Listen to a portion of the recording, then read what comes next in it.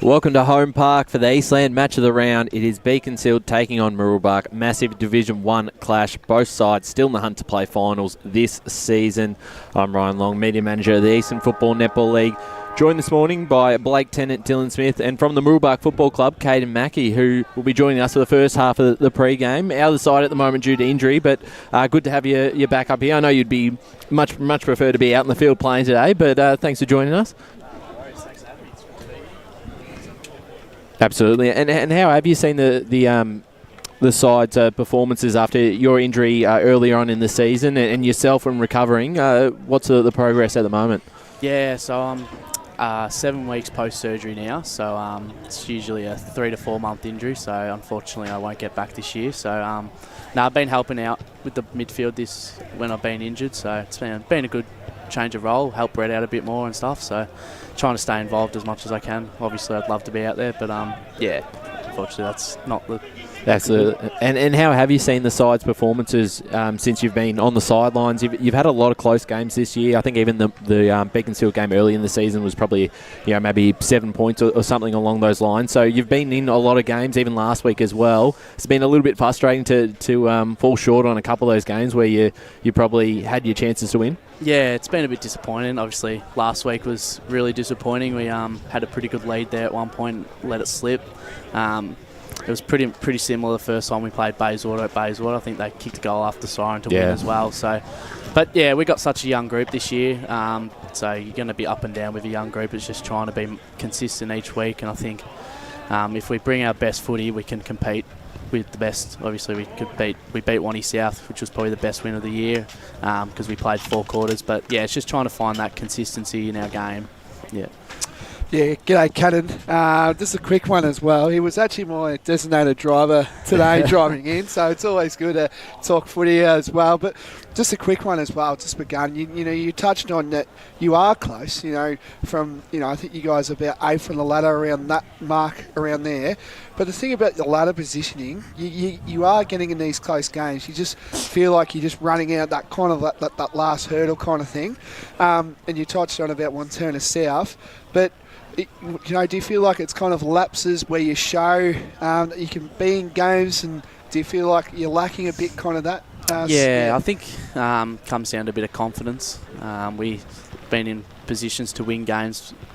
Obviously the Bayswater one again, where we had the game and we just weren't able to put the game away sort of thing. I think we just go back into our shell a bit with a young group and go away from what got us into that position. So we're only going to get better if we keep putting ourselves in that circumstances and try to improve and learn from our mistakes. Like we had a pretty good week on the track this week. At training we went through a few scenarios when we got the game and trying to hold on to a game rather than throw it away like we have been doing.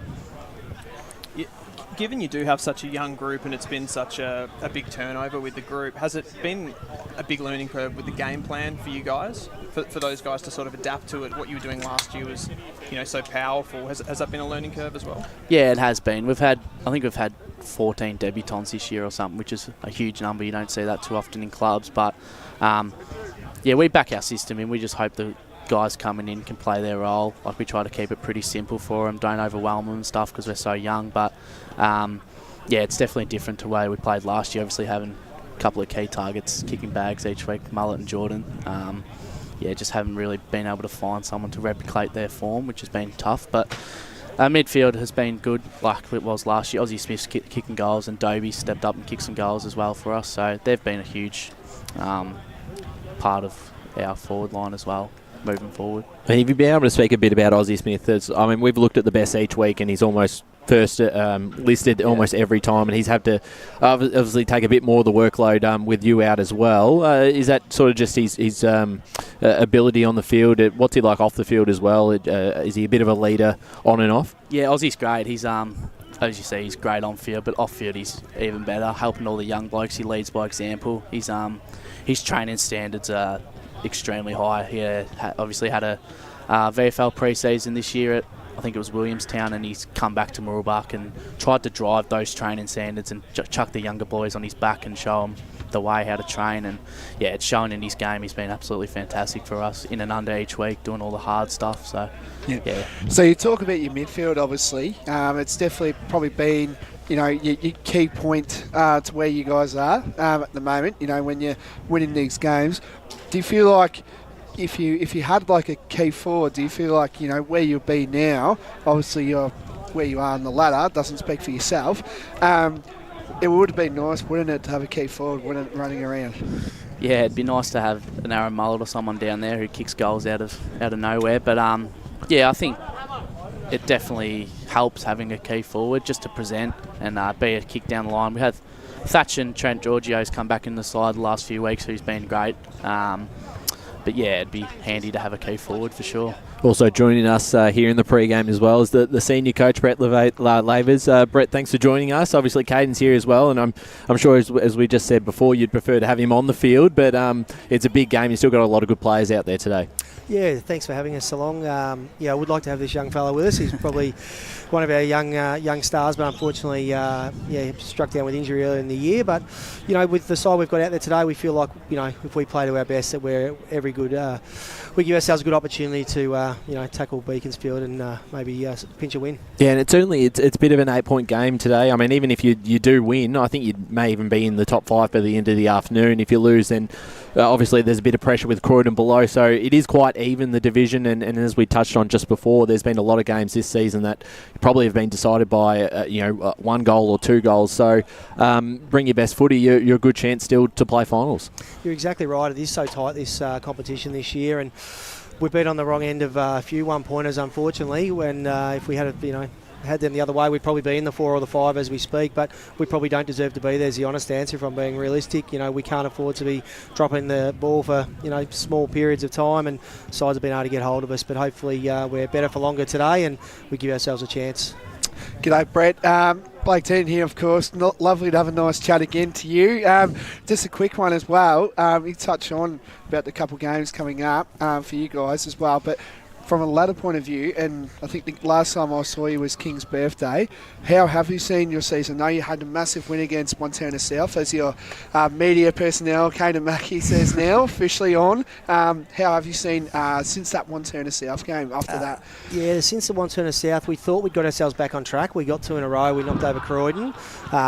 But we were exceptionally disappointed against North Ringwood. They come to play and really gave us a lesson out at Quamby there. And then last week I thought we'd rectified a few things, and probably 5 minutes in the last quarter you would have thought we were going to do enough. But credit to Bayswater, and they got over the top of us. So it's probably a foot in either side of the camp, if I'm honest, Blake. Happy with the way we turned it around against Wanty South, showing we can beat a quality side. But then really disappointing when we get it wrong. That's for sure. Yeah. Yeah, Brett, Dylan Smith here. Nice to meet you, mate. So, given that you did have to blood so many younger players coming into the season, how has that sort of gone with your expectations, being 8th on the ladder after the grand final last year? Has that sort of does it sit about what you expected, or? I suppose within the 4 walls, we thought that our best, if we can keep them on the park, was going to be good enough to play finals, and that's still yet to be decided. Obviously, today will play a big part in that.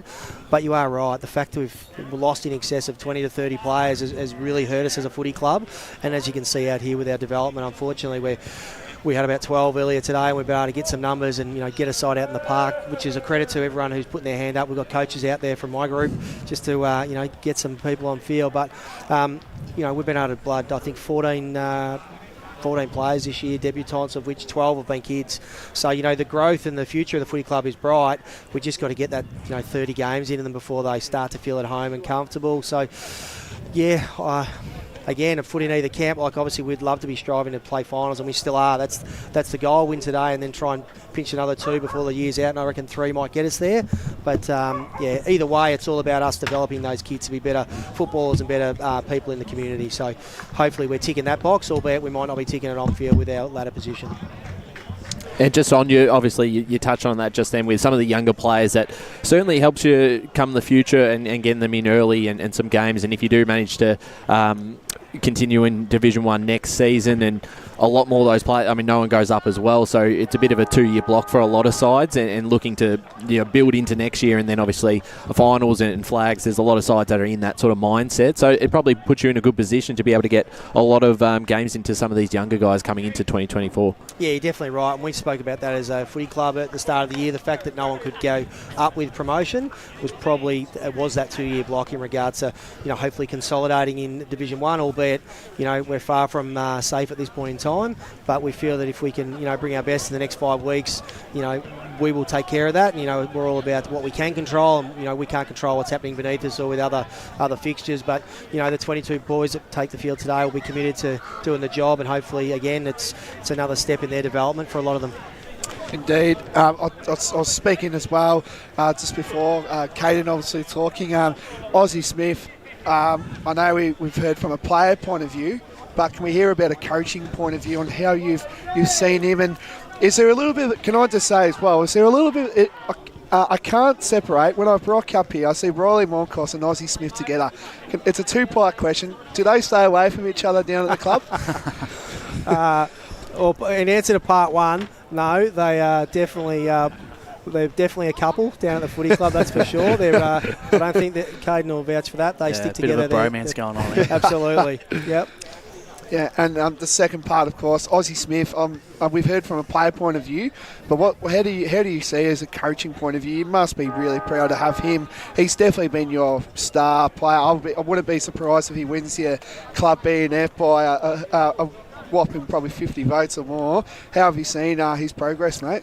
Look, since I was come across, his development has been huge. One of the knocks on him when he was out at Yarra Glen there come from Casey, that the fact was he couldn't run fast enough, his beep test wasn't good enough, but he's come here and he's excelled at the higher level. He's been fortunate enough to win a league medal, but I suppose fortunate it probably is the wrong word. He's worked his ass off to get that. He's always on the track. He's always doing extras Monday to Friday. He's doing his rehab.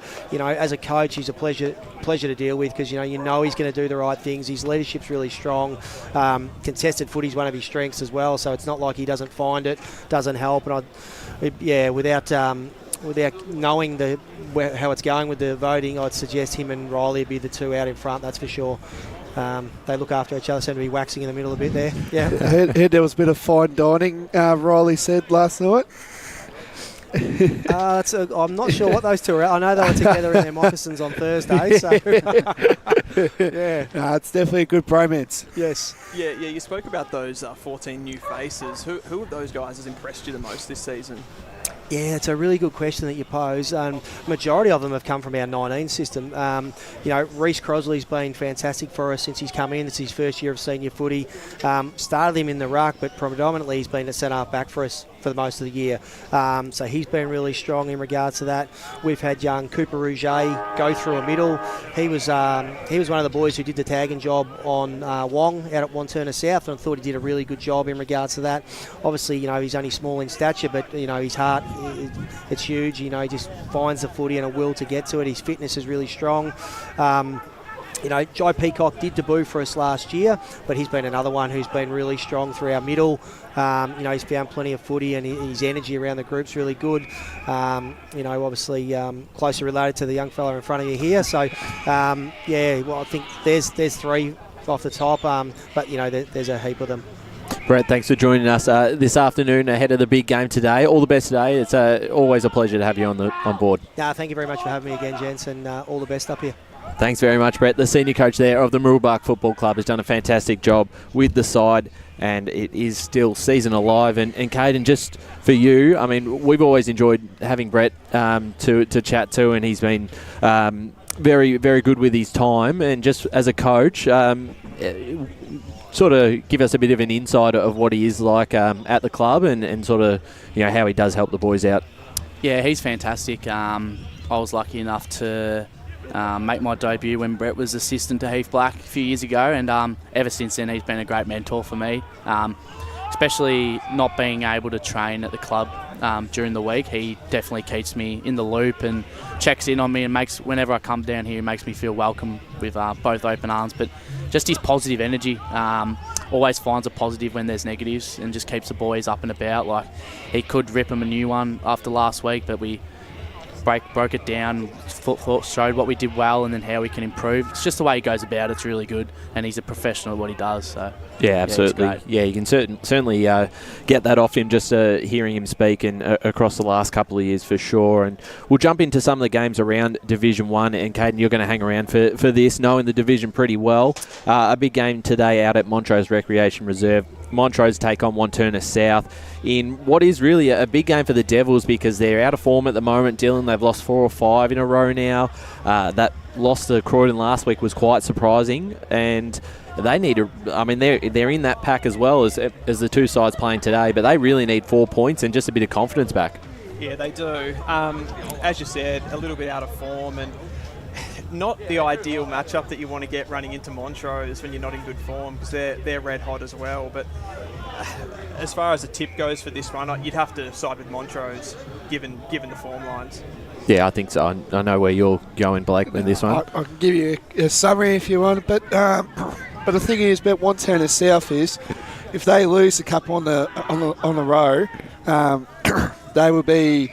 They're going to be, I reckon, it's a sort of game where they want to try get their confidence back. It happened actually last year when Montrose hosted Wantirna South. I think Montrose kicked 11-23 and Wantirna South won the game. So I feel like it actually could be, it could go both ways. I'm not from a, I like to say from a Montrose supporter, I would honestly feel like it's not set in stone today because Wantirna South are one of those sides where if they lose a couple games, they'll just find a way to find a winnable game for them sort of thing. So, yeah.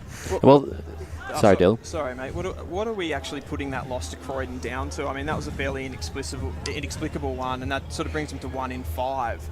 Yeah. What can you sort of put that one down to? Well, it's hard to know at the moment, and obviously Lincoln Wong's missed a couple of games in that period of time, and then he was, I think he was well held, obviously against Mooroolbark, and you were there that day, Caden. And did you sort of notice the way, how you defeated them that day? Was there a certain area of the ground that you probably took control in, or was it?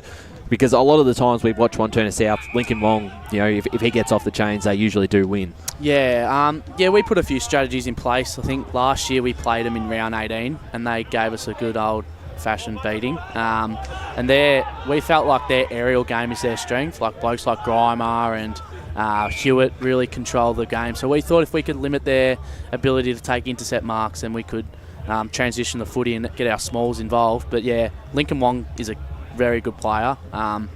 He still found a lot of the footy, but we felt like his disposals probably weren't as damaging as what they usually are. So yeah.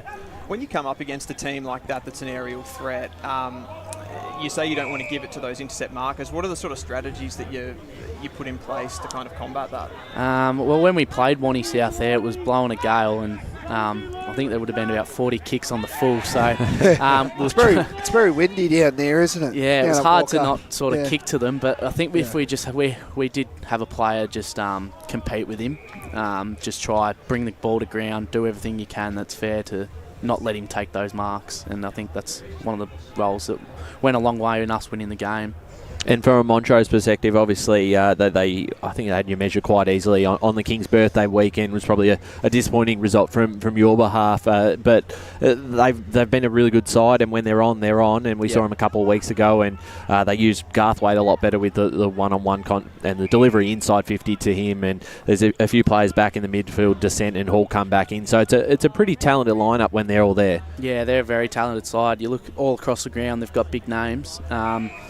I really enjoyed watching them grow as a club from an outside perspective. Like last year, they were probably in a similar position to what we were at the halfway point, and then they were able to turn their season around and win a final. But Ben Descent, he's really good in and under for them. He played probably the best game I've seen him play. I've only seen him play a couple, but Queen's birthday weekend, he was really good. And Garthwaite, it'd be lovely to have a Garthwaite out here from Mooroolbark, that's for sure. I think he's happy at Montrose, mate. We'll certainly see. A couple of other big games today. Bayswater take on South Belgrave out at Bayswater Oval, and obviously, as we touched on, Bayswater got the job done last week and 5 goals down in the last quarter to come back and pinch that by a point. they're going to be up against it against the South Belgrade side who have not lost a game. But what did you notice from their gameplay last week? And obviously, they've got some pretty experienced players. Bryce Galvin's back in some good form again. Ben White's always damaging. How did they probably get over the line in that last quarter? They showed really good heart, just commitment to the contest. They could have easily just thrown the towel in and game would have been done, but they stuck at it, and as you said, Bryce Galvin, Joel Galvin, Ben White, just their in and under work, get the game back on their hands was and they were really good at changing the angles, switching the ball, C-shaped ball movement, which broke our defence open. We hit the scoreboard. I've sort of got them as the best of the rest after that top three. Do you think they have the talent to challenge that top group? Yeah, definitely. They're extremely damaging on a big ground, we found. Obviously, their ground's pretty big and ours is quite big, and they were able to beat us both times. But the thing that really surprised me the most was their ability to have different players hit the scoreboard. Like, they don't really have a key forward like us, but they seem to have 10 or 11 blokes that step up each week and kick goals for them, and they're just really unpredictable going forward, and that's what we probably struggled with a bit last week was matchups, because they had so many players going forward. So that's something that stood out for me for them. I know you guys on the weekend forecast. You talk about your Super Boost roughie. I reckon that's going to be my roughie today. Bayswater to get over. Bayswater to get over South Belgrave. I reckon that'll be huge for Bayswater. I know they've had a massive week heading into the 4 as we speak, but their form has been really good heading into it, and I think the bigger ground could test South Belgrave. Yeah, absolutely. They'll certainly back themselves as a big chance. We're about to go to our first ad break here for the Eastland Match of the Round. Caden, thank you for coming on today. Just your last thoughts on the game. Obviously, it's a big one for the club today, and certainly a big chance. Yeah, I hope so. Boys had a good week on the track after a tough loss, so hopefully they can come out and play with a bit of energy.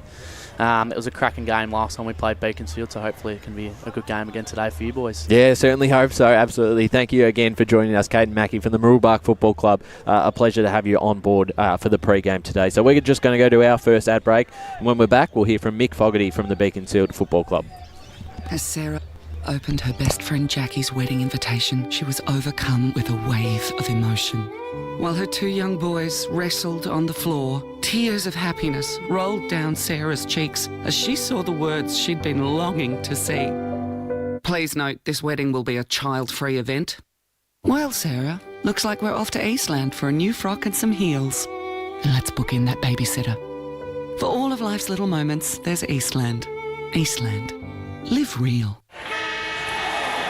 Sprained your ankle, bursting through the banner? Broke a finger, high-fiving the ruckman? Or did you run into the goal post again? For bumps, breaks or bleeds, be seen sooner, close to home at Knox Private 24/7 Emergency Department. The preferred provider of emergency care to the Eastern Football Netball League, you'll generally experience shorter wait times. You don't need private health, but there is an out-of-pocket fee. Be seen sooner, close to home at Knox Private 24/7 Emergency Department, 262 Mountain Highway, Wanturna. Do you feel good about your bank? Because there is a bank you can feel good about. They share their profits to fund big community projects, small community clubs, and vital emergency services. They've given $250 million to help Australian communities thrive. They have all the products and tech you expect from a big bank, with service you don't. It's Bendigo Bank. Feel good about who you bank with. Try Bendigo. Search bendigobank.com.au or search Bendigo Bank near me. Tobin Brothers Funerals wear their heart on their sleeve. Their clear and easy-to-use website and Memory Maker app make it easy for families to make an informed decision. Here's James McLeod, Managing Director of Tobin Brothers Funerals. We pride ourselves on being the most transparent funeral company. All pricing on goods and services are available on our website. It's all there for you to see and make very informed decisions when planning a loved one's funeral. Visit tobinbrothers.com.au. Tobin Brothers Funerals, celebrating lives. At Yarra Valley Water, we know reducing your shower time, or show time, to 4 minutes can save you an average of $200 a year on water and energy bills. Shower shorter. Save water. Authorised by the Victorian Government, 1 Treasury Place, Melbourne. Sprained your ankle bursting through the banner? For bumps, breaks or bleeds, be seen sooner, close to home at Knox Private 24/7 Emergency Department. You'll generally experience shorter wait times. Knox Private 24/7 Emergency, 262 Mountain Highway, Wanturna. You are listening to Radio Eastern FM 98.1. With live and exclusive coverage of the EFNL football season. Bringing you the match of the day with score updates from all divisions. And now we cross to our commentary team for the Radio Eastern 98.1 Match of the Day coverage. Welcome back to Eastland Match of the Round out at Holm Park Reserve, Beaconsfield versus Mooroolbark. The first time we've ever been out at Holm Park for a Match of the Round, and I'm very glad we've come here because the ground's in good nick at the moment. The Reserve's playing that game out there. Ground looks great. Conditions are okay at the moment, not raining, but the grandstand that we're on, and obviously we can't quite get the camera angle because we're sitting on there on the balcony, but very nice. The facilities are great. You've got the netball down there. You've got another field just behind us as well. So really great to be out here. And Blake, you've already been here before. You've Yep.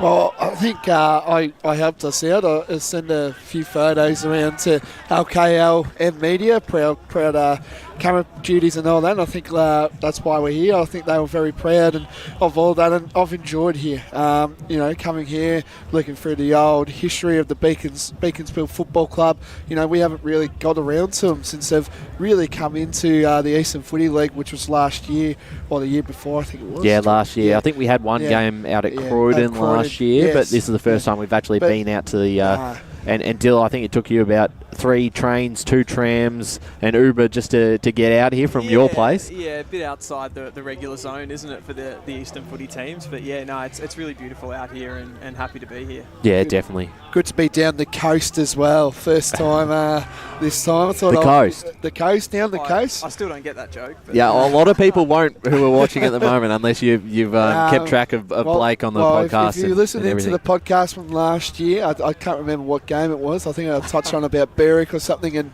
I talked about going down the coast. So we are officially, it was a nice drive, of course, with Mackie down the coast. I might actually just add, in the last hour, there has been a sea mist that's been floating in and out. And we're a bit worried that it's not going to be so much that it'll be raining, it'll be... it could be a tidal wave on its way, so maybe we are close enough to the coast for you. 100%, we are down the coast.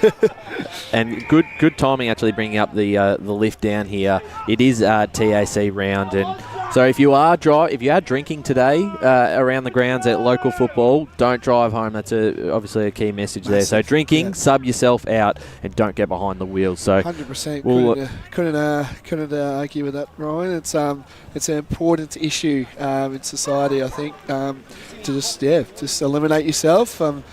Yeah, exactly. Let's jump into some of the games around the grounds again. We've just heard from Caden Mackey and the Mooroolbark Football Club, Brett Lavers as well. We'll jump into the last couple of games in Division 1.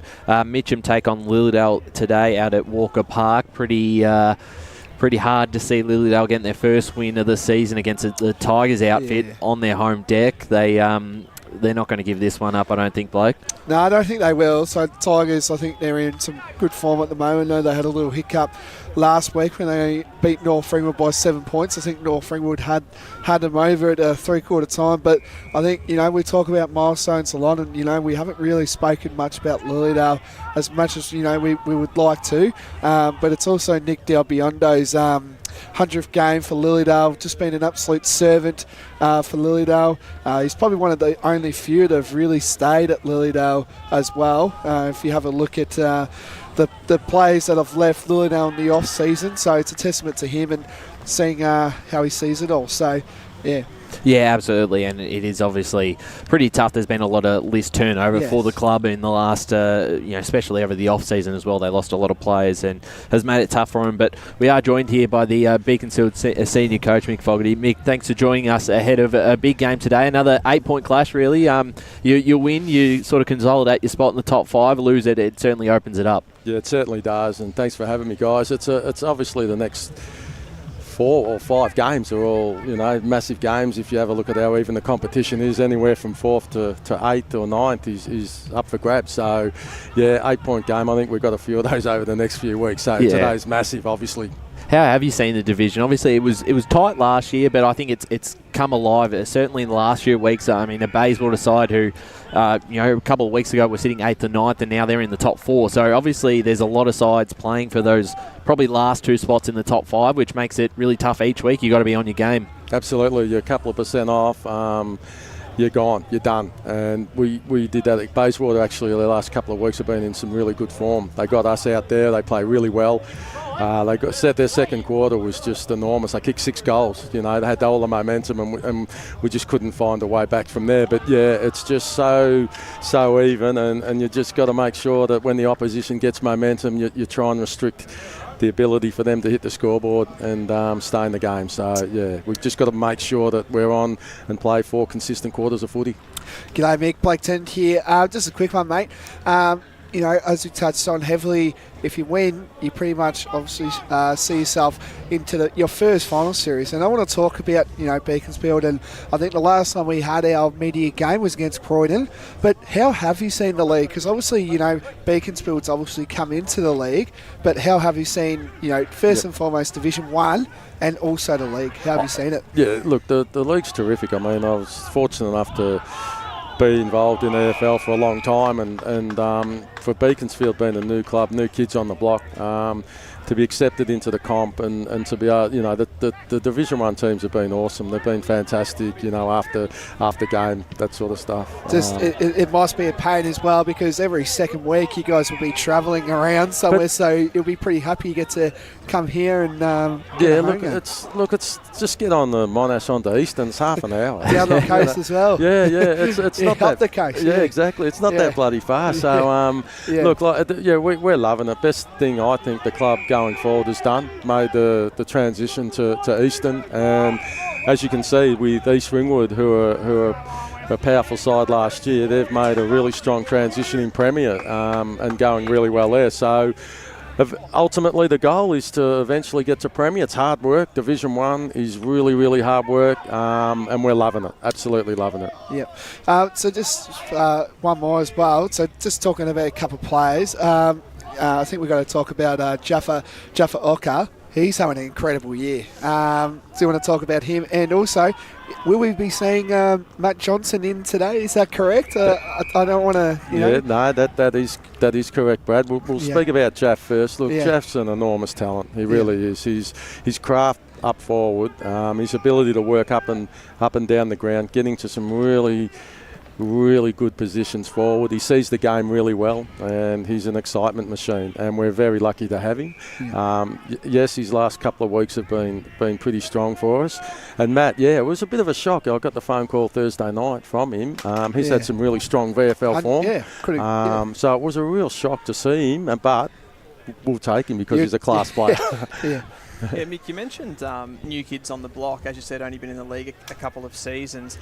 You currently have the best defensive record in the league, and I sort of noticed a trend there that you've done that off a lot of high disposal, uncontested marks. Is that something you've done as sort of an adaptation period coming into the league as a way to defend? Yeah, I think we were caught out a few times last year with some really powerful forwards from opposition teams, and we just had to find a way to defend and get some numbers back and have some players in positions that are able to play that role. You're right, our defensive structure is pretty sound, pretty strong, and just important that we start from there and we can get the ball on the outside and use that ball well uncontestedly and get into some good areas and then get it forward and try and score. So that's the balance. We just don't score enough as well when we get inside. Our inside 50 count each week, it's quite good, it's quite strong, but we're just not taking full advantage of when we do get it in there. We get it shallow or we get it wide, and we just got to make sure our connection's a lot better to be able to score and put more pressure on the opposition.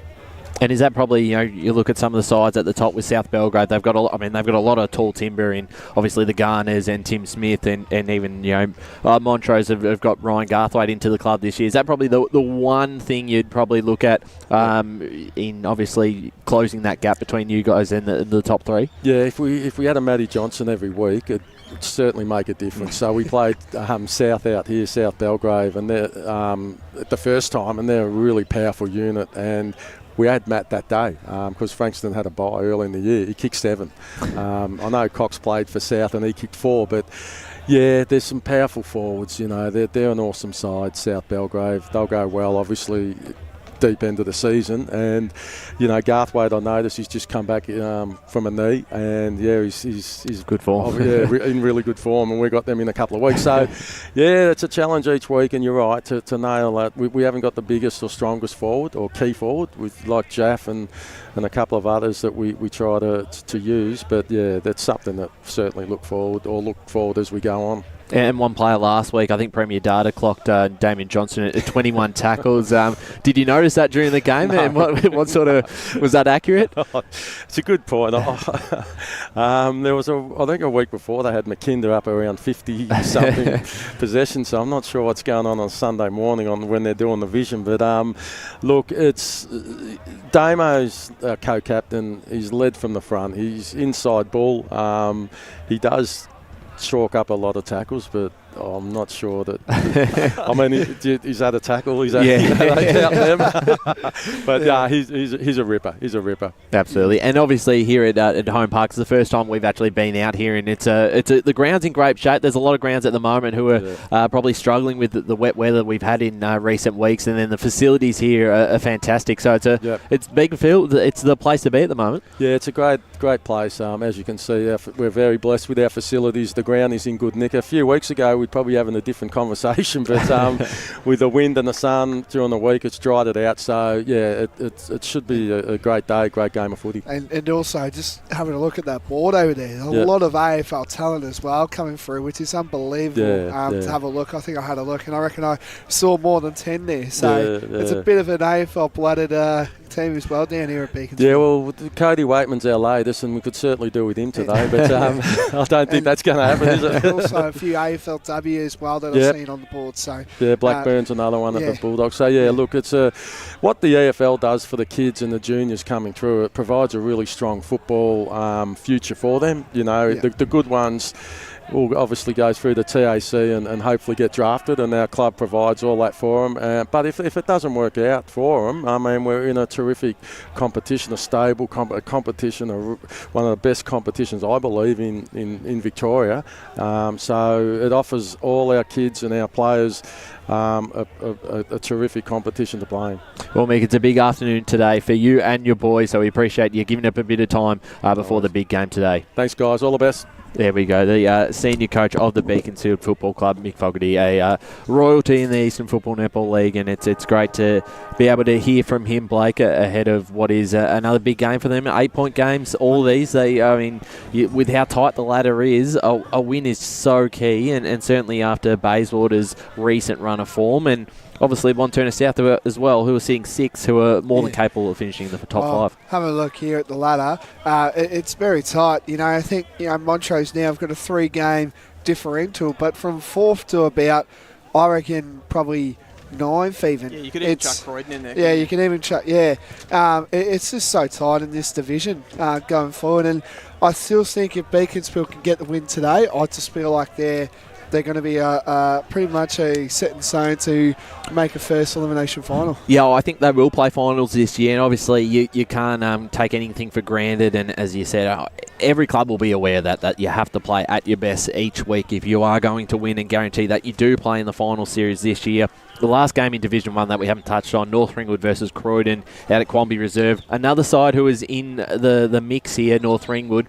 Their form at Quamby has been fantastic across the year. They host Croydon. They beat the Blues by 3 points early in the season.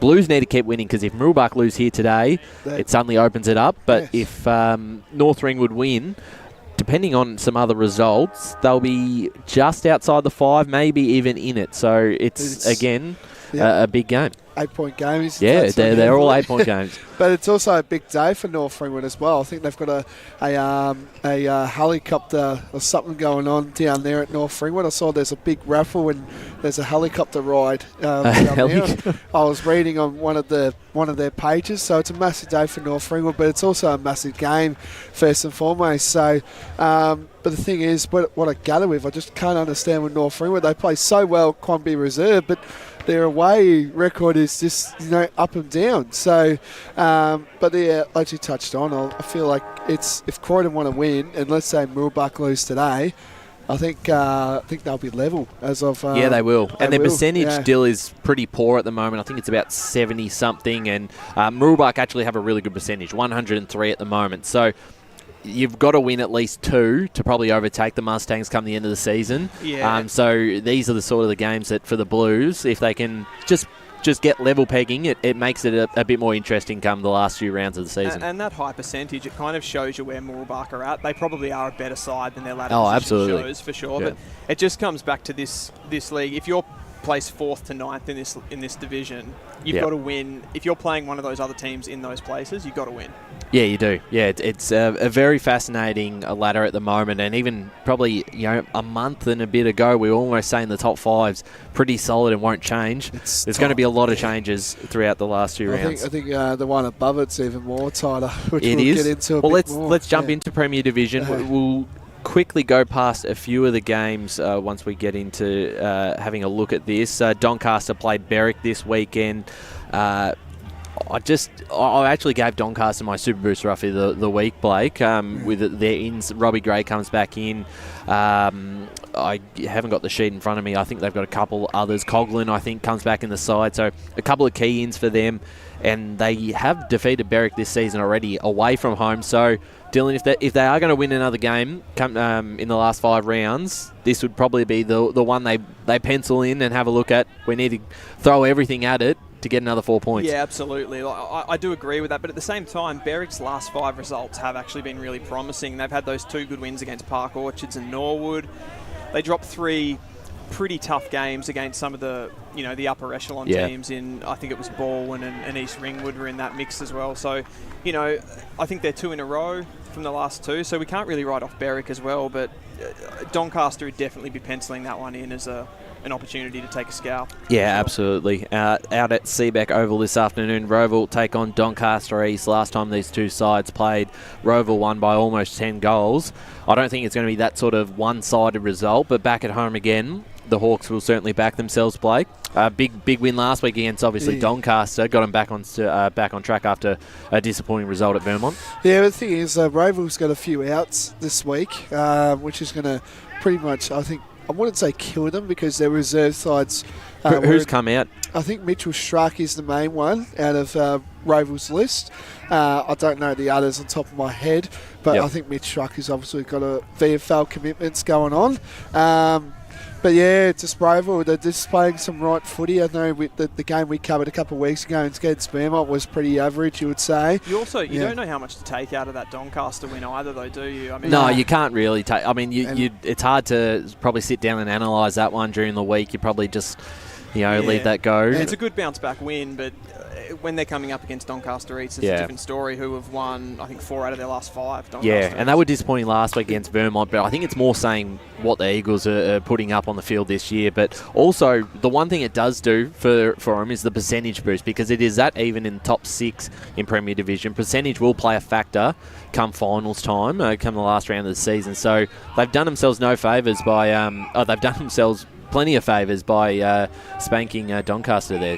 It was, and we touched on heavy about Roval, but Doncaster East as well have just been inconsistent when they know that they want to be where they want to be. I think they want to be conceding probably a top 3, top 4 side, and I just feel like they're just not hitting where they want to be. That kind of thing. Like, there's a lot of teams in that boat, though, aren't there? Yeah, but in Premier. Well, I think it's hard to. They've recruited well, and that's they the thing have with Doncaster East, and they're just not being consistent enough. It's probably hard to lay too much criticism on these sides because there's just nothing in it between the top 6. So 6 can beat 1 quite comfortably.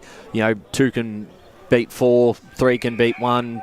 So and so, everyone can beat everyone in that top 6, and it's pretty much locked up now with Blackburn 2 games behind.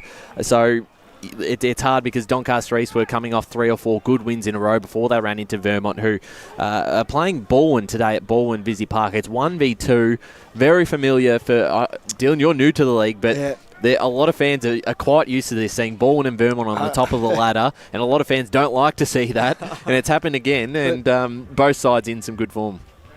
I think just going through it as well, I think they win the 2013 decider and the 2016 decider, these two sides. So a lot of history going on. Didn't Bourne playing about 4 or 5 grand finals in a row or something? But if you want to talk about grand final history, it was Vermont v Bourne in 2013 and then 2016 these two sides played. So a lot of history, and I don't think the Vermont people would like that Bourne, but I don't think the Bourne people would like Vermont. So it's a great game, and it's funny to see these two sides back at it again where they were 6 or 7 years ago. Kudos to Vermont, though. When I came on the scene in the league earlier in the season, they'd just been beaten by East Ringwood by near 100 points, I think. On 91 points, match of the round. Yeah, match of the round. So they've really turned it around, and they're, they're shaping as the team to beat. And also where they were last year as well. If you were, I know you weren't here, of course, but their ladder positioning last year was probably 7th or 8th, and that's the first time they missed finals since 2011.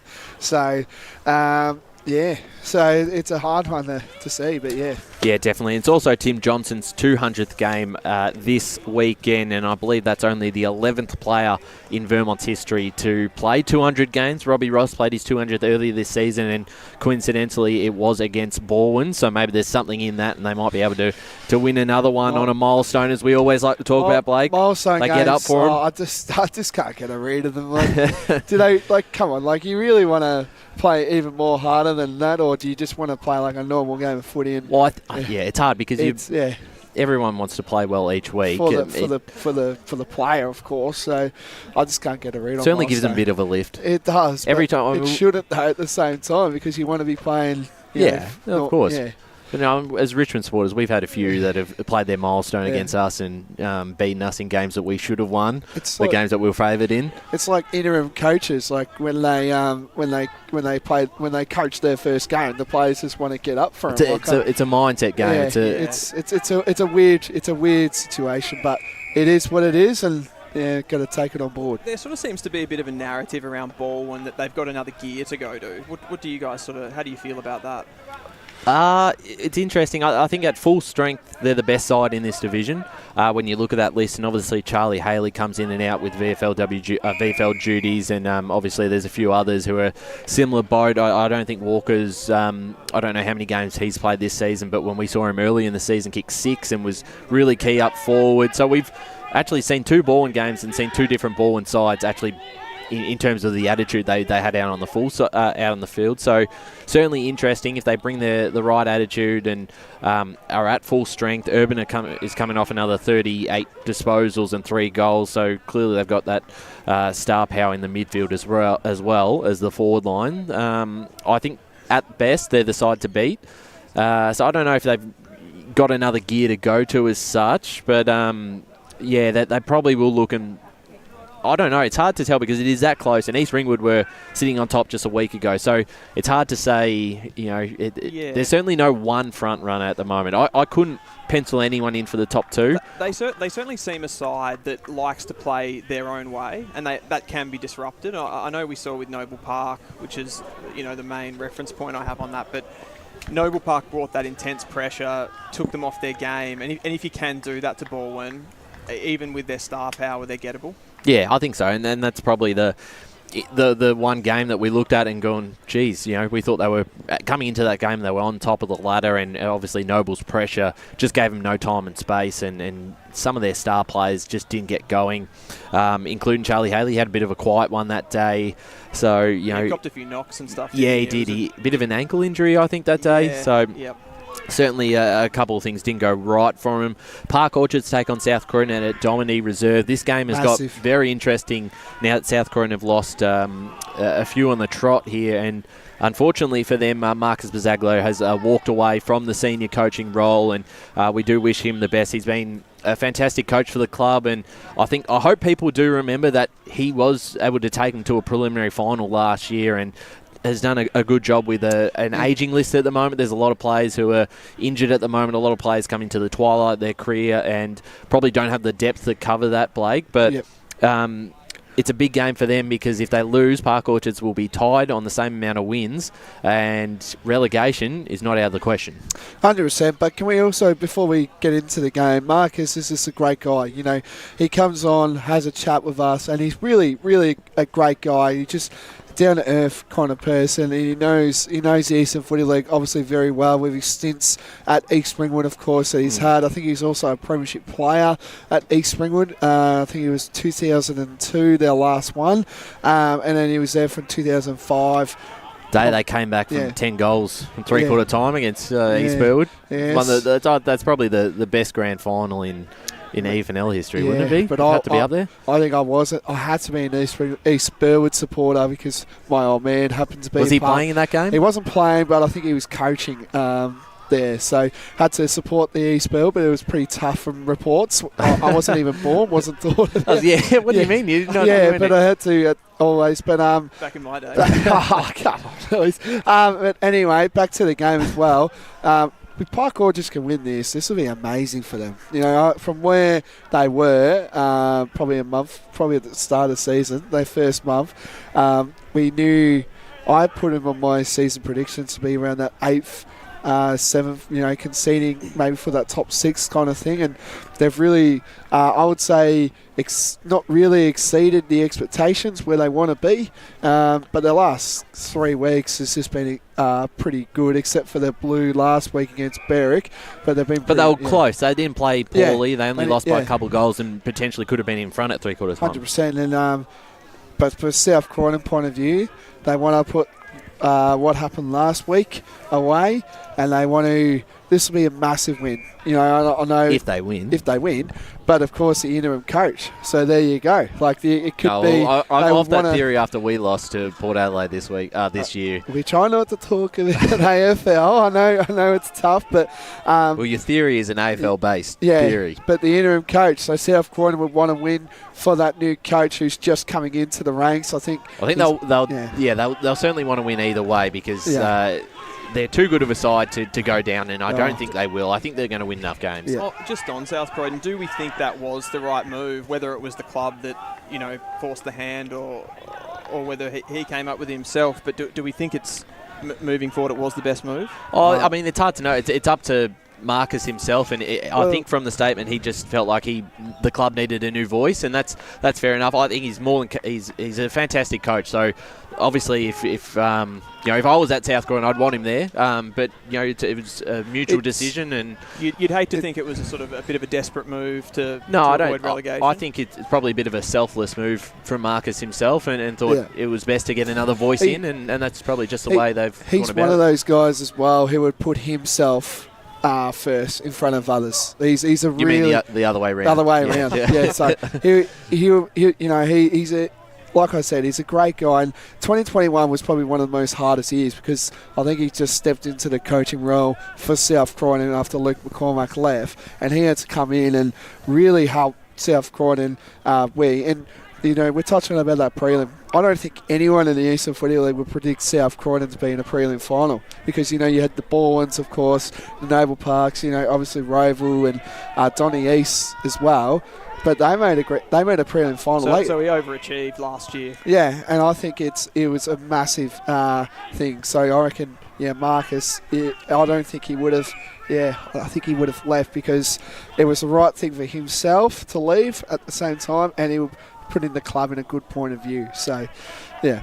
Absolutely. The last couple of games, Norwood Blackburn, just a quick tip on this one at Mooroolbark Reserve. We saw Norwood last week at home against Blackburn. Blackburn just have to win, stay in touch with the top 6, lose, and it's probably just about it for them. Do they win, or are you back in Norwood at home after what we saw last week? I'm going to go Blackburn. I think Blackburn I reckon Blackburn 10 points. Dylan? I tend to agree with you. I think we're maybe playing too much on that South Croydon game that we watched them dominate, and then since what's happened during the week, we may not be able to take as much out of that game as we thought we could. So, yeah, I think Blackburn, they've got a lot to play for, and I just think Norwood would have been too inconsistent. Like, looking at their games, they've beaten the likes of Noble Park and East Ringwood, and yet the games that they've dropped have been Yep. these kind of games. I'm going Norwood just on the basis of a couple of the guys that are out at the Blackburn list at the moment. No Jason Reed, who's been fantastic this season. No Sam Hart. A couple of younger guys coming into the side, a few debutants. So a bit of a younger side. Their forward line has been giving them a couple of issues in the last couple of I weeks. haven't got a tip right in this division, so Norwood will win. Yeah, well, there you go. So, but Everyone the thing is, the inconsistency as well could be back to where Norwood have been this year. Well, that's key for them today. They've been on and off, and I feel like this could be an off week as they had a massive win against South Croydon on a very big occasion. Of course, being NAIDOC round, and but I feel like it's just gonna. I feel like the inconsistency will get Norwood. I just can't see them winning 2 games in a row. I don't think they have all year. I'm pretty sure. Yeah, that'd be so frustrating for the coach, wouldn't it? Don't count it on me, but I think I don't think you're lucky my laptop's not working, yeah, so I don't think they've won 2 in a row. I think you're right. I think they've just been a win-loss kind of thing. So yeah, but Blackburn for me. Yeah, it'll be interesting, but they will be aware of that. And the last time they did play, they were in a winnable position. They have won, so you're pretty much on the spot. They have gone win-loss for most of the season. And that game against Blackburn, they led and then I think gave up a bit of a 4 or 5 goal lead in that one. So they'll have to do a little bit better today if they get the job done. East Ringwood take on Noble Park out at East Ringwood Reserve. Another big game. 2 sides that are in the top 6. Noble is 6 at the moment, just with a bit of a lower percentage, but we saw what they're capable of a couple of weeks ago when they trounced Baldwin away from home, so they'll have no fears going away from Pat Wright Senior Oval and coming to East Ringwood. For me, I tipped East Ringwood yesterday just with a couple more key options up forward. Trent Farmer's in some fantastic form, but again, this is another 50-50 one for me. I wouldn't be surprised if Noble Park come on the road again. They've had a fantastic on-the-road record and pull it off. But I think this is a tougher matchup for them. I think they like playing those teams like a Baldwin who control the ball and they can really get at them and knock them off their game. Whereas I think East Ringwood are more that combative, contested side, and they'll struggle more to put them off their game. Blake, do you? Well, also I think we've got to mention that East Ringwood do have Harry Nolan coming into their side today, so that's a massive in for East Ringwood. But I feel like with East Ringwood, they've got a lot of talent. Yes, we talk about that, but Noble Park's away record is just amazing. Just seeing how they're tracking away compared to their home games. I think they've lost 3 home games, Ryan, I'm pretty sure. Is that correct? Sorry? Their home game record for Noble Park has just been pretty ordinary, which we didn't see last year. And but their away record has just been through the roof. You're right. 3 of their 4 losses have been at home, so they've only lost 1 on the road, which is pretty impressive. And most of their wins have come away from Noble Park. I think East Ringwood at home will be pretty tough, though. Yeah, I'm backing East Ringwood here to get a win. We'll jump into Division 2 before we go to a break. The big game.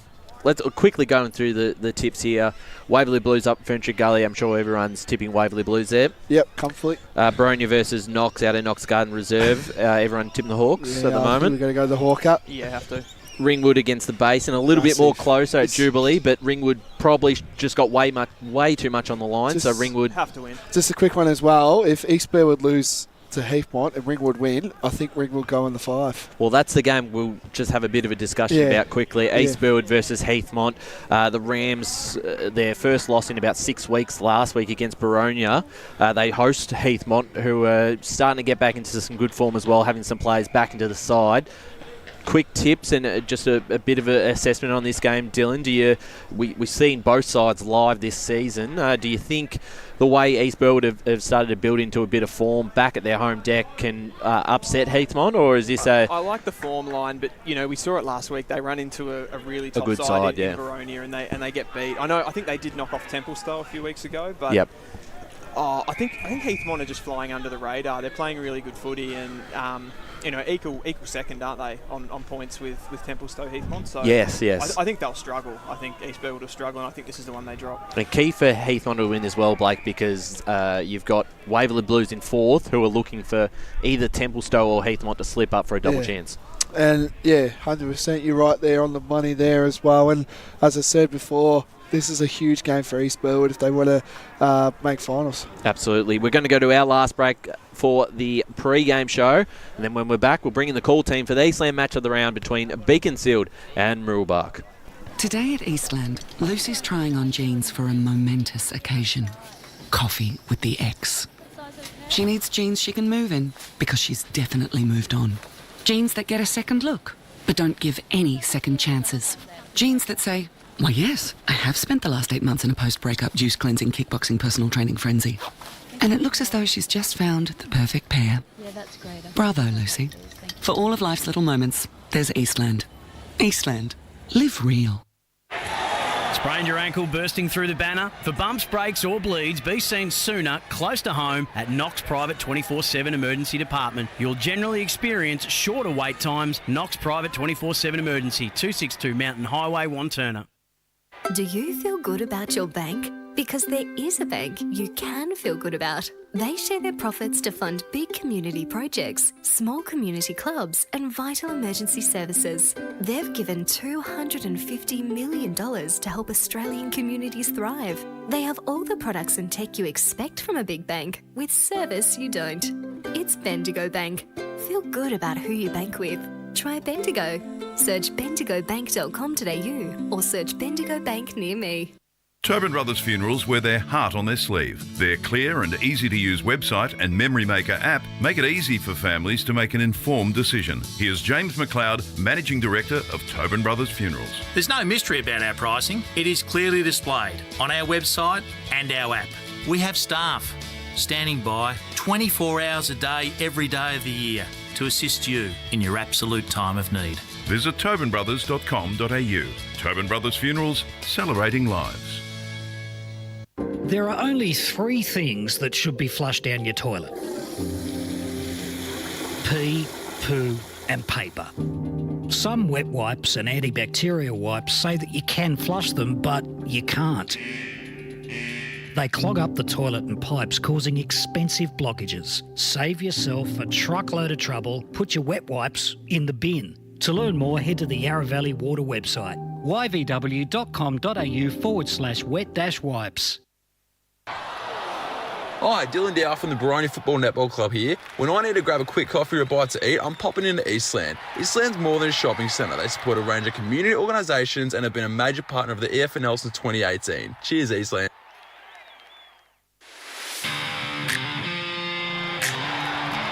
You are listening to Radio Eastern FM 98.1. With live and exclusive coverage of the EFNL football season, bringing you the match of the day with score updates from all divisions. And now we cross to our commentary team for the Radio Eastern 98.1 Match of the Day coverage.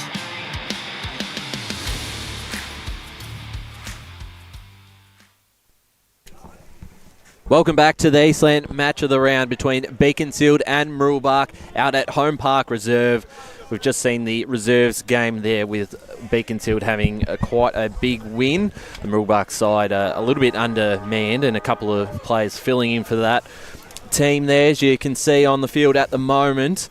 I'm Ryan Long, Media Manager of the Eastern Football Netball League. Big Division 1 clash ahead between the two sides looking to consolidate their spot in the top 4 is Beaconsfield, taking on a Mooroolbark side who are in a bit of a difficult position. They win, they could be into the top 5.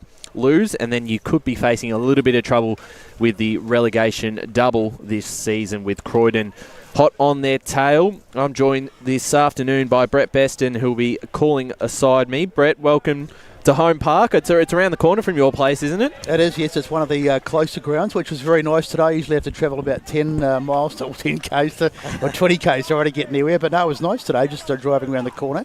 But no, first time here, really nice grounds, and looking forward to a good game today as the teams come onto the ground. Absolutely. And also joining us for the first time this afternoon, Ray Baird. Yeah, good afternoon, boys, and good afternoon to all the listeners out there. My second week in a row down in this neighbourhood because I was at Berwick last week, so it's becoming quite a habit. It's the best part of the Melbourne. Have you been here before, Ray? Yeah, I was here early in the year when Beaconsfield took it up to South Belgrave, and South Belgrave just got over the line. But that was the day where it rained right through the reserves game and was raining in the first quarter, but the rest of the day turned out to be sunshine. Yeah. So there is a bit of hope for the weather this afternoon. Yeah, absolutely. And also joining us this afternoon, you heard heard his voice in the pre-game, Dylan Smith, who will be in the special comments chair for the first time this season. Yeah, thanks for having me on, Ryan. Really looking forward to this one. New experience for me, but enjoying the day so far. And no pressure, Dill, no pressure. Yeah, yeah, no, great facilities out here so far at Beaconsfield, so happy to be here. Absolutely, and both sides now out on the field. A big inclusion, a late inclusion, is Matt Johnson, who not playing in the VFL this week. Brett, that was a bit of a surprise to see him listed, and a big positive here for the Beaconsfield Football Club, and that will certainly boost their forward line. Oh, 100%. Well, I just had a brief chat to Mick Fogarty just after you guys were talking to him, and he's very happy that I'm sure he would. Understandably, so that really gives them a huge boost. And obviously, you've got Jaffa Ocker. I think he's kicked 28 goals as well. So they've got a bit of firepower up forward to kick some goals. And for what it's worth, I think Beaconsfield will be too good today in this one. Well, it's certainly a bit of a surprise. A couple, obviously, Johnson coming in, Ray, and then for Mooroolbark, they've lost a couple of key players here. As they do, every side we see on a match of the round, they always lose a couple, and a couple of key players there in Peacock and Boyd certainly makes it a little bit tougher for the Mustangs. It certainly does, and I believe that they'll have their work cut out for them today. I know that they played, took it up to Bayswater last week and just fell short for the second week in a row, but they come up against the side that I saw early in the year, as I alluded to, and I like the way they run the ball. Absolutely, and joining us on the boundary line this afternoon is Josh Ward and Blake Tennant. Josh, have we got you there? You do, fellas. It's not the greatest conditions to be on the boundary, I have to say. It's starting to come down a little bit. The moaning started already. Oh, come on. I've got the 3 layers on and the beanie on as well. I'm perfectly fine. Complaints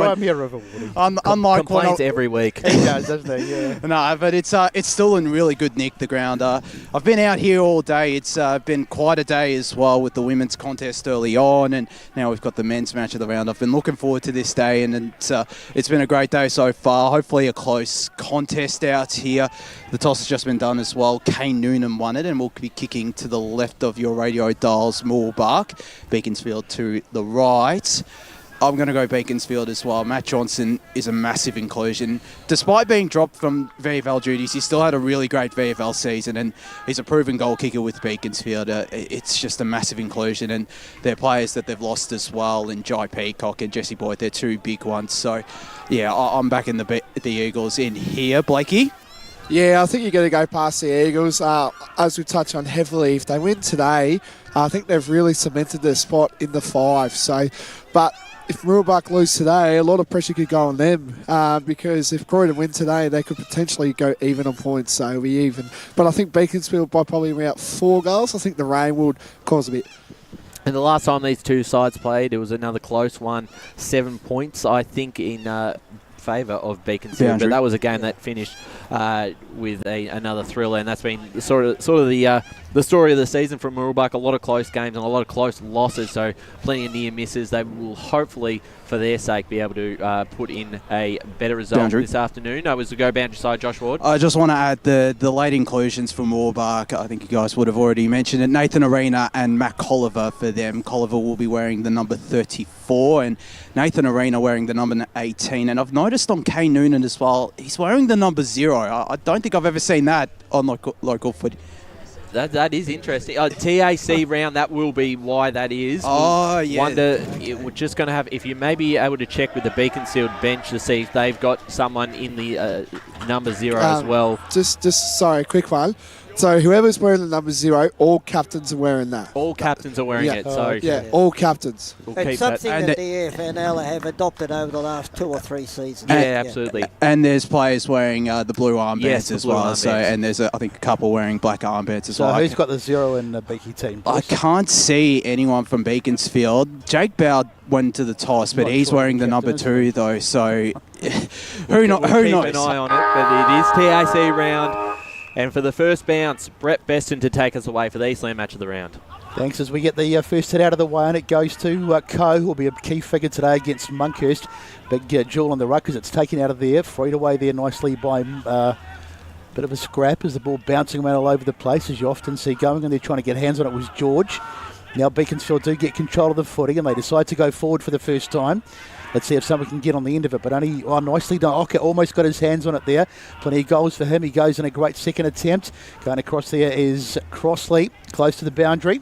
Still on over there. Ocker trying to get his hands on it, and eventually they see it across. And we'll have a throw it on the boundary side. A little bit of precipitation out here at Holm Park, but nothing too much to worry about after the in the early exchanges. It's 0-0, and we're coming up to the first minute play. And the other co-captain there, Johnson, is wearing his normal number of 14, so maybe there isn't a 0 at the moment, but we'll certainly keep an eye on it as Mooroolbark get the clearance forward. Got a couple of players here, one of them there in a Met, gets a handball forward. Chance now for Dobie, takes a player on and gets a kick forward in the direction there of a teammate. There's Aussie Smith, has a massive season so far. The kick over the top could work out well if they've got the runners. Beaconsfield have got some numbers, they overrun it. They're under a lot of pressure here. Mooroolbark can lock it in. Grabbing it now, a short handball there by Roth. A kick towards goal. Bouncing ball is there. Mooroolbark on the board. 1 straight 6. Mooroolbark to Beaconsfield, yet to score right there. Yeah, and Giorgio was the goal kicker there, boys. But I like that ball was going past the wing there. There was a player who picked it up, and the quickest hand pass I've ever seen. That was Thatcher, and I thought there was great work by the big man to get that hand pass off and got the ball into the forward 50. But that's a start that Mooroolbark would be looking for. Giorgio or Roth? We thought boundary. It was down to the boundary, boys. It was Trent Giorgio that kicked that goal. Giorgio, really good goal there. It means probably it looks like Lachlan Valentine has the job on him, so he's going to have his work cut out. He's had a good start to the season as Giorgio on return. So, terrific player, Trent Giorgio, of course. I've seen a lot of them over the years. Key figure in this game as the umpire sends it up again. Johnson again wins the hit out as the ball bounces into the contest. Trying to get his hands on it over there was Harris. He had it for a moment, but then he lost it. And they're on the ground, well and truly wrapped up there. It's as tight as a drum. And Aussie Smith on the bottom of that. And the umpire says, let's ball it up here at Holm Park. As up it goes. Up they go again. This time it's easily won by Monkhurst. Used his body to good effect on that time. It's been socketed forward. Mark is taken over there. And now Beaconsfield to come forward again. Nice little chiselled kick taken there by Bowd. Bowd wheels around onto the left foot, goes inside 50. Can he hit a target? There's targets back there, but it goes right over the top, and Kennedy's got a bit of work to do. He'll probably be happy to see this across the boundary line, and he does it as inconspicuously as he can, even though it looked pretty deliberate to me, but anyway. Smart play. It was. 3 minutes gone, and just that's 1 goal on the board at the moment. It's Mooroolbark by 1 goal to Beaconsfield, no score. Locked in here for the Beaconsfield forward 50, and the ruck Monkhurst gets the hit out. McKinter's there for Beaconsfield, might be able to grab it. Ocker does. Hand pass off to a teammate there. And they link up. Bit fumbly though, it is wet conditions out there, so you got to be very clean with the footy. Chance now for Beaconsfield. Grabbing it first there was Egan. Bit of a scrap as the ball comes out. Now a chance to Stoko. Goes inside 50 for the Eagles. Mark almost taken, but picked it up well. Chance there by Johnson, who's back into the side. Mooroolbark might be able to clean up through Noonan. Under a bit of pressure, good tackle laid by George, and we'll get a ball up inside 50 for the Eagles. Mooroolbark already stamping their dominance at the clearance here so far. 3 clearances to 1, and that's how that goal came about as well. Absolutely, and as we said, Johnson's a massive inclusion there. Almost got his hands to it early. Stoko was tackled by Smith. Just got rid of it in time. Bit of a scrap trying to get out there. Johnson brought into a tackle. We'll get another ball up. 4 minutes gone into this first quarter. Mooroolbark 1 straight 6. Beaconsfield yet to score inside their forward 50. So I don't know if it's just my imagination, but the last time I saw Riley Monkhurst, he looked quite a bit bigger than he was. I think he's trimmed down a bit, and he's certainly getting off the ground. He's going to be a key figure for Mooroolbark as the ball bounces around. He has a chance for Beaconsfield to go inside 50. Oh, good. Is it? No, it hasn't been paid. I thought that was going to be a mark. Great work there by Bowd as he wheels around onto the left foot, gets the kick goalwards. And it's going to be Ocker on the line, trying to get his hands on it. And it's through for a minor score. So, first minor score of the day. And indeed the first score for Beaconsfield. It's 1 goal 6, playing 1 behind. Bendigo Bank scoreboard. Coming up to 95 minutes as Mooroolbark bring it back into play. Well, they clear it to us on the broadcast side. Flew there was Bedos. He got his handball off to Monkhurst, and the kick down the line will be cut off. Fumbly ball there. Can't quite pick it up, can the Eagles? Under a bit of pressure early. Good pressure there by Thatcher. Good tackle. Ball falls out. The handball there for the Eagles. Can't go quite far. And we'll get another stoppage here on the wing. Instead of 5-point lead to Mooroolbark. Out here at Holm Park for the first time for an Eastland match of the round. Punch off by Monkhurst, went into space, found Noonan, got his handball off to Dobie, and Dobie goes forward, almost taking the mark there was Thatcher, couldn't quite hold it. Ball finds some space and a chance for Mooroolbark to go inside 50 again through Dobie. He's had a bit of it early. The kick is a good one, finds a target, and strong hands by Gilby. And Beaconsfield looked like they were set up quite well, had a man in front, but ball just got over the top and landed right in the lap of Gilby. Yeah, look, Mill, Beaconsfield have had their chances, but they're not hitting their targets with their hand passes. That's what's one big thing that they've got to tighten up on. Well, you certainly have to in these sort of conditions. No room for error as Jackson Gilby lines up for his first of the afternoon and Mooroolbark's second. To the left-hand side of screen, or left hand of the radio dial. Gilby comes in, good-looking kick off the boot, and he likes it. And Mooroolbark have their second, 2 straight 12 to Beaconsfield, 1 behind. 6 minutes gone on the Bendigo Bank scoreboard. As I've said, Beaconsfield, they just got to tighten up with their disposals because they're getting plenty of the football, but they're not using it to advantage. So Mooroolbark off to a bit of a fire. I might change my tip, I think. No, I'm only kidding. I still like Beaconsfield, but they're off to a slow start in this one. But as Ray said, they've had plenty of the football, but they just haven't been able to control it and do what they need to do with it. So we're back in the middle. Look, it's a real hot football out there, and I just like the way that Riley Monkhurst, he's putting his presence out there, and he's a big man. To see him coming towards you, that frighten the daylights out of anybody. He's really assisting in those clearances as well. Yeah, he certainly is, yep. As well as getting the headouts, he's going and getting his own footy, which is important. So taking an age for the ball to come back. Finally, the umpire seems to be in no hurry. Come on, ump, get on with it. Finally, we get the ball back in the middle. Up it goes. Johnson, or it might have been Monkhurst who got the tap that time. We'll give it a 0-all draw. Noonan takes it and bangs it forward. Inside 50. Can someone get on the end of it? Only a Beaconsfield player. Mark has taken it. I think it's Bowed, is it? Might have it. So they'll bring it out. Beaconsfield taking a bit of time. In fact, it's Stoko of the Trent variety. There's 2 Stokos playing today. Taken there by Roth. And finds a target in Austin Smith. So Smith, he's got a bit of net fight about him, hasn't he, Austin Smith? Or is it just me? Probably just me. Star of the competition. So here's a terrific player, Austin Smith. This will test him though. It's a long kick and in not the greatest conditions. So let's see how he goes. He'll be kicking from probably just inside the arc. Nice deliberate approach on its way. How does it look? No, goal umpire was moving pretty early and he got a bit of a shove as well from Giorgio, who just goes over and apologises, but it's through for a minor score, totally accidental, and it's Mooroolbark by 2-1-13 to 1 behind. Bendigo Bank scoreboard 8 gone. Ball use really hurting Beaconsfield here so far. They've created a few good turnovers, but then just hurting themselves with that next kick. Yeah, I think you're right, as White kicks it out and the kick in there, and they try and go on the far wing. Kick down the line, bounce off a chest of a player. Ball hits the ground. Noonan tried to get the ball on the boot, was smothered.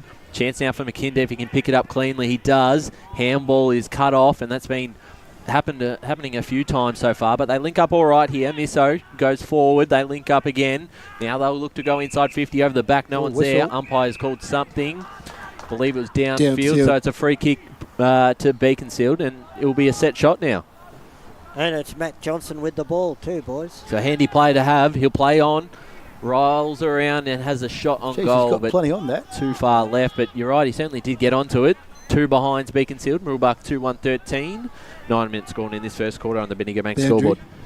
So we'll go boundary side to Blake Tennant. Yeah, I could just definitely tell that there is a bit of a wind going down that Beaconsfield, like that kick from Johnson there. So there is a little bit of a breeze to the left, I reckon. So it's Mooroolbark who bring it out in the back pocket now as they try to work it out of defence. A long kick down the line. Who can get up there? There's plenty of flyers over the top there. George almost got hands on it. In fact, no, it wasn't George. It was Mowat, should I say. As the ball is thumped into the back inside 50 again and knocked away. It'll go across the boundary. Around about half forward. So Beaconsfield with a bit of territory at the moment. They just need to get the points on the board. Boundary. As we get out of the boundary with Dylan. It's Josh Best. Oh, Josh, sorry. Dylan's alongside me. One thing I've noticed as well, Jafar Ocker is playing as the deepest forward. It looks like him and Johnson are interchanging between that deepest forward. Josh, big tackle coming in there from Monkhurst. He almost took his opponent's head off there.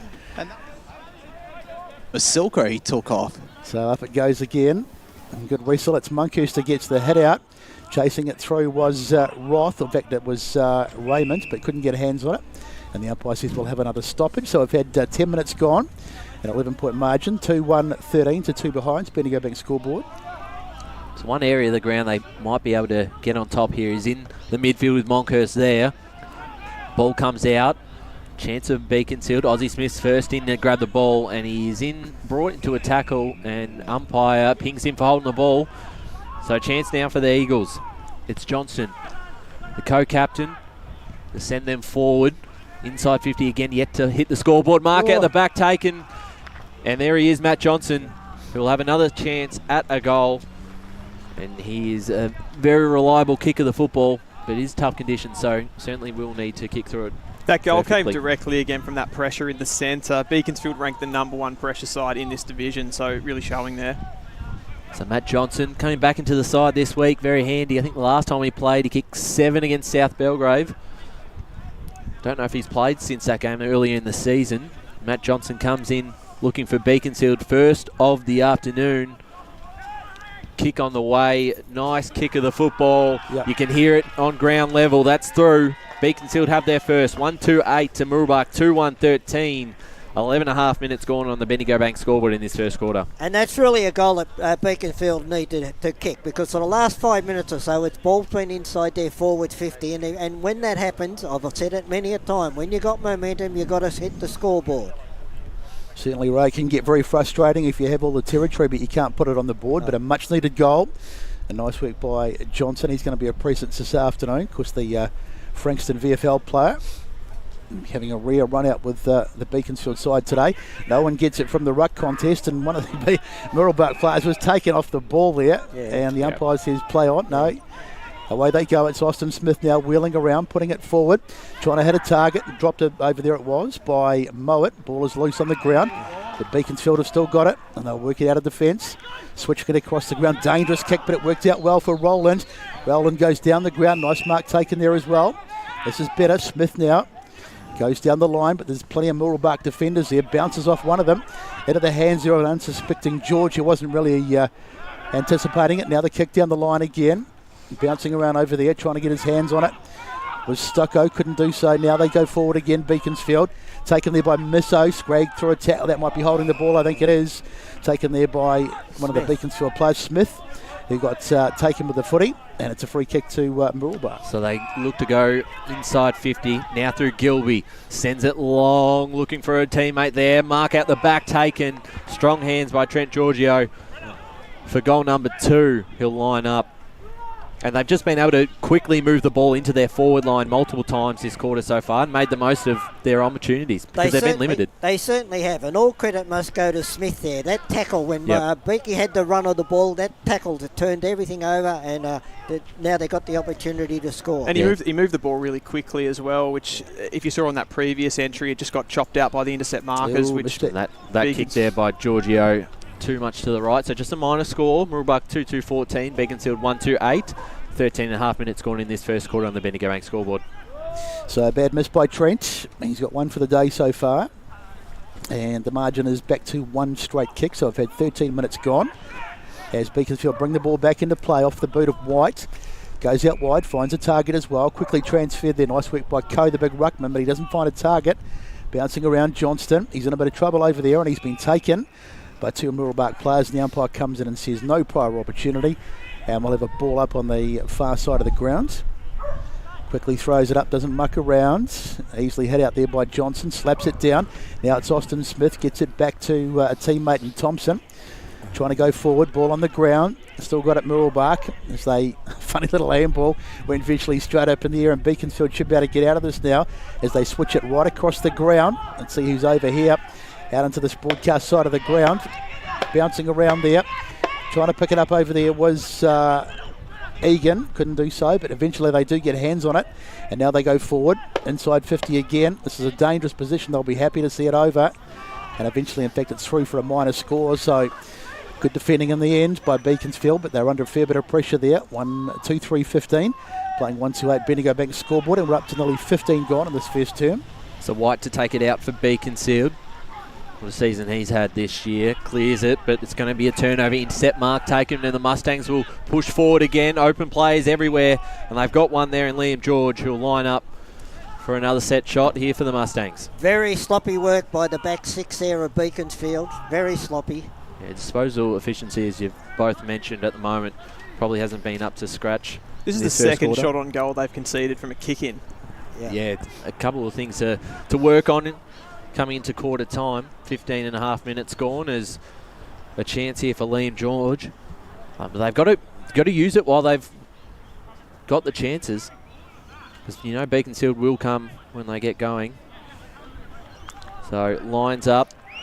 About 40 metres out. Kick on the way too much to the right. Again, just a minor score. 2-4-16 to 1-2-8 the Eagles. 15 coming up to 16 minutes gone in this first quarter on the Bendigo Bank scoreboard. So wasting some opportunities, Mooroolbark, as Beaconsfield bring the ball back into play. Chipped out into the back pocket. Mark is taken there by Rowlands. Looking around for someone to kick to. Not too many options at the moment. Eventually sends it down the line. That's a dangerous kick and they've turned it over. Here's an big tackle coming in there. Now what's he going to pay here? Was it high? Yeah, paid it high. Right, so that was Dobie who came and he put in a really big tackle. Good commitment. In fact, no, he's got the free kick, Toby. So there you go. So he'll go back and line up. So Mooroolbark with an opportunity to get another one on the board. This will be their third and give them a pretty handy lead. And another shot from goal from a kick in as well. Yep. And a very similar position to the last kick, which we saw the last two kicks really, which you've missed. So let's see if he's learnt something, Dobie. Braden Dobie makes his approach. Kicks a funny kicking style, but he gets plenty on it. Looks good. It's through. Yeah. It's a beautiful kick by Dobie. So he gets his first of the afternoon. He's got 18 goals for the season, so make that 19 now. And Mooroolbark extend their lead, 3-4-22 to 1-2-8. Bendigo Bank scoreboard after 17. Props to Mooroolbark, because Beaconsfield just cannot get out of their own half here at the moment. I think they've got to have a look around, because when they were kicking that in, it wasn't actually from a kick out, I don't think. It was a mark bound down there. But there was options if they switched the ball to this side. They had three players screaming out for it, but no, they tended to kick it down the line and they kicked it to the opposition. So back in the middle. Rain starting to hold off just for a moment, but probably be in and out. Beaconsfield looking to get the clearance forward. Johnston, the co-captain, just sends it long in the direction of Ocko. It will just seemingly bounce in front of him. He keeps it in front. There's Noonan, got the handball off to a teammate who was brought down in a tackle. That was George. Aussie Smith will pick this up. Handball over the top to Roget, and they're off. Noonan inside 50. Can they take another mark inside? Almost. Ball hits the ground. Beaconsfield under a lot of pressure. Brought down in a tackle there. Burke picks it up for the Mustangs. Another big tackle by Johnston, and we'll get a ball up inside 50. 18 minutes gone. Mooroolbark 3-4-22. Beaconsfield 1-2-8 here at Holm Park Reserve. So and that surged out of the back line. Once again, it was a misdirected hand pass. It turned it over to the Mooroolbark side. So they get it out of the stoppage and the kick forward. Can someone get on the end of it? Dropped there by White. Probably should have taken that one. They're under a fair bit of pressure. But it looks like they might be able to get this one across the boundary line. No, it's still over there. Someone has a snap from the boundary. This will be some goal if it goes through, but it doesn't. Through for a minor score. So one more to the Mooroolbark total. 3-5-23. To 1-2-8, and we're coming up to only 19 minutes gone in this first term. So Beaconsfield to clear it out, coming towards us on the broadcast side. Punched from behind there by Crossley. Ball falls into the direction there of a teammate in. Couldn't quite pick it up, so out of bounds. A good start here for the Mustangs. 3-5-23, the Beaconsfield 1-2-8. Not a single member of the media team has tipped him this afternoon, so off to a bit of a flyer. Early days. In the ruck here, tap forward, a chance for Harris for Beaconsfield, picks it up. Handballs over the top, it's cut off, and now a chance the Mustangs will go inside 50 again. Here's Roth. Sends it long over the back, Giorgio's there. Who can run onto it first? It's Beaconsfield, clean pick up there, and a chance Merrick to clear it out into space. Boundary line would be their friend here, unless a player can run onto this. No one quite able to pick it up cleanly. Doing well there was Colliver, who's come into the side. It was a late inclusion. Dry Peacock out today alongside Boyd. A couple of late outs for the Mustangs makes things a little bit tougher as the ball is stopped on the outer wing. 3-5-23 to 1-2-8. Good start to Mooroolbark here. 20 minutes gone in this first quarter on the Bendigo Bank scoreboard. So one out of the middle by Thatcher. Knocks it down, but they probably won't get the clearance out. It's pretty tight in there. But eventually they do get a funny old left foot kick forward. Here's an opportunity. Goes into the hands of Beatos, who went after it. Went without it, should I say. Now the kick forward. It's being socketed all over the place here. It's like ping pong. As eventually Beaconsfield do get their hands on it. Out towards this wing. challenging contest over there, and it's going to stay in over there, still in. Trying to get away was Roth, and now there's Beaconsfield who are out, and it's Stocko of the Tiley variety, gets a kick forward, but they can't get a mark. Going in there, diving on it was George, and it's a bit untidy. Dragged back in there by somebody, might be in trouble, whoever that was. Still clear. That's just going in there, Dobie again, and eventually the umpire says, what a terrible piece of play, give it to me, we'll tidy it all up. So 21 minutes gone almost as the ball goes in, taken out of the ruck there by the big man. And Thatcher, he's been pretty good so far. The kick forward finds Mounter. Now it's in the hands there of White. White goes down the line, trying to hit a target, but there's plenty of Mooroolbark defenders there, but it fell rather fortuitously into the hands of Wasilko, and now they're out here. The ball coming into the hands now of Misso. Chance to go forward now. They could do with a late one. Mark taken there. Nice work by Bowd. Will wheel around, and he'll send it forward again. Trying to find it was Silka. It was Ocker. But the mark is taken there. Good work by Arena, one of the late-ins for Mooroolbark. So now they're a big chance here to go the other way. Noonan in the midfield. Had plenty of it early. That kick is a turnover, though. And right into the hands of a Beaconsfield defender in Mowat as he short-kicked it to Stocko. And he goes back. And this will be Trent Stocko. Quite similar, a couple of boys down there in the Eagles jumper, down towards us here on the broadcast side. It's a bit of a turnover. Giorgio gets there but couldn't quite pick it up. Socket off the ground. Chance now for Roth. He was pushed and he'll get himself a free kick here with 22 minutes gone in this first quarter. Still plenty of chance for a late goal or two from either side. I don't know if it's because the rain stoppage. The game's really opened up in the last 2 or 3 minutes. It certainly has as Roth goes down the line. Aussie Smith there over the top. No mark taken. Ball hits the ground. Aussie Smith still ends up with it. Got his handball away. And the boundary line will meet the ball at the moment as we go boundary side to Josh Ward. Yeah, the rain has stopped, Ray, and it stopped about 5 minutes ago, I reckon. So, yeah, I think it might play into Beaconsfield's hand. They like to have control of possession, whereas the wet weather before wouldn't have played into their favour. So one out of the middle by the stoppage by Beaconsfield. It's McKinder with a footy, but he lost it. It's going to be a really hard one to handle for the rest of this game. It's Keeling who had his hands on it, but now it comes out, and they get it forward off the boot of George. Bouncing around all over the place here. Going back there, excellent work there by Mowat. He did really well, and he's found a target as well. There's a little bit of space here. First time in a while. Nice work by Harris. Goes right across the other side of the ground, trying to find a target, and he does. This is good work by Beaconsfield. Not necessarily going anywhere, but they've got a bit of possession finally, but that's not a good kick. Chasing it over there and getting his hands on it was Bowd, and he shows a bit of speed too, Bowd. Not a great kick, though, and is it going to stay? Nice work there, great work by Johnson. One of the late-ins. Long kick forward, and what's the umpire paid here? A little bit of holding, I think. This might go against Mooroolbark, I think. Going against Ocker. He's got his arms out and he's not happy, and it's a free kick to Mooroolbark. It was better ball movement that time from Beaconsfield. They've struggled after winning the turnover to keep it going, and that time it was a lot better. So they clear it out now. Through the hands of Arena. Long down the line, looking towards a teammate there. Couldn't quite mark it. Now a chance to Beaconsfield. They'll send it back inside where it just came from. Ocker was down back, but the defender did well to keep it in front of him. They've got plays everywhere. A shot on goal here for the Eagles. If he can clear the top. I don't know if anyone touched it. They did. Yeah. And that was well done there. I think that was Bedoz who just got a hand to it. So a minor score to the Eagles. 1-3-9. Mooroolbark 3-5-23. 24 minutes gone in this first quarter on the Bendigo Bank scoreboard. So another near miss for Beaconsfield. They've had one of those nearly days so far. As Mooroolbark bring it back in from the kick. Johnson got a fairly decent shove, I thought, but the umpires had nothing doing. Monkhurst had it for a moment. And there's a ball up going to ensue. Just at half forward on this right side, over on the broadcast side of the ground. Up it goes. And Johnson against Monkhurst in the ruck. Monkhurst pretty much unattended that time as the ball into the hands of the big man over there, McPherson. He's taken to the grounds. So another ball up. A lot of stoppages today so far, which is likely to be the pattern of the game. Free kick in the ruck contest. Now, which way is this one going? Monkhurst. Monkhurst it is. Looked a bit soft, but Johnson it is. He gives away the free kick. So now it's Monkhurst looking around for someone to kick to. Not too many options, but he kicks it out towards this wing again. Over they go. Johnson had hands on it. Couldn't take it, but it doesn't matter because the umpire says That'll do us as the siren goes and the end of the first quarter. It's a pretty interesting one too. And it's Mooroolbark with their noses in front at the moment, 3-5-23 to 1-3-9. He's won with the goal kickers for the first quarter. All single goal kickers in the first quarter for Mooroolbark, Braden Dobie, Trent Giorgio and Jackson Gilby, all with one each. As for Beaconsfield, Matt Johnson, their only goal kicker, back into the side this week. It is Mooroolbark at quarter time, 3-5-23, leading Beaconsfield 1-3-9 in the Eastland match of the round. We'll be back just shortly after a break.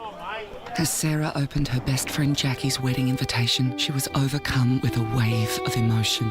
While her two young boys wrestled on the floor, tears of happiness rolled down Sarah's cheeks as she saw the words she'd been longing to see. Please note, this wedding will be a child-free event. Well, Sarah, looks like we're off to Eastland for a new frock and some heels. And let's book in that babysitter. For all of life's little moments, there's Eastland. Eastland. Live real. At Yarra Valley Water, we know reducing your shower time, or show time, to 4 minutes can save you an average of $200 a year on water and energy bills. Shower shorter. Save water. Authorised by the Victorian Government, 1 Treasury Place, Melbourne. Sprained your ankle, bursting through the banner? Broke a finger, high-fiving the ruckman? Or did you run into the goal post again? For bumps, breaks or bleeds, be seen sooner, close to home at Knox Private 24/7 Emergency Department. The preferred provider of emergency care to the Eastern Football Netball League, you'll generally experience shorter wait times. You don't need private health, but there is an out-of-pocket fee. Be seen sooner, close to home at Knox Private 24/7 Emergency Department, 262 Mountain Highway, Wanturna.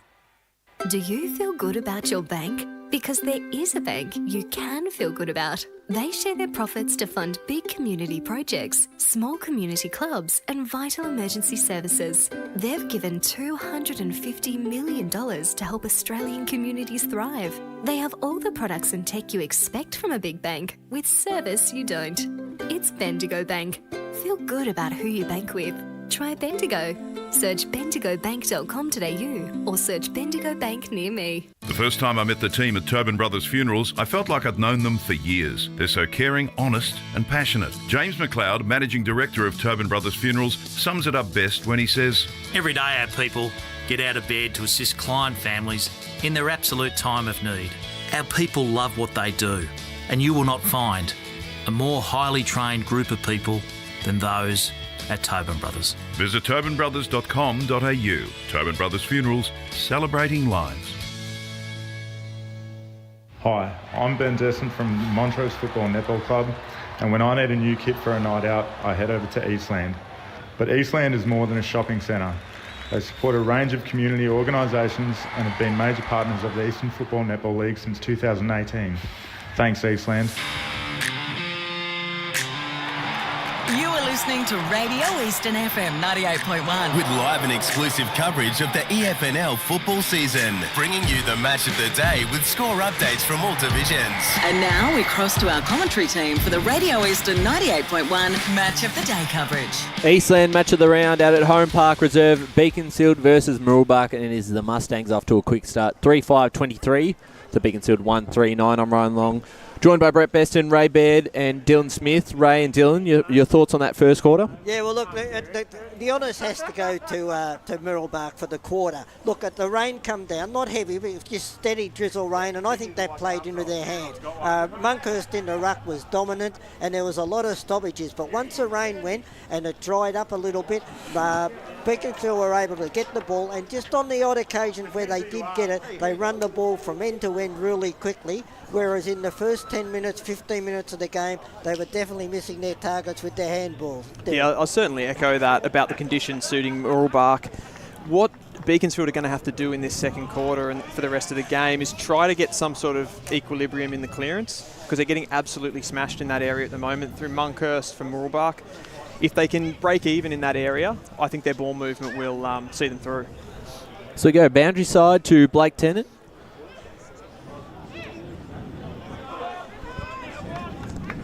What's the key messages?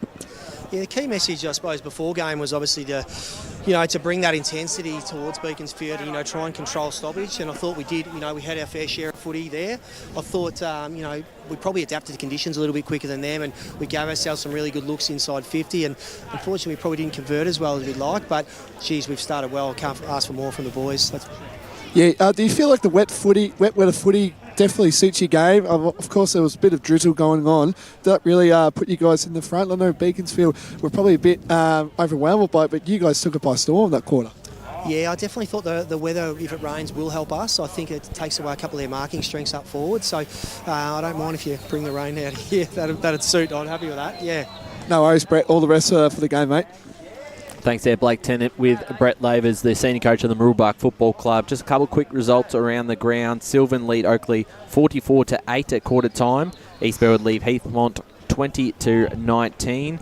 And then in Division 1, Montrose 5-4-34 to Wanturna South 1-8. So a couple of one-sided results so far around the grounds. As we get ready to start for this second quarter. I said rain has stopped for the moment. I'm not sure if that will come back or not, but certainly won't mind Brett Lavers, but we're all set to go for the second quarter here for the Eastland Match of the Round. So back into it as the umpire throws it skywards. Monkhurst takes it out of the ruck, sends it forward inside 50. Last thing that Beaconsfield will want to do here is concede an early goal. They won't at the moment, though, because they've got a free kick and they can bring it out of half-back. Kick out wide. Up they fly, and that'll be another free kick going the way of Egan this time. He got manhandled, and the umpire said Thompson wanted to take the free kick, but it wasn't yours, my friend. It's going the way of Egan. So Egan will go back and send it inside 50 once again. There's the kick. Can they get someone on the end of it? Good fist coming out of there. I think it was Missa who got it away, and it will go out of bounds. It's a good defence by Beaconsfield as we get into the boundary with Dylan. Josh again, best. Josh, sorry. I was listening I'll get it right now. I was listening into Mick Fogarty at that quarter time address. He wants them to be a lot more cleaner and to give the defence a bit less pressure and be up and about and a lot harder at the contest. One change as well, Ethan Harris gone up forward from the wing. Interesting. So I imagine Mick wouldn't have been too happy. I've seen a couple of his sprays over the years when he was at Noble Park, and you don't want to be on the end in front of him. As he kicks it forward, they send it up the line. Mark is taken over there, and the umpire says, yep, we'll just pay the mark. And so Beaconsfield in possession of the footy. They go inboard. Nice mark taken there by Johnston to begin for Beaconsfield. Long kick forward. Ocker tried to get his hands on it. It's gone over the back, though. Trying to pick it up over there. One of the Beaconsfield players taking a ground, and the umpire, I think, will have to come in and settle it down with a ball up, which he will. And Jake Bode was free in space. He missed a trick there. Yeah, they were a bit quicker as the ruck contest there. Ocker went up against Monkhurst, and we'll get a stoppage. But fortunately for Beaconsfield, they missed out on a bit of an opportunity. 2 minutes gone to the second quarter. The Eastland Match of the Round. Well done there by the Beaconsfield player. The ruck. Ooh. And the mark almost taken by Johnson, but it was just a minor score. So Beaconsfield 1-4-10, Mooroolbark 3-5-23. That last passage of play is exactly how Beaconsfield want to play, though. They created the turnover down in defensive 50, moved the ball well. I think if they can create those opportunities, they can get on top here. So Mooroolbark to bring it back in. They've had their opportunities, Beaconsfield, but they just haven't been able to convert. Sure, that'll be something that they'll work on as the ball from the kick in from White comes out towards this far side, and there's a whistle as George was thrown out of the way, but it's a free kick going the way of Bowd for Beaconsfield, taking an age to get rid of it as he tries to line up someone to kick to.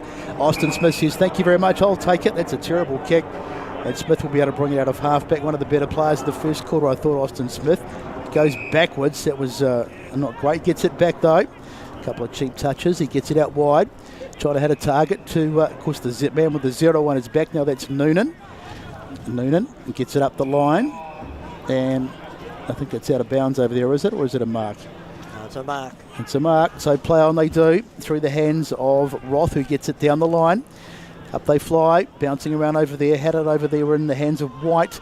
They've still got it, Beaconsfield, as they come forward again. To about half forward. Ocker was there. Couldn't get hands on it. It bounces forward though. Trying to pick it up, one of the Beaconsfield players. Good work there by Crossley. Gets a handball off to a teammate in Egan. But untidy at the moment as it's slammed across the far up out to this far side, or this near side should I say. And the umpire says free kick. Yeah, I agree with that one. I agree with that. So the free kick there against Keeling. They'll be going for the McKinder. So McKinder to send the Eagles back into attack again. That kick, there's a defender standing underneath it. Couldn't quite get it. Falls out to Stoko. Stoko shot on goal. Holds its line. Just marked. Well done there by Kennedy. Saves the day because the kick was pretty good. Had the accuracy and the A chance now for Doe. Plays on. He's caught almost. Just gets away. Takes a bounce. Kicks forward. Very lucky. The turnover though. And Beaconsfield back inside their forward 50. Looking for Coe. Went over the top of his head. Falls into another teammate's player there in Mowat. His kick is cut off. Couldn't quite take it there, could Egan. Falls into the hands of a Beaconsfield player. And we'll get a stoppage inside 50, you would think. We will. Just on that player running out of defence there, he ran a long He way. got lucky. And when he was tackled, I thought he's got to bounce it straight away, but he didn't. I reckon they were very unlucky. They were not to stiff. I thought that was a free kick every day of the week. I agree. So up it goes. It's a bit of a nil-all draw that in the ruck. I think it might have gone the way of Ocker, who's gone in there at the moment. Just some of their delivery inside 50 to Ocker. I mean, they're going over the top of his head almost every single time. Just clean the kick up a little bit and they could be on. Just little things to fix, which I'm sure Mick will be working on as the ball comes out in the hands there of a Mooroolbark player who twists and does well in the ruck, but he's turned it over. Now they'll come back inside 50 again. It's going to be a mark, is it? No, in the hands there of Kennedy, but he drops it. Ocker's in there trying to get hands on it. Beaconsfield has an opportunity. Bowed, he should kick this. And he has a much-needed goal for Beaconsfield. And it's gone through from Jake Bowd. And so that'll reduce the margin back to 7 points. It's 3-5-23 to 2-4-16. Yeah, that was coming, wasn't it? There was a lot of space left open in that forward 50, and they finally capitalised on it, Beaconsfield. And Mick Fogarty be happy the way his forwards just worked their backsides off to keep that ball in there. But Bowd, look, he had 2 shots at goal. The first one was stopped on the line, so inevitably he was going to get a goal. So ball back in the middle. 3-5 to 2-4. Mooroolbark still lead. Coming up to 6 minutes gone in this second quarter on the Bendigo Bank scoreboard. So back in the middle, Monkhorst gets the tap out, but it's straight to a Beaconsfield midfielder. Lays the tackle though to stop him there. That was Stoko. So we'll get a secondary ball up here. Again, Coe got his tap out this time against Monkhorst. Almost falls into his hands though. Back out to Noonan. Gets past one, gets his handball away. Very classy player. Tried to kick it out of air, did George. Couldn't quite do it. Smith goes inside 50 now for the Mustangs. It's a 2-on-2 and punched away there by White. Did very well. Running onto this now is Keeling. Couldn't quite pick it up. Got McKinder to contend with. Picking up now Gilby. His kick was smothered as he tried to get it away. Keeling picks it up and puts it on the boot forward. No mark taken. Beaconsfield's defence holds up all right, and they might be able to send this back out of their back half into towards the middle of the ground. Dangerous ball. Who's going to win it?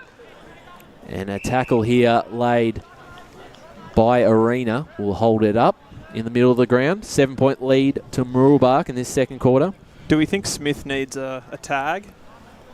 Yeah, he gets a lot of the football. I think maybe, not at the moment, maybe later on if he keeps getting the ball as often as he does. Let's go down to the boundary. Michael Misso is keeping a bit of a close eye on Aussie Smith at the moment, particularly at stoppages and clearances, so maybe that he is tagging him.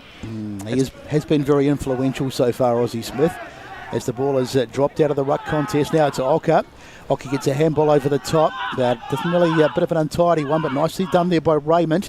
Cleaned it up pretty well, and he goes inside 50, but there's plenty of defenders back. A couple of Beaconsfield players, though, as they shift it back, and this is going to be a shot at goal for Johnston. He took a while to get away from it. It's a terrible kick. He didn't even get the distance in the end. Mark there, and it will be brought out by Roth. Out into the back pocket. Mark taken there, ball dropped by Keeling, but he's got time to go back. And there's that man, Aussie Smith, who we've been talking about. He's had plenty of the footy so far as he sends it down the line. Up they fly. Knocked away there, but a chance for Mooroolbark. There's Ocker. He's also had plenty of it. Gets a handball to a teammate. Now they switch it across the ground, and it's going to fall into the arms of Rowland. Rowland goes forward inside 50. Who's under it? Oh, beautiful mark taken. Great defensive work there, taken by Kennedy, and Mooroolbark will rebound. Done a couple of really good things this afternoon, Kennedy. Passed it off to Roth, who goes down the line, and Thatcher's there, but it might just roll out of bounds, and it does. Just that kick by Rowland there. If he'd lowered his eyes, he had 2 or 3 options that were shorter to the goals, but he went for the long kick and kicked it to the opposition. It's happened a few times this afternoon already, but they seem to be in control of the play a little bit more this quarter. Yeah. Ball brought back into play, punched forward in the direction of the Mooroolbark forward 50. Couldn't pick it up there, Keeling. So it rolls out of bounds again. We'll get another boundary throw in.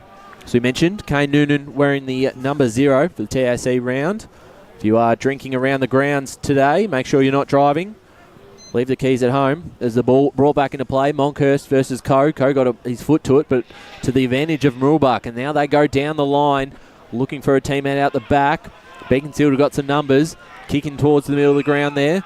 They take a mark and looking for Bode, who takes it out in front. Strong hands, but he's played on. He's called to play on. Got to get rid of it. Now it's on to a 1-on-2 contest here for Johnson. Did well, and he takes the mark. Magnificent.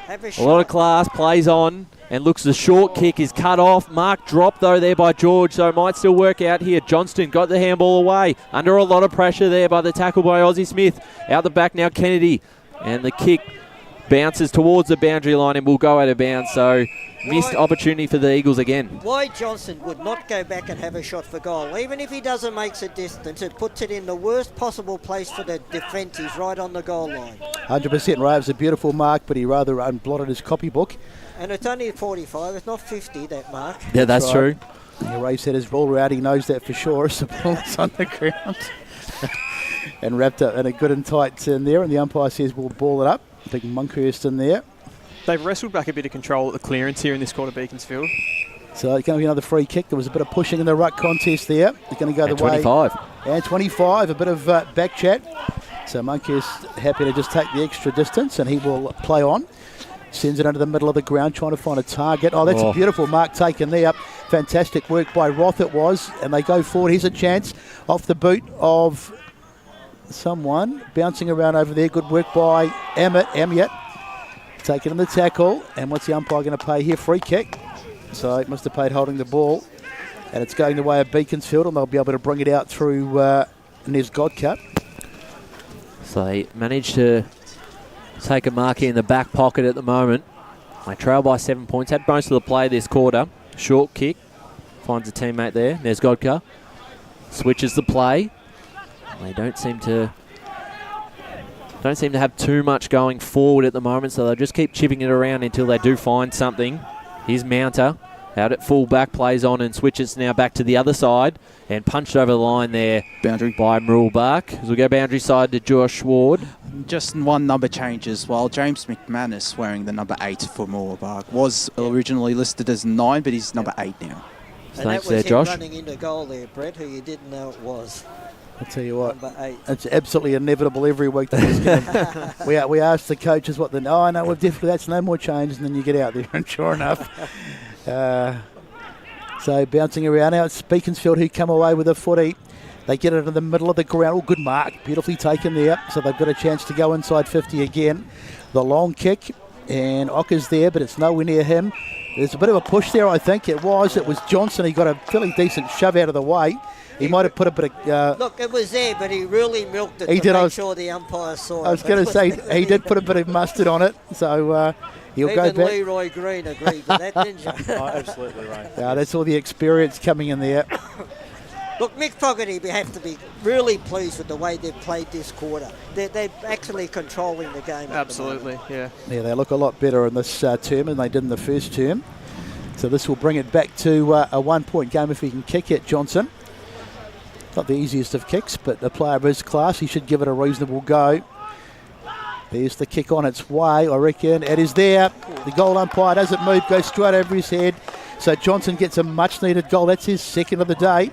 And the margin is back to 1 point, and they have come back strongly. Beaconsfield in this quarter. It's 3-5-23 to 3-4-22, and we've already had 13 minutes second term. And it just backs up what I said. If he'd have gone back and had a shot with the other one, he was only an extra 15 metres out, and it went through goal post high. He would have kicked the other one as well. He's a good kick of the football, obviously. So, I mean, you don't play VFL for nothing. And that's another goal from turnover. For them. Look, I really like the work of Jake Bowd, and he's played well. I love the way he attacks the football. It's 110 miles per hour right at the football every time. So back in the middle, Thatcher got the hit out. Doesn't go too far though, and McPherson for the Eagles got first possession of it, got it to Johnston, the co-captain. Here's a chance now. Bowd got his handball back to McKinder. His kick was smothered, and that's out of bounds. So it's out of bounds on the full actually. So Mooroolbark will take this. Lead by a point. All 3 goals that came from the first quarter for them. Down the line, Monkhurst just bounced off the top of his head. Went the don't argue. The kick though bounces. What will the umpire say? Throw it in. Throw it in. We're not playing AFL. That would be deliberate. They would have been. If you were watching last night. Brash would disagree. Wayne Brasher at home watching in, I'm sure. Yes. So we'll get a boundary throw in here. 14 minutes gone in this second quarter. Mooroolbark 3-5, Beaconsfield 3-4. So the game's tightened right up with a very good quarter by Beaconsfield so far. As we just wait for the umpire to send the ball back in play. Once again, taking an absolute age. Can't quite see, the ball must be missing, I think. Is it in the car park? Not sure. Eventually he does throw it in. That was Monkhurst. He got the tap down. Then whipped McManus there as they get it inside 50. Can they get hit a target? No, they can't at the moment. And that's a mark, so defensive mark taken in Beaconsfield with a chance to bring the ball back in. We've had nearly 15 minutes gone in the second term. Switch right across to the back pocket. Mark nicely taken over there. Now a chance for Beaconsfield to come forward. That's a little bit overcooked, I think. In fact, no, it's worked out for them. The ball set up pretty nicely over there as they go down the line. Going back there, one of the Beaconsfield players, number 19 is Roth. In fact, no, it's Johnson, should I say. Now it's Ocker trying to pick it up. Ocker gets a little handball off, a bit of a hospital pass, and his teammate is well and truly wrapped up. Good tackle there by Noonan as we get into Blake on the boundary. Yeah, I just thought I would get out some scores from Premier. So I've got Park Court just 2-1-13 to South Croydon 1-7-13. Noble Park 2-7-19, East Springwood 2-12. And I think Rover 1-3-9 to Donny East 1-6, and Doncaster 2-1-13 to Berwick 3-4-22. Thanks, Blake. That kick from McManus out of bounds on the full, so Ocker will take this and doesn't look confident on taking the shot and goal. It's a tough angle, so he'll just put it towards a teammate there. A mark taken, strong hands. Great kick. Very good Wasilko. vision. Very good vision by Ocker. He kicked it way over the top of all the players to one of his teammates at centre half forward. And just found him a bit open. That was probably poor defence there by Mooroolbark. Left him open for a bit too long. It had to be perfect because that would have been coming straight back the other way if it wasn't marked. Right. Yeah. Absolutely. So a great kick, and now a chance here for Wasilko to put Beaconsfield in front for the first time this afternoon. Straight through the middle. 4-4-28 the Eagles. Mooroolbark 3-5-23. 16.5 minutes gone in this second term on the Bendigo Bank scoreboard. They're back in control now. Look, I go back a little bit of play where they switched it from the defence there, and it was a huge kick from one forward back pocket to the other, and from then on it was all Beaconsfield running in tandem, 2 or 3 players to get the ball up there. Boundary. As we go back down to the boundary. And that's one thing Mick Foyty wanted as well, just to get some decent purchase on the ball whenever they were moving forward and to provide that forward pressure as well. And so what a superb turnaround by Beaconsfield. They were outgunned in the first term, but they've really come back here and they've dominated this quarter. Well worth their lead, and that's a free kick. Great tackle coming in there. It'll go the way of the... Actually, which way is it going to go? Beaconsfield free kick. Beaconsfield free kick, I thought so. So Beaconsfield, they've certainly put on a lot of pressure as they take this free kick, and they send it out towards the wing. Mark is taken over there, but they've turned it over, so now Mooroolbark to come forward, kick it in the middle of the ground. Really good mark there taken by McManus. He's in jersey 8, as we mentioned before. Bouncing around over there into the hands of McManus again. Didn't really expect it. Austin Smith gets it and thumps it across the ground, but he's turned it over. Beaconsfield to bring it. It's an awful kick.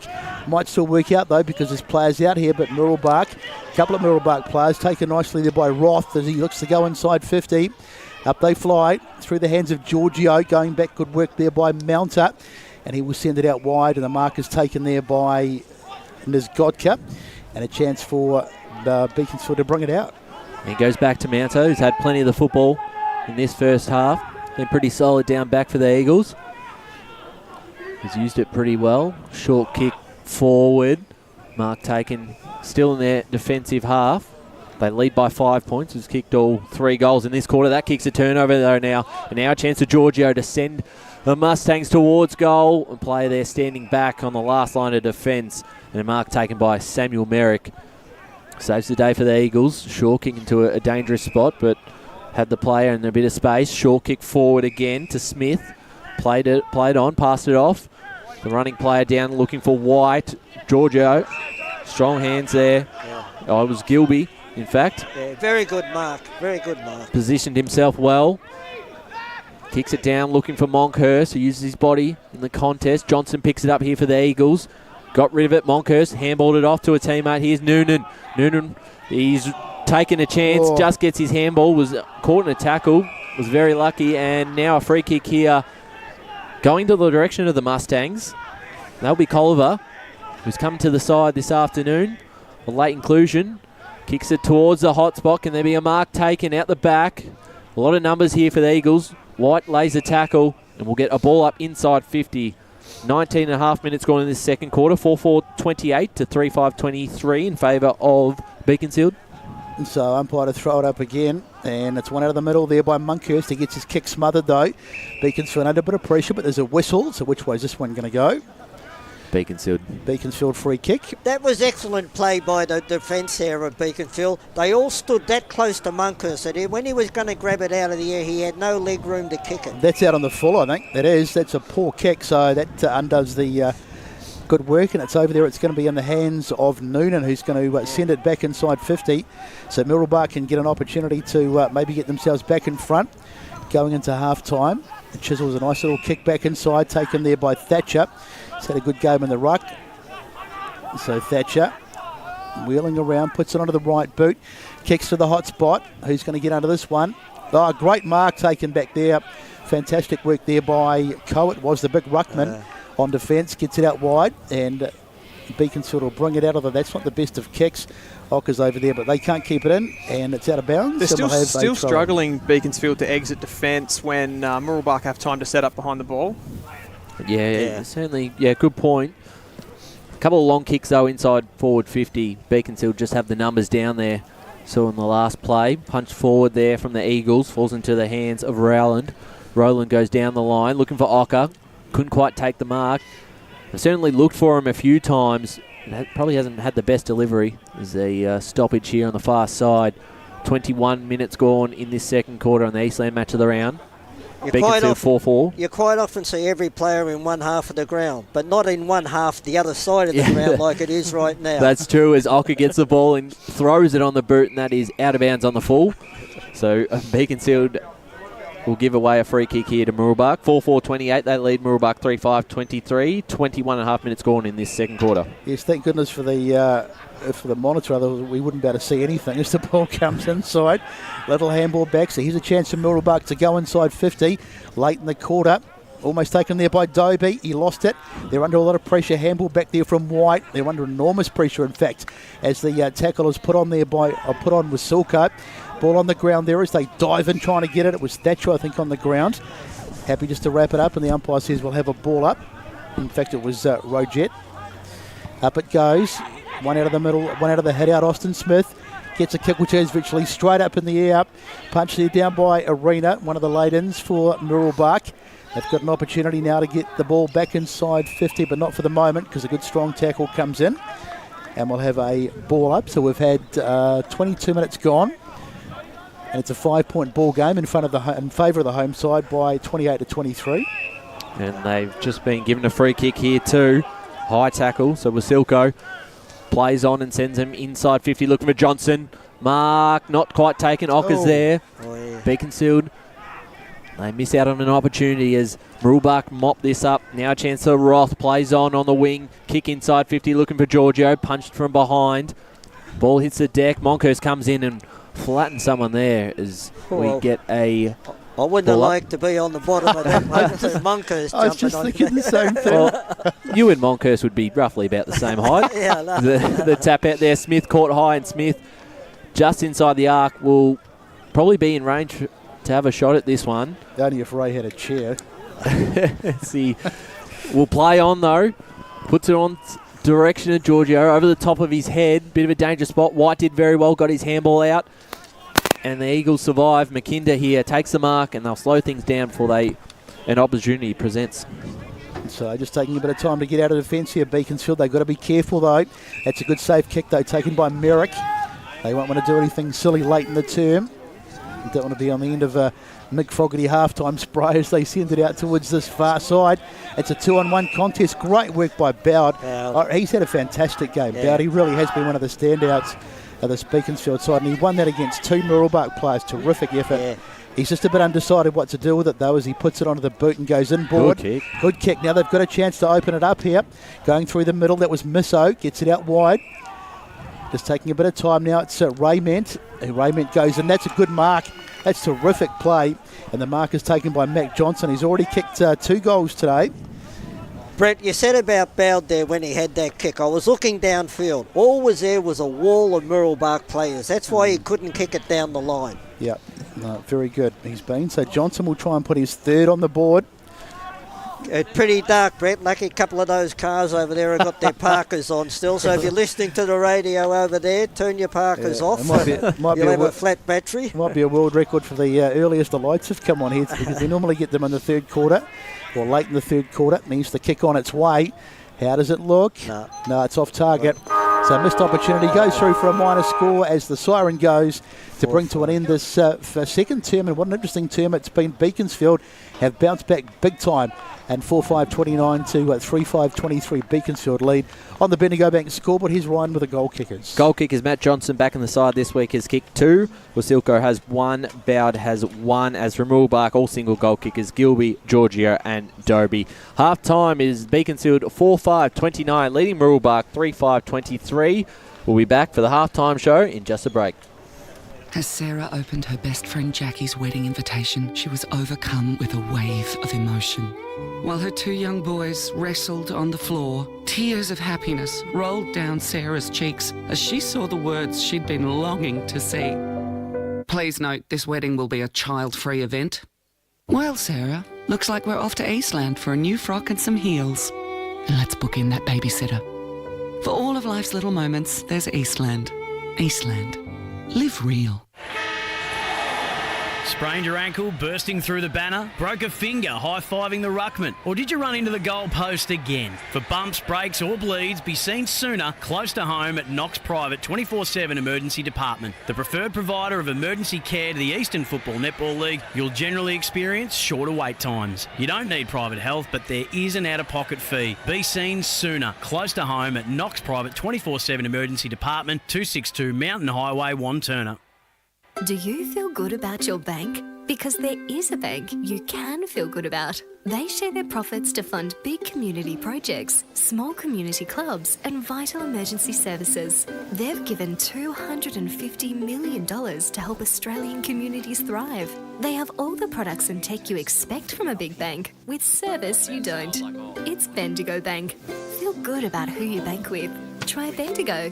Search bendigobank.com.au or search Bendigo Bank near me. Tobin Brothers Funerals wear their heart on their sleeve. Their clear and easy to use website and Memory Maker app make it easy for families to make an informed decision. Here's James McLeod, Managing Director of Tobin Brothers Funerals. We pride ourselves on being the most transparent funeral company. All pricing on goods and services are available on our website.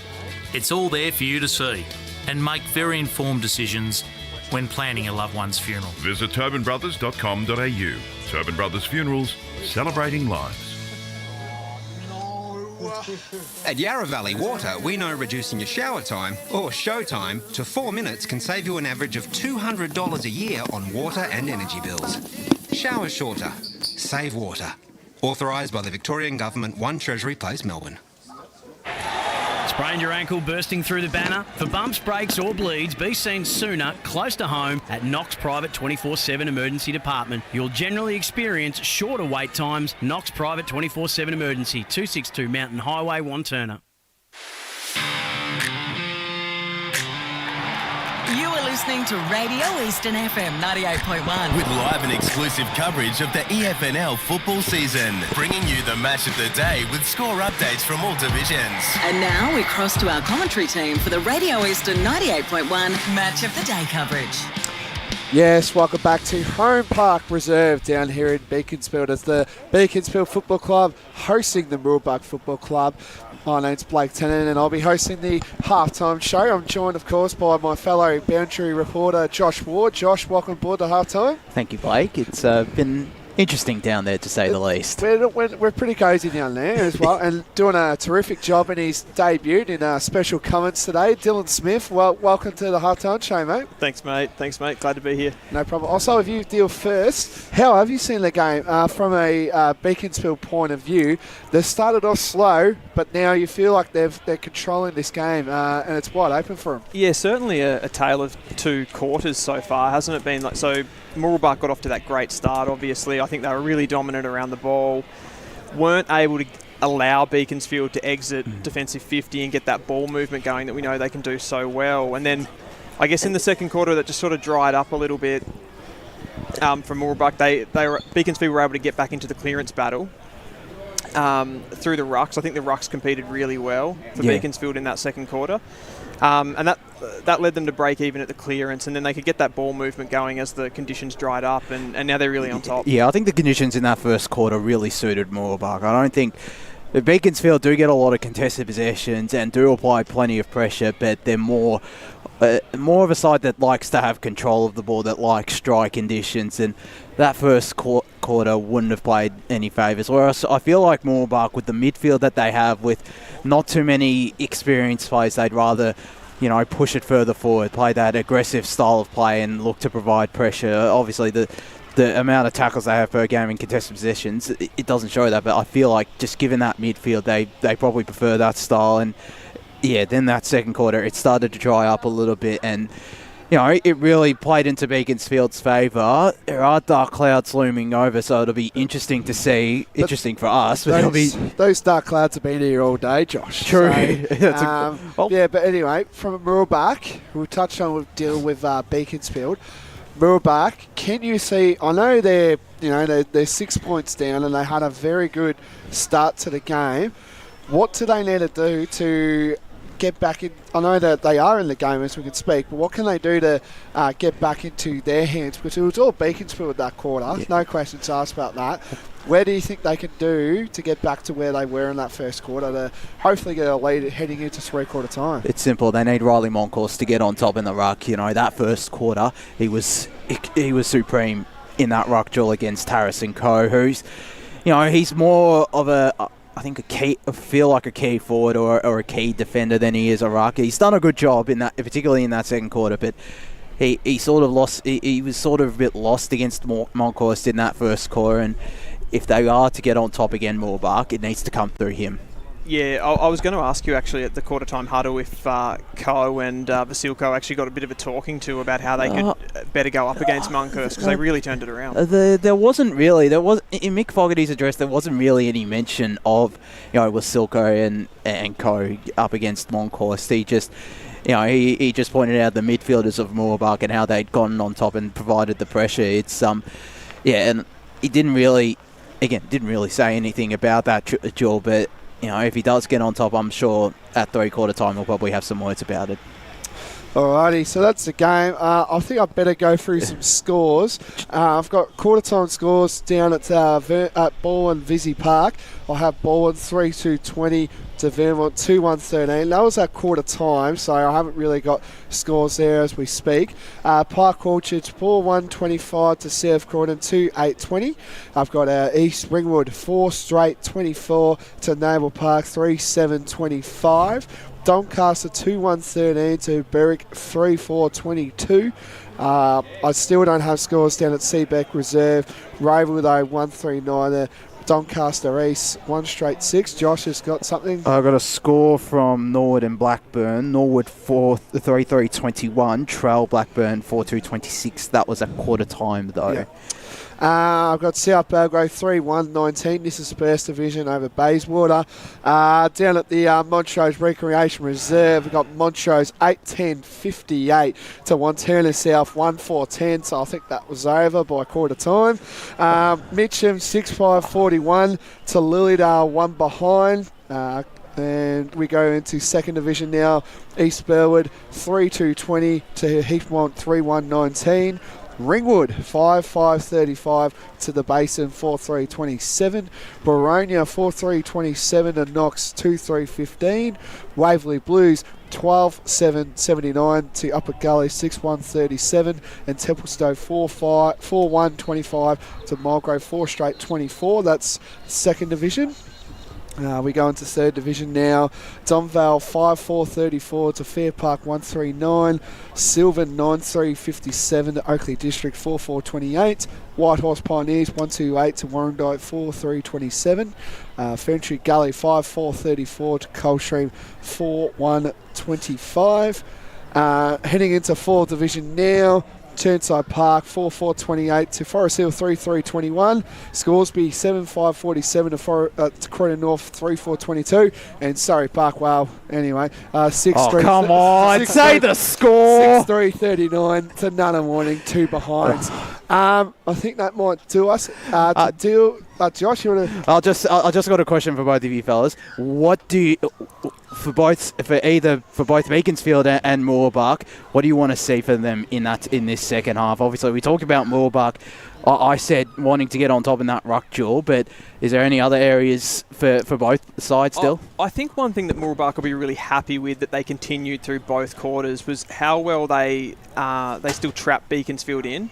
So one of the areas I thought that Beaconsfield really dominated is when they caught them on the break, Beaconsfield were able to transition the ball really well. If they can stop that really fast transition, they can locate and play a really good defensive brand. I think they can stop them, and their clearance dominance is going to sit them on top. Yep, all right. For me as well, I think Mooroolbark, they just need to do what they did in the first quarter, really. It was just into their hands. They were getting a lot more clearances. They were getting a lot inside 50s as well. Well, that's the half-time show to Josh and Dill. Thanks for coming on for the quick time that we have. But anyway, we're going to have a quick break, and when we come back, we'll hear from the call team and the rest of the second half. Stay tuned.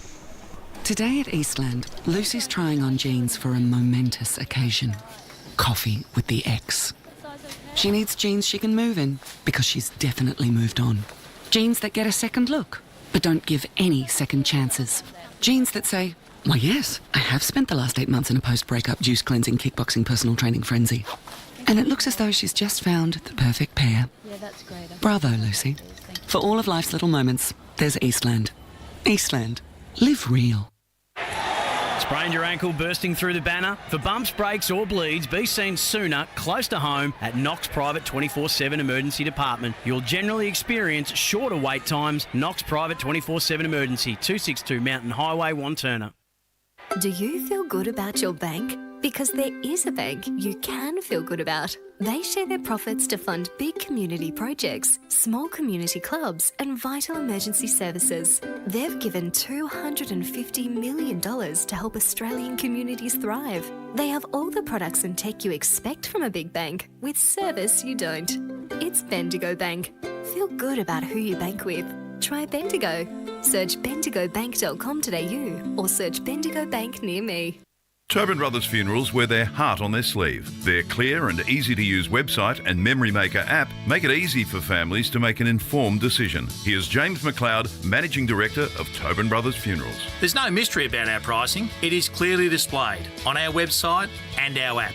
We have staff standing by 24 hours a day, every day of the year to assist you in your absolute time of need. Visit tobinbrothers.com.au. Tobin Brothers Funerals, celebrating lives. There are only 3 things that should be flushed down your toilet. Pee, poo and paper. Some wet wipes and antibacterial wipes say that you can flush them, but you can't. They clog up the toilet and pipes, causing expensive blockages. Save yourself a truckload of trouble. Put your wet wipes in the bin. To learn more, head to the Yarra Valley Water website, yvw.com.au/wet-wipes. Hi, Dylan Dow from the Baroni Football Netball Club here. When I need to grab a quick coffee or a bite to eat, I'm popping into Eastland. Eastland's more than a shopping centre. They support a range of community organisations and have been a major partner of the EFNL since 2018. Cheers, Eastland.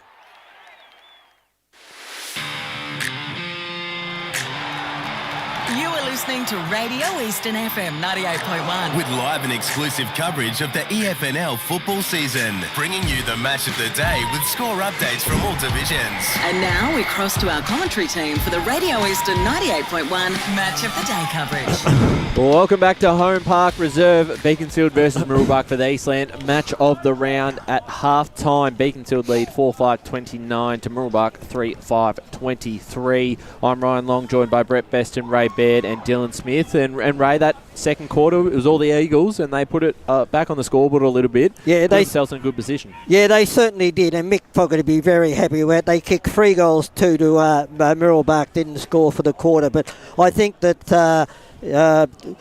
Dylan, the signs are there. I just think the way that Beaconsfield controlled that quarter, if they can get their run on the way they did then, I love the way they switch the ball and they run in numbers and take the ball to the other end. If they can do that, I think they're going to win this game quite easily. Yeah, absolutely. They play a really exciting brand for sure, and I think both teams have actually shown us their best footy, really, with Mooroolbark in the first quarter and Beaconsfield in that second quarter.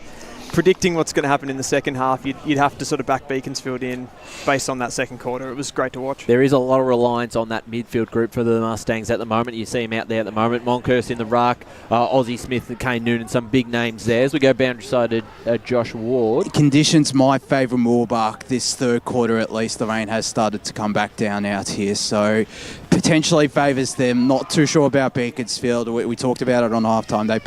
I feel like they prefer that kick style, and it might not play into their favours this quarter. And a couple of times in that first quarter, it was just long kicks from an Ozzie Smith or a Noonan, goes over the back. They had Giorgio one out a couple of times, so it has worked for him early on in this game, and they had a couple of chances second quarter. It's the chaos ball. You just get it in there, and in these sorts of conditions, if you've got someone good at ground level, they can, turn a goal out of nothing. Yeah, and then probably in the second quarter they allowed Beaconsfield to get their numbers back behind the ball, and that's a lot of a lot of the times they were able to take possession and then turn it back the other way. So we'll see how it all plays out in this third quarter as we get started here out at Holm Park Reserve.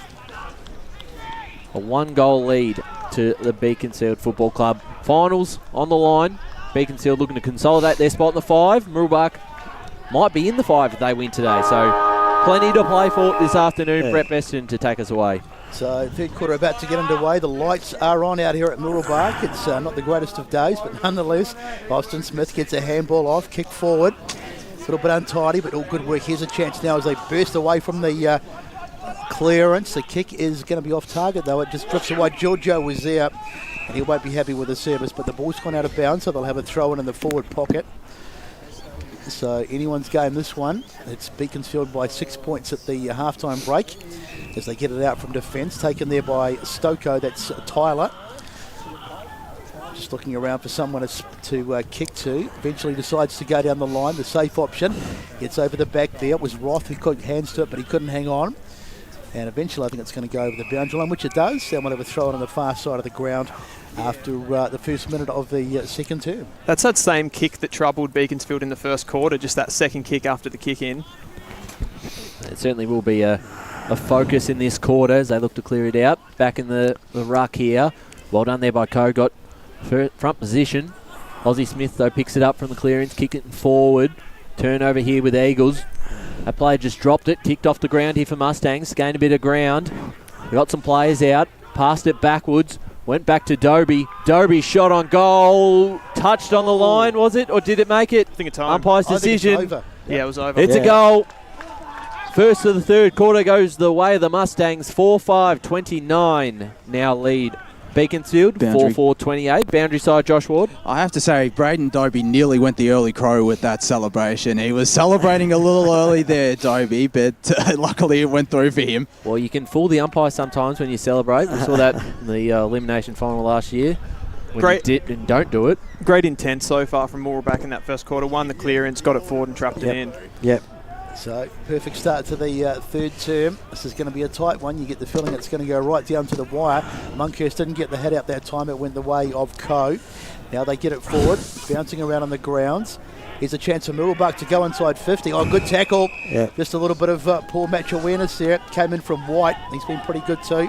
And he has the free kick for Beaconsfield and a chance for them to work it out. So they go out wide towards the left. And, it's been dropped over there, but Mooroolbark will still come back on the grounds as they attempt to pick it up over there. It's pretty untidy. And the little handball inside finds a target in George. And here they'll come inside 50 again. This will be about their third inside 50 in a couple of minutes. It's a long kick. It's just off target. And it goes through for a minor score, but nonetheless, it breaks the deadlock. And Mooroolbark lead by a point, 4-6-30 to 4-5-29. Coming up to only 3 gone in this third term. And we have a copy of what happened at the start of the game in that first quarter. Dominant first 5 or 10 minutes from Mooroolbark. Well, here's the chance now because Stokoe's dropped this. Pressure there by the Mustangs. Roget did pretty well. Halted up here. Giorgio's out the back if they could get the handball out. Couldn't quite. Johnston comes in for the Eagles. Finds a bit of space. Handballs it backwards. Chance there for Mauno, who's tackled as he got rid of it. Mustangs have got plenty of numbers. Here's one. Aussie Smith kicks towards the top spot. Again, there's numbers. Back to the fly. Strong play. Punch out of bounds. And we'll get a boundary throw in. 3.5 minutes gone in this third quarter. Mooroolbark lead by a point. So much to play for both sides. How open this Division 1 ladder is at the moment. Ball to be brought back into play here in the Mooroolbark forward 50. So umpire to throw it in. Mooroolbark with very much the best of this early stages of this term as they did in the first term. Ball on the ground as they go in there trying to pick it up. I think that was George who got pushed. And the umpire says we'll have has he paid the free kick or the throw in? Just the throw in, I think. That's right. So it's all Mooroolbark. And they lead by a point on the scoreboard. Plenty to play for in this one, 5v8. So the loser, if it's going to be Mooroolbark, that might be the end of their season. But for Beaconsfield, they're very much still alive. And of course, ultimately, a Mooroolbark win will get them back in contention as well as the ball goes back over the boundary. Yeah. So untidy little period of play here as we just wait for something to happen. There's Austin Smith just lurking. He's been one of the stars for the Mooroolbark side. George has played pretty well as well. There is Smith socking out of the air, and that's out of bounds on the full. That is crazy stuff, and it'll be a free kick to Mooroolbark. Do we count that one as a clearance or not? Cleared the fence. Yeah, that's the only clearance for was. What was he thinking? Madness. So Austin Smith with the free kick. He was quick to come and take this as well, Aussie Smith, who snaps it around the corner and does it very nicely. Hits the post. Thought it looked pretty good. 4-7-31 Mooroolbark. Beaconsfield 4-5-29. 5 minutes gone in this third quarter as White will clear it out here for the Eagles. Short kick. Finds Mounter there in the back pocket. It's been pretty solid, I thought. The kick down the line. Mark taken here with Silko. Has one already. Stoko here. Takes possession of the ball. Tried to get it McKinder and just missed. Fumbled it. And out of bounds here. So a 2-point lead to Mooroolbark with 5 minutes gone in this third quarter. 4-7 to 4-5. Thanks for joining us, Radio Eastern 98.1 FM, Facebook and YouTube. A little bit of fumbling out there, boys, on the boundary. Is it a little bit slippery out there? Look, the rain sort of seems to have kind of stopped. It's only been drizzly anyway. Is it quite slippery down there? It is a little bit slippery. The rain has stopped. It's Beaconsfield go inside 50 best though. So the long kick forward, batted away though. It's going to be a Beaconsfield who's got numbers to the footy. McKinder, I think it is, who picks it up and he stabs one inside 50, but that's not going to... no, in fact, it almost finds an opponent, been socked forward, and it's going to go out of bounds in the pocket. Carry on, Josh. There isn't too much rain around, but it probably would be a slippery ball just because, the first 3 or 4 minutes there was plenty of rain around, whereas now there isn't. So thank you very much, Jane Bunn. It's the ball. Unbelievable. It's the throw-in. It's Ocker trying to pick it up. He was good in the first half. He was one of the more dangerous players for Beaconsfield. And speaking of dangerous, that's dangerous trying to carry it out of there. And they're a bit lucky to get away with that as the ball goes out of bounds. It was Harris who burst away. He's a bit lucky not to be caught. And we'll have a throw on the far side of the near side of the ground, in fact.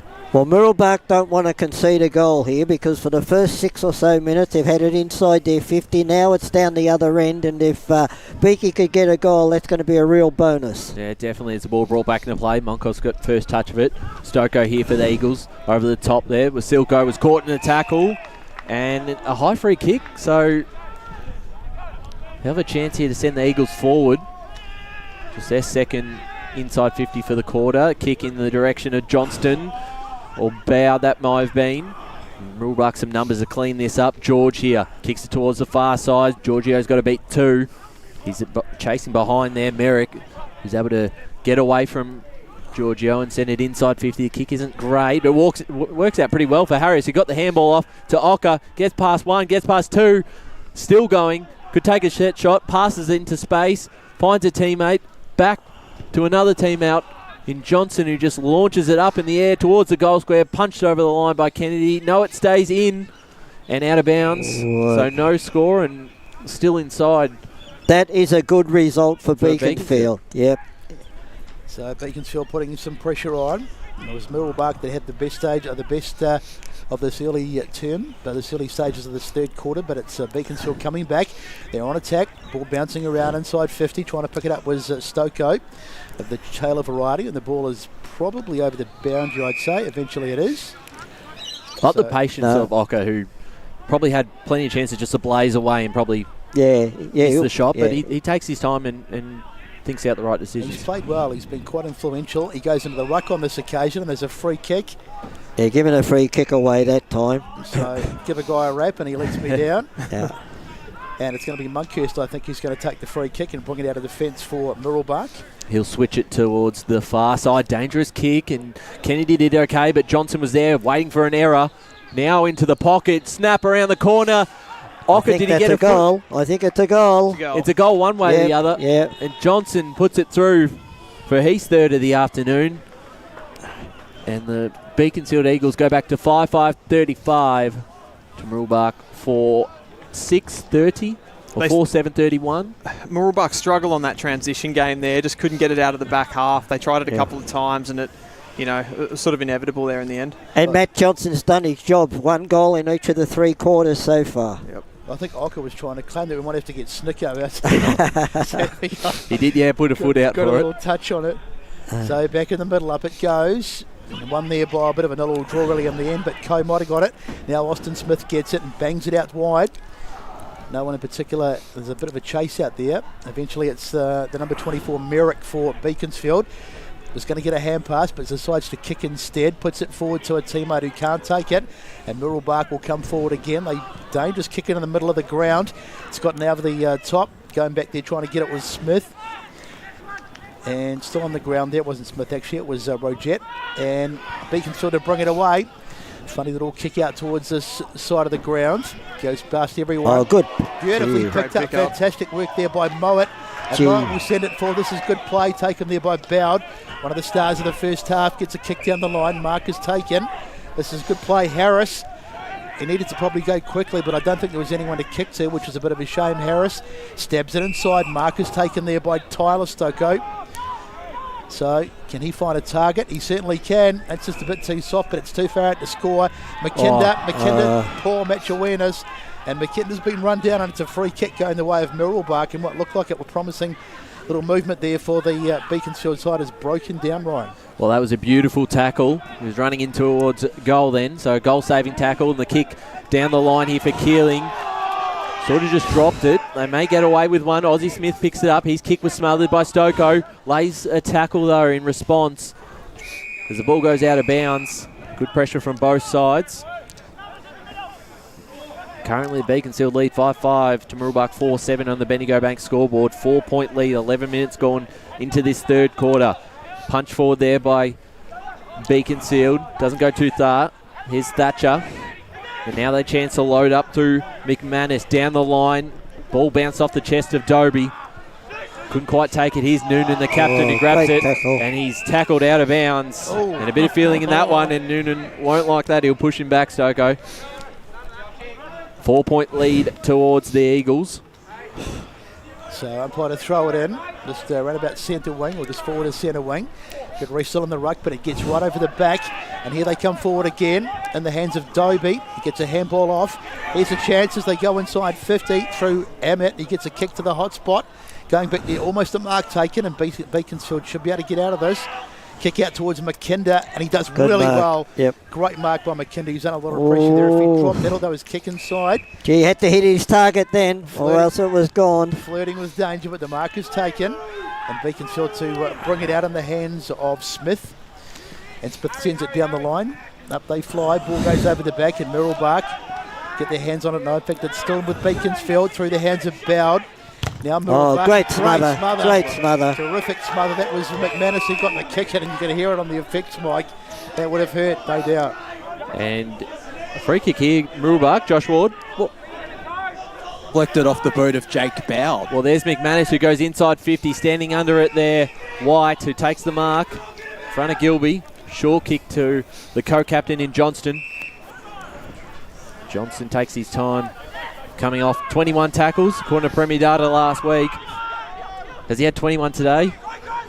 He's kicked down the line. Out the back, strong mark almost taken from the Mooroolbark player in Crosley. Someone's hurt. Had a couple of hands to it as the ball to be brought back into play through the boundary throw-in. Right in front of us here, centre wing. Punched forward there by Thatcher. Didn't go too far. Noonan tried to get his hands on it. Thatcher there, happy to see it out of bounds. 13.5 minutes scored in this third quarter. Beaconsfield 5-5, Mooroolbark 4-7 on the Bendigo Bank scoreboard. Still there to be won. 4 points in it as we go down to Blake on the boundary. Yeah, just watch out for number 21 for Beaconsfield. Was Larko, I think that's the name. Wasilko, yep. Wasilko. He's just had a heavy knock, so he might be a little bit winded coming into the next sort of minute or so. Now, I saw him go down. He seemed to get up okay, but he may be suffering a little bit of after effects. Maybe some rib damage, something like that, as the ball goes through the hands of Thatcher. Now into the middle of the ground. Who's going to get their hands on it first? It's Mooroolbark, and they're off to the races again as they go inside 50, but it's no mark taken. Plenty of pressure.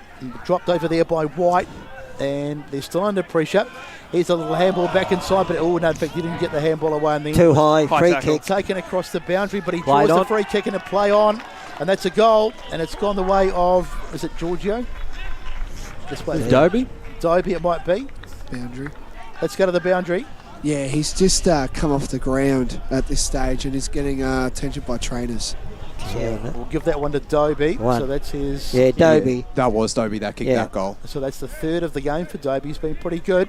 Good. Boundary. And Mooroolbark get themselves in front, 5-7-37 to 5-5-35 as we go quickly back to the boundary. He's also kicked a goal a quarter like Matt Johnson, Brandon Dobie, and he's someone that really needs to be a key player up in that forward line. Well, he has been so far. Out of the ruck there, Coe got his handball forward. Going under there was McManus. He was caught. Well, he tried to get rid of it. We'll get another stoppage in the middle. 2-point lead to Mooroolbark. Had a couple of twists and turns this game so far. The game's turning into a real arm wrestle here, isn't it? Yeah, it certainly has a lot on the line today. The Division 1 final spot up for grabs. At least a couple of them are. As Beaconsfield makes some ground going forward. Noonan there and Smith's the one who grabs it.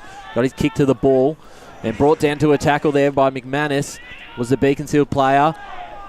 And another ball up just outside their forward 50. A Beaconsfield player on the bottom of the pack there.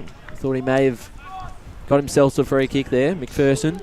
Tap forward. Chance here now. Misso picks it up cleanly.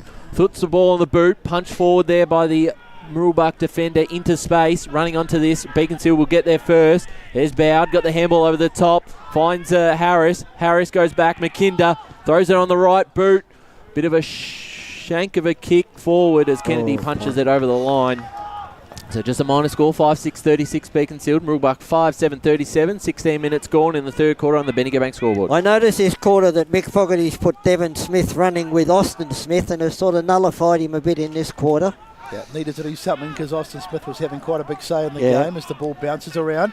Now they've got it Beaconsfield through the hands of McKinder as he thumps it back inside, gets right over the top, but a good mark taken there by Thompson. Just dropping back into the hole, good defence. Thompson's kick, can he hit a target? There's a lot of Beaconsfield players there, and they're going to get to the footy first, but probably won't be able to keep it in. And it's out of bounds. No, still in.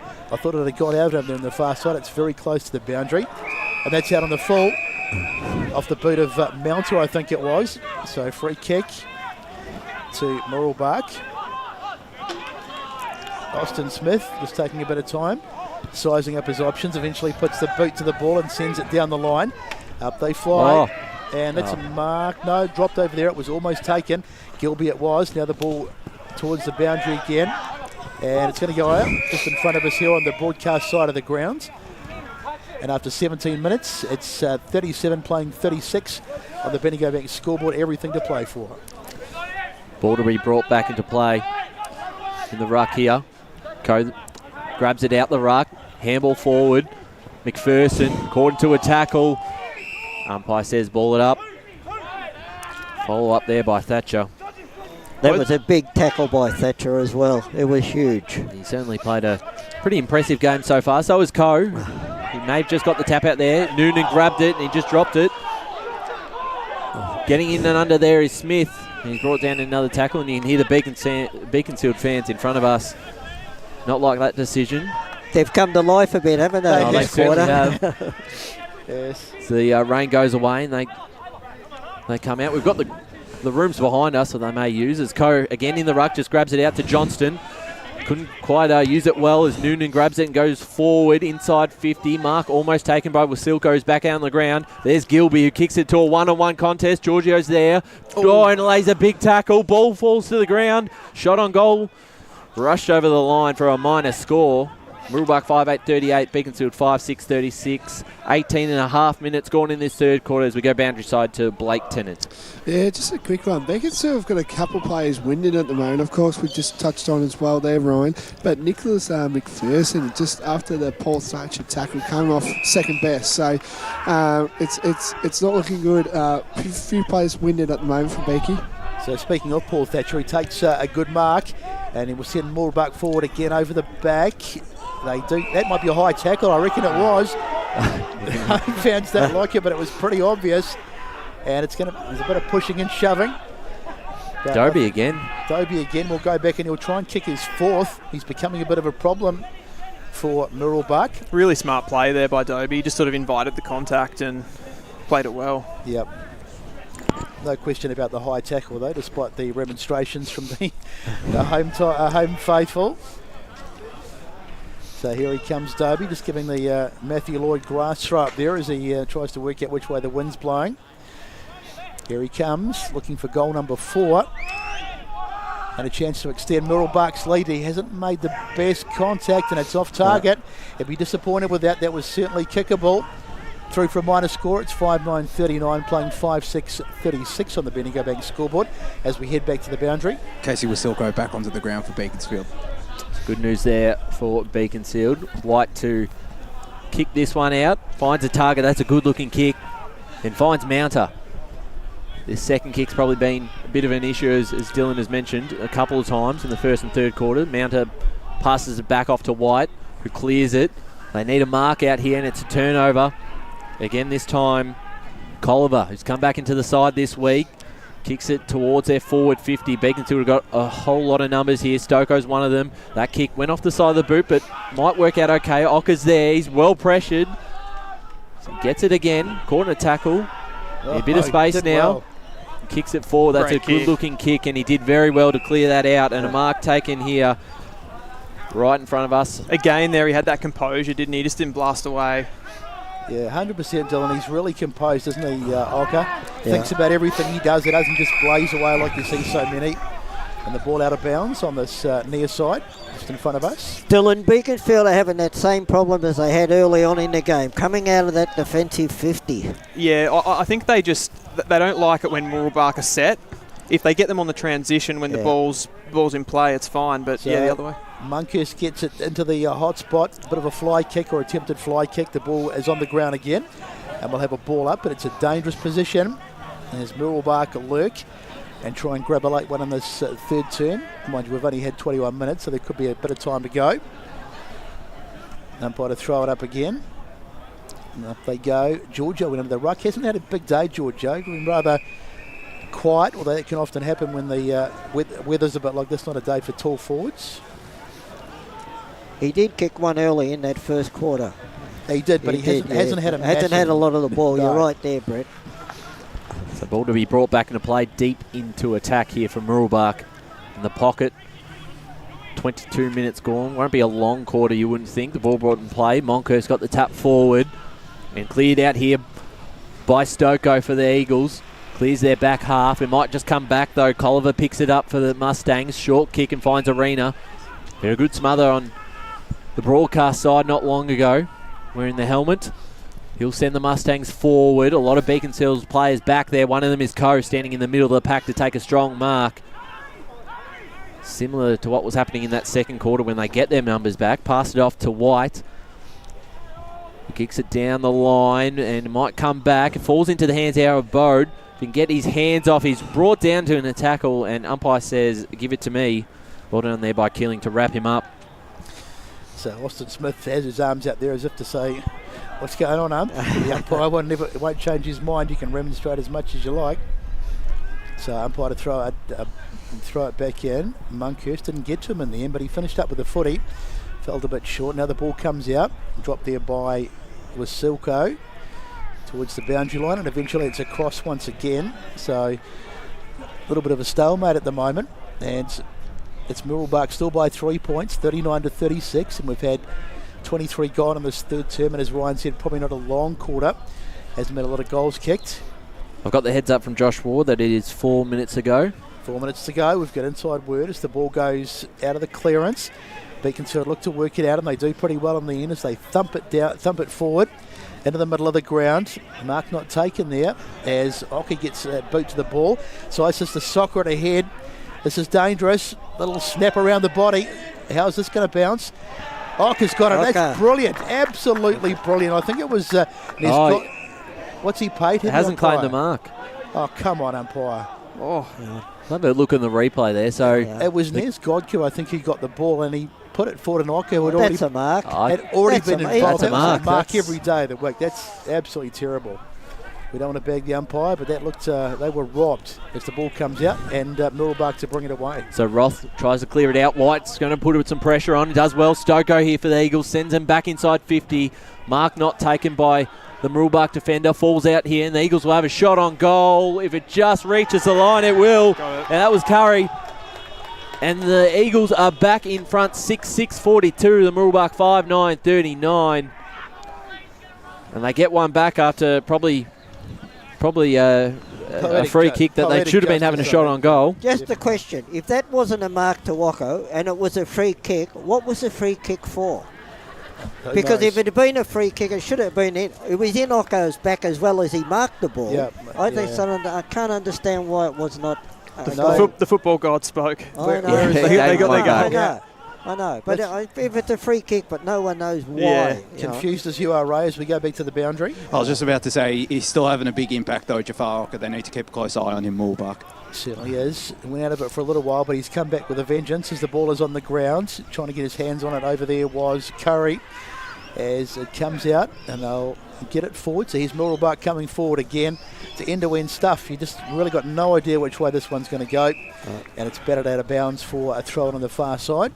I tell you what, Brandon White has been absolutely magnificent in this quarter, and even in the last quarter, down back there. Yeah, I'd like to see his disposal count. And so umpire to throw it in again. And how long have we got? We've had 25 minutes gone in this third term, so maybe 1 or 2 minutes to go as the ball comes out. Trying to get his hands on it over there was Mount. He was scragged. Now it's on the ground. Look at all the Beaconsfield players around the footy, and they do win it out of the contest in the end. No surprises there as they thump it forward, but a good solid mark taken at the back, and Mooroolbark will be able to bring this out. Probably just happy to slow it down and see out the quarter, to be honest, as they chip it back inside and the mark is taken. So they look to switch the play here. Short kick backwards, finds Thompson and goes back and towards the middle of the ground. Had an open play there in McManus. Wearing the number 8 today. Short kick back. Well, they've had 4 kicks in their back where they started from. That's exactly right. They haven't made no ground back ground where they whatsoever. started. I have no idea what that is in the background. There's a sign of someone's head. If you're watching on the broadcast, not sure what that was. Ball down the line. Colliver couldn't quite take it. Monkhurst got a kick forward, and here they're out. They'll go inside 50 looking for a player there in Gilby. White did well to spoil that one towards the boundary line. Dobie lays a tackle, and so does Gilby. Just dropped it. Falls in the hands of Dobie. Passed it off to a teammate. Couldn't quite control it. Slipped through his hands. And we might get a stoppage here inside 50 for the Mustangs. Gee, he just had to be clean there, didn't he? Yeah, he certainly did. 27 minutes gone into this third quarter. It's a 3-point lead to the Eagles. So, up the umpire throws it. Half time must be, three-quarter time must be almost upon us. into the contest. Not going to get out, I don't think, because there's players all over the ball, like bees around a honey pot, and the umpire says we'll try it up again. So 42-39, 27.5 gone. That's in favour of Beaconsfield. If you're watching on the broadcast today, thanks for joining us on Facebook and YouTube. There's, of course, Radio Eastern 98.1 as Mooroolbark get it out again. It's all a bit untidy. There's a couple of players diving on it. I think we'll just have another ball up. Will we? Yes, we will. In fact, probably putting us out of our mercy, a couple of minutes of fairly forgettable players. The siren goes, and three-quarter time, and it's still anyone's contest. Beaconsfield lead 6-6-42 to 5-9-39 on the Bendigo Bank scoreboard. Here's Ryan with the goal kickers. The goal kickers here for Beaconsfield. Johnson has 3 goals, kicked a goal each quarter. Curry has 1, Wasilko has 1, Bowd has 1 as well. As from Mooroolbark, Braden Dobie has 3 majors. Trent Giorgio and Gilby have 1 each. Might have a grandstand finish here. Beaconsfield 6-6-42 lead Mooroolbark 5-9-39 at three-quarter time for the Eastland Match of the Round. As Sarah opened her best friend Jackie's wedding invitation, she was overcome with a wave of emotion. While her 2 young boys wrestled on the floor, tears of happiness rolled down Sarah's cheeks as she saw the words she'd been longing to see. Please note, this wedding will be a child-free event. Well, Sarah, looks like we're off to Eastland for a new frock and some heels. And let's book in that babysitter. For all of life's little moments, there's Eastland. Eastland. Live real. At Yarra Valley Water, we know reducing your shower time, or show time, to 4 minutes can save you an average of $200 a year on water and energy bills. Shower shorter. Save water. Authorised by the Victorian Government, 1 Treasury Place, Melbourne. Sprained your ankle, bursting through the banner? Broke a finger, high-fiving the ruckman? Or did you run into the goal post again? For bumps, breaks or bleeds, be seen sooner, close to home at Knox Private 24/7 Emergency Department. The preferred provider of emergency care to the Eastern Football Netball League, you'll generally experience shorter wait times. You don't need private health, but there is an out-of-pocket fee. Be seen sooner, close to home at Knox Private 24/7 Emergency Department, 262 Mountain Highway, Wanturna. Do you feel good about your bank? Because there is a bank you can feel good about. They share their profits to fund big community projects, small community clubs and vital emergency services. They've given $250 million to help Australian communities thrive. They have all the products and tech you expect from a big bank, with service you don't. It's Bendigo Bank. Feel good about who you bank with. Try Bendigo. Search bendigobank.com.au or search Bendigo Bank near me. The first time I met the team at Tobin Brothers Funerals, I felt like I'd known them for years. They're so caring, honest and passionate. James McLeod, Managing Director of Tobin Brothers Funerals, sums it up best when he says, Every day our people get out of bed to assist client families in their absolute time of need. Our people love what they do, and you will not find a more highly trained group of people than those at Tobin Brothers. Visit tobinbrothers.com.au. Tobin Brothers Funerals, celebrating lives.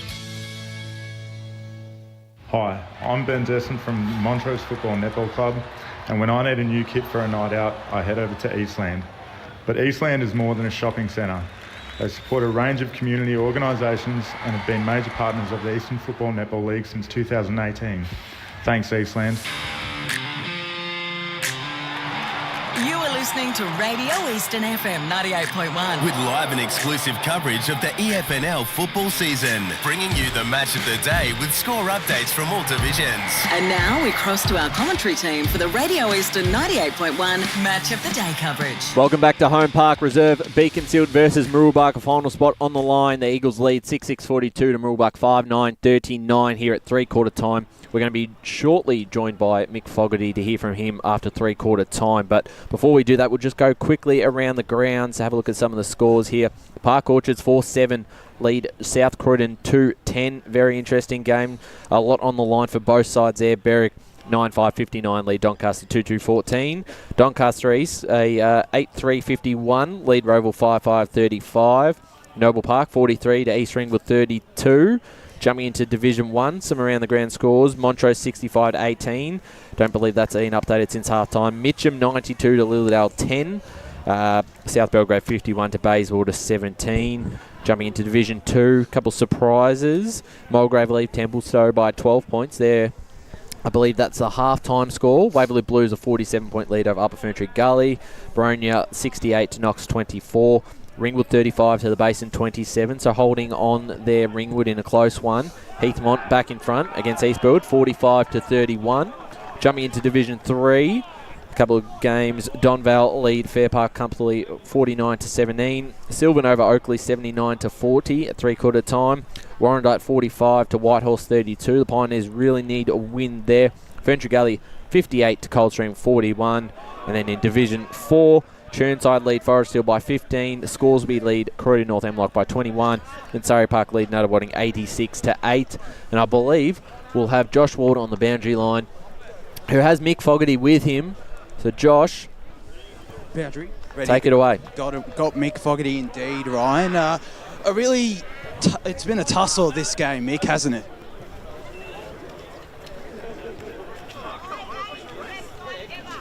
Look, I think we'll come out on top. We just need to make sure we stop. Austin Smith has just killed us all day, and now we've got to hope that we can get young Ethan on him and stop his dominance around contest. But you must be really happy with how well the midfield has stepped up across the ground today. Yeah, they have. They've been really good. We've just got to be a lot more cleaner, and we've fumbled a fair bit. I know the conditions, but they haven't fumbled. They've been clean, so we've just got to be cleaner. Thanks, Big Cooler, for the rest of the game. Yeah, certainly we'll have to keep an eye on Aussie Smith, Kane Noonan as well. A couple of players that, if they shut them down, I think they'll win this game. Easier said than done, though. Yeah, it's a lot easier to say that up here than... It's a bit like saying, if I win Tats Ladder, I can retire. So the last quarter here, Eagles with a 3-point lead. Brett Beston to take us away. So this is going to be go down to the wire, as we've said, as the ball comes out of the middle for the first time, and a nicely won there. And away they go off the boot of, that was Noonan, I think he got that forward. And an early opportunity for Mooroolbark. Mark is taken by, I think it's Gilby over there. Yep. So this will be a perfect start to this quarter if they can get this one. This will get them back in front. She's a clearance work, hit him on the chest. Don't get much better than that. Yep, that was copybook stuff. So Gilby will go back. Try and kick his second of the day. Got one in the first term, so opportunity to get his second and put Mooroolbark back in front. Kick on its way. How's it looking? Goal umpire's moving, and it's off target. In fact, I think it's out of bounds in the full, is it? Yes. That's a terrible kick as we go back down to the boundary. I just had Brett Lavers on at three-quarter time speech. He was very up and about. He says to his troops that they've been in these situations before, but it's how much they want it. That's what his key messages was. Of course, we saw it with Bayswater, but he just wanted to see how much this group can go and how much they want it. They've lost a lot of games by less than a kick, and a lot of close games as Coe takes a mark here for the Eagles on the far wing. So they trail by 3 points. It's been close all afternoon. Pass it off to White, who's had plenty of it. Kick in towards the middle of the ground. Bode almost took the mark. Ball hits the deck. Chance here for Colliver, goes and grabs the footy, but he's tackled right away there by Harris, and we'll get a ball up in the middle of the ground. Right where we started. Start of this fourth quarter. Minute 40 gone. Ball up. Monkhurst and Coe go head-to-head again. It's Aussie Smith who grabs it. Tried to get his kick away, and Dobie's wrapped up into tackle. So 2 minutes in, and we're right back where we started. It looks like Ethan Harris has gone to Aussie Smith for this last quarter. Yeah, Mick did say that, I think, when he was speaking in the three-quarter time break. So trying to lessen his influence as the ball is in the contest. And out it comes. Here's a chance for Beaconsfield to burst away. They go inside 50. Can they get the mark? Yes, they can. Is that Johnson, I think? Just wait till he turns around. Yes, it is. So Johnston will go back. And, or Johnson, should I say. There's a Johnston and a Johnson. Boundary. On this occasion, though, it is Johnson as we go back to the boundary. Could have been a free kick given away there by Jake Bowd. He went the bump off the ball after that mark was taken by Johnson, but he still has a chance for his fourth, does the superstar. So Johnson's been very influential. He's kicked a goal in each quarter, so this to keep that record going. And it would also give Beaconsfield a little bit of breathing space. He's on his way in. Nice smooth approach. There's the kick. I'll tell you what, he's got it. That is a magnificent kick. Is it there? Yes, it's there. What a brilliant kick by Johnson. There was a man on the line who tried to claim that he was touching it, but it was there. And you could just tell he was going to kick that, couldn't you? As Johnson gets his 4th of the afternoon. He's got one in each quarter and a bit of breathing space for Beaconsfield. They lead by 9 on the Bendigo Bank scoreboard after 3 minutes of this last term. That was deja vu there. I've seen that one before. Exactly right. And the kick from McKinder to come in and hit him on the chest again, that was beautiful delivery. Yeah. Back in the middle. He's kicked 4 this afternoon. Mooroolbark won't be happy with Frankston for dropping him this week as Monkhurst gets a tap out to Smith. We've seen that before this afternoon. Kick forward. Might work out okay. There's a lot of eagle numbers there. Handball off to Stoko, who gets the ball in the boot. That kick was smothered into a back of a Mooroolbark player. Works out okay from Mooroolbark. Here's Johnston. Runs onto it. Handball into space here. Mountain can run onto it. There's Mounter. Picks it up and kicks it forward. Looking again for Johnson. Couldn't quite take the mark, and he's happy to see that out of bounds. They lead by 9 points with 4 minutes into this 4th quarter gone.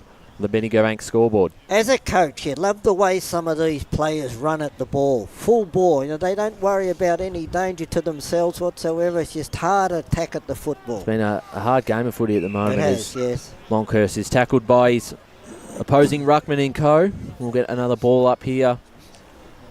The far wing, just outside Beaconsfield's forward 50. Ball falls out. Here's a chance for Silko. Puts it up into the air. Ocker's out the back. And doesn't quite work out for him. 4.5 minutes gone. 7-6 to 5-9. Eagles lead. Riley Monkhurst has been outstanding for 3 and a bit quarters, but he's just starting to tire. He's not jumping quite as high now, and that enables the Beaconsfield guys to get up there. Could be significant in this last quarter. Yep. So 9-point lead at the moment in the way of Beaconsfield. If they get the next one, free kick here. They could get one here, Brett. It's going to be very interesting because the margin sort of hasn't been any more than about a kick all day. It sort of ebbed and flowed.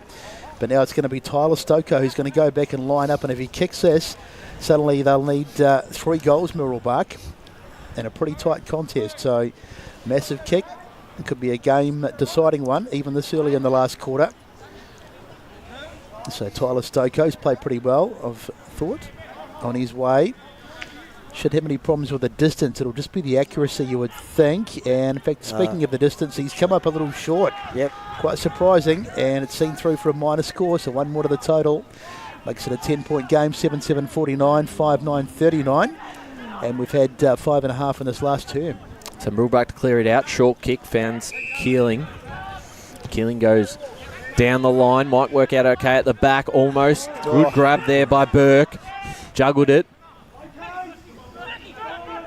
Remains possession of the ball. Keeling's calling for it. Running past with a handball. Down the line. Punched over there by the Beaconsfield defender. And we'll get a throw in here.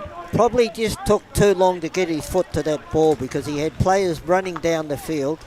Should have kicked it into the spaces for them to run on rather than waiting and kicking it to the contest. So, ball to be brought back into play here. Again, Monkhurst versus Co. He got his tap out, falls into hands of Stoko. He's brought down in a tackle. That's holding the ball. Well done there by Ben Burke. And taking a bit of time to give him back the footy there. The Silkos. Burke, short kick, finds Dobie. Been just on 15. Braden Dobie's kicked 3 goals for the Mustangs. Might need another one if they're to get across the line here. Short kick to Thatcher in front of Johnston. A bit slower to move the ball inside 50, and it's probably going to allow Beaconsfield to get some numbers back. Just sends it long, and Co standing under this for the Eagles, and he's given a free kick here. No, it's actually a Mooroolbark free kick. And boys, if you just look to your right, an RACV van going. I told you that guy with his Parkers on over there would have a flat battery. Right, and you've missed an injury here as we... Yeah. Giorgio's going to take the set shot, but Josh Ward, a bit more information on the boundary. It looks like it's Braden Dobie that's down for Mooroolbark, so and he's not getting up. It's right in front of Giorgio too, so I'll have to wait a little bit to take the set shot. He doesn't look terribly well. Not quite sure of the extent of the injury. Here he's finally getting to his feet, so that's a good sign. He's holding his ankle, is it? Yeah, he went straight Dobie, to the ankle. yeah. He's walking though, so that's better news. I thought it looked a lot worse at first when I saw it. And then I got distracted with the race pointing out cars and stuff in the... Yes. Well, that car has gone now. I told you. See? So join the RACV. For those that have only just joined us, there was a car on the far side with the headlights on. Good time to bring up that it is TAC round. Kane Noonan out there in the 0. Good to see Ray's focusing on the game. Yeah, well, the game had stopped, boys. It's the game about to be resumed because Trent Giorgio here, it's a tough angle. It's about 35-40 out, difficult angle. Having a set shot on goal to bring the margin back. Tell you what, it's a good-looking kick. He's kicked it. Margin back to 4 points. Mooroolbark 6-9-45 to Beaconsfield 7-7-49. And just had to kick it, and he's done just that. 9 minutes gone in this last quarter on the Bendigo Bank scoreboard. Beautiful kick of the footy. Gee, neither side are going away today, are they? They're both in the contest. They both want to play finals, and it's really on. Every time a bit of adversity gets thrown at one of them, they just keep coming back, don't they? They do, Dylan. Yep. They played last time in a 7-point game, which was pretty close right until the final siren. There was a goal pretty much on the siren, so there's not much separating these two sides. So let's quickly go back to the boundary. Yeah, just a quick one on the W issue. Just a rolled ankle. I'll get back to you on the report. Thanks, Blake. And so good for the game, that last goal, because we have ebbed and flowed all day. And it was probably one of the bigger margins, if not a game-high margin. But now suddenly we're back within a kick. And that's it's anyone's game as the ball bounces around. Well done there by Coe. Gets it out of the ruck. But it's going to be wrapped up well and truly. And the umpire says we'll have a ball up. You're spot on there about Monkhurst, Ray. Yeah. Really starting to tire, and Coe's getting on top. So here he is again. Coe again out of the ruck. It could be significant. He's played well, good Monkhurst, but if he loses it a bit in this last quarter, it could be the key to the match. Taken nicely there by Nathan Arena. One of the late-ins finds a target. Mooroolbark to come forward again. Scrubby kick inside 50, and it's cut off over there, and they'll get it out for the moment. Taken over there in the back pocket by McKinder. Goes up the line, trying to find a target. And is it out of bounds on the far side? It is, as we go back to the boundary. And Moncourse is actually off at the moment, so it's Paul Thatcher taking secondary ruck duties. It's a good opportunity for Coe to take advantage while Big Moncourse is off. Thatcher's been pretty good, though, I've found. Yeah, he sort of competed well, and there he is again, who gets a tap out forward. Harris there for the Eagles, picked it up. And chance now from Mooroolbark, though. It falls into the hands of George, who sends him inside 50 in the direction of Giorgio. Couldn't quite take the mark. And out there is Stoko. Passed it backwards to White. A free kick has been paid towards Beaconsfield coming back. So it will stay. It will go back to Stoko on their half-back line. Short kick into the middle of the ground. It's a bit of a dangerous one. Goes over the top of the head. Wasilko picks it up and he's caught high. Pass it off to Harris. It's advantage play on. And Harris is off. Takes a bounce. Shot towards Ocker. Ocker out the back. Punch forward there. Doing very well did the Mooroolbark player there in Thompson. But he's caught in a tackle straight after. And we'll get a ball up inside 50 for the Eagles. It did very well because Ocker was out the back waiting for that one. He would have run into an open goal. And 9 times out of 10 it would have gone over the back. Yes. You're right. That might have been a hintsy bit lucky there. I thought that may have been almost the case for a free kick for holding the ball. He did take the player on, but the umpire gave him the benefit of the doubt. Now it's in the hands of Roth. Thumps it out towards the wing, but the mark is taken, and Beaconsfield are going to come back inside 50. Coe's been massive. He has indeed. Had a terrific game, and he's been up against the big man Monkhurst all day. As the ball goes inside 50, punched away there well by Crossley, but it's going to come back again, out towards the far side, goes past Misso over there. Now it's Ocker, funny little kick back inside, and the mark is taken there by Crossley. So on defence at the moment at Mooroolbark, so they just need to be sure by foot. They get it out of defence, and mark dropped over there. Good tackle though, and the stoppage will be forced, coming in there by Merrick. And the stoppage around about the half-back line, so the margin, if you've 4 points at the moment, with 12.5 gone on this last term. Yeah, so we'll get a secondary ball up here, wrapped up into a tackle. 12.5 minutes gone in this last quarter. Beaconsfield lead by 4 points. Tap forward, Wasilko. Did he really get rid of that one? Looked like he threw it, and the umpires pinged him. So a free kick here, Mooroolbark. Looking to play on straight away. Thatcher finds McManus in the middle of the ground. That kick is off the side of his boot. He's very lucky that Misso couldn't pick that up cleanly. went backwards. Now a chance here for Arena. Just gets the ball away into a dangerous spot. Ocker picks it up for the Eagles. Passes it forward into a tackle there. Kennedy was pressured. Ball hits the ground with Silko again in and under. Just gets away from Kennedy and gets the ball on the boot inside 50. Dangerous here for the Mustangs. Running onto this. Keeling picked it up and just passes it towards the boundary line. It stays in for a moment. And then Johnson sees George over the line. I tell you what, some of the desperation tackles there by Beaconsfield, that were absolutely magnificent. Throwing their bodies in. So, still none the wiser on who's going to win this game as the umpire throws it in. Thatcher gets the hit out.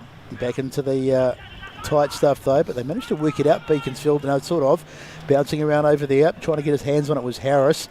Now Beaconsfield trying to find some clear out. That might have been a high tackle. Umpire sees play on Stoko of the Trent variety. Long kick over here. Now is this going to be an important contest? Ball on the grounds. They'll work it out, and a desperate kick away there by McManus, but it could come back. Good work over there by Coe, being one of the stars of the Beaconsfield effort today. He's got it back again. Little handball over the top there to a teammate in Smith. Now it's forward again. Down here they come inside 50. Kick is smothered though. Good work over there on the grounds. And what's the umpire going to do? It's a high ball back inside. Up they fly. No one really getting their hands on it at the moment. Probably going to be a ball up. And into the contest, and eventually the tackle is made on Bowd. And the umpire says we will come in. Beaconsfield have to be careful they don't get hit on the counter here. They're pressing. So, inside 50 here for the Eagles. Ocker will go up in the ruck against Thatcher. He picks it up now. He's brought in a tackle. Just threw it out, and he's caught for holding the ball. So Paul Thatcher will take possession of it. They trail by 4 points, and that kick is poor. It's a turnover. And McKinder will line up, looking to put the Eagles 10 points in front again. And with a low-scoring game, a 2-goal gap at the moment might just be enough. So 15 minutes gone. Big kick here for the Eagles. Currently sitting 5th spot on the Division 1 ladder, looking to play finals for the first time in the EFNL. A win here would certainly help it. McKinder lines up. Ball on the way over the umpire's head and through for a goal. Big time goal, 8-7-55. The Eagles lead Mooroolbark 6-9-45, 15.5 minutes gone. Blake Tennant boundary side. Yeah, just a quick one from the injury point of view.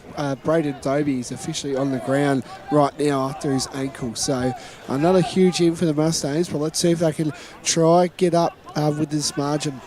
Well, that's good to hear that he is back out there. Yep. I thought he was cooked, to be honest. Yeah, I thought he looked bad at first. He did not look good, but he's a bit of a Superman. He's come back on the ground and they need him. He's kicked 3 goals for the day. Well, that last goal is taking it up to a 10-point lead. So what if Mooroolbark got? Can they respond? Beaconsfield get it out of the middle as they get it forward. They'll need to be sure of going back. Here is Crossley, and he's taken the tackle. Is that going to be holding the ball? What has the umpire paid? No, he's got benefit of the doubt. In fact, in the end, it was Kennedy who got the ball. So the umpire will throw it up again. So up it goes. Almost an uncontested mark. Hit out from Thatcher. Out towards the boundary. Still in over there. And eventually it's across. Josh, can you let us know, is the big ruckman Munkers, is he off the ground injured? Because he was holding his lower back the last time I saw him on the field. Right here, he is off the ground. But is he injured? He's not injured. He's been waiting to come on for a couple of minutes now, actually, Monkhorst. Okay. So they need to get him back out. There is a little handball out, and here's Mooroolbark. A kick is smothered, though. Beaconsfield doing everything right, including on the scoreboard, and that's a free kick, says the umpire. Oh, that's a fair. The crowd's gone a bit wild. It's a free kick. It's going to be in the hands of Misso. And he passed it off, and Johnson couldn't quite grab it. I don't know why he didn't just go back and take the set shot from there. Yeah. And we'll get a ball up inside 50. Misso was probably in range to take it himself, but it's too selfless and passed off to Johnson. Couldn't quite control it. 17.5 minutes gone in this last quarter. Beaconsfield lead by 10 points. One more goal would absolutely do it. Here's Ocker. Finds a bit of space. Gets past one. Passes it off to a teammate who's under the pump. Passed it off. Here's a chance now. Mounter got past one. His kick inside 50 is dropped by the skipper of the Mooroolbark Football Club. And we get another ball up inside 50. Boundary side, Blake Tennant. Moncourse on now, boys. Moncourse back on the ground. Thanks, Blake. Just on Ocker, look, he's been magnificent, but sometimes he just takes them on that one time too many. So here's Moncourse, got the tap down. We'll get another ball up inside 50. 18 minutes gone. So one last twist to this tail. Tap forward there with Silko. He might be able to receive it again. Got the handball received. Punched away there by the Mooroolbark player. Into space, here's Misso. Runs onto it. Kick forward. Into space here. Chance for Mooroolbark to at least clear it out at the moment. Goes over the boundary line. Might be given a free kick for holding the man he is. So a free kick here going Mooroolbark. Blake Tennant, boundary side. Just a quick one. Ozzie Smith is waiting. I think he's waited about 7 minutes to get on. So he's a player that you want on the ground right now. It's been very frustrating for him. Harrison Coe, he's gone behind the ball too, boys. Yep, no, Ozzie Smith, he's not doing much damage on the boundary because he's had a fantastic game. I need to get him out there. Mark taken over there nicely by Curry, and they come forward again. Mark on the far side taken there by Matt Johnson. What a game he's had. He's kicked 4 goals, 1 on each quarter. Of course, the VFL listed player as he sends it long towards goal. And it's through. No, it's touched on the line. Touched on the line. It must have been very close. The goal umpire, no sense of theatre, looking for number 5.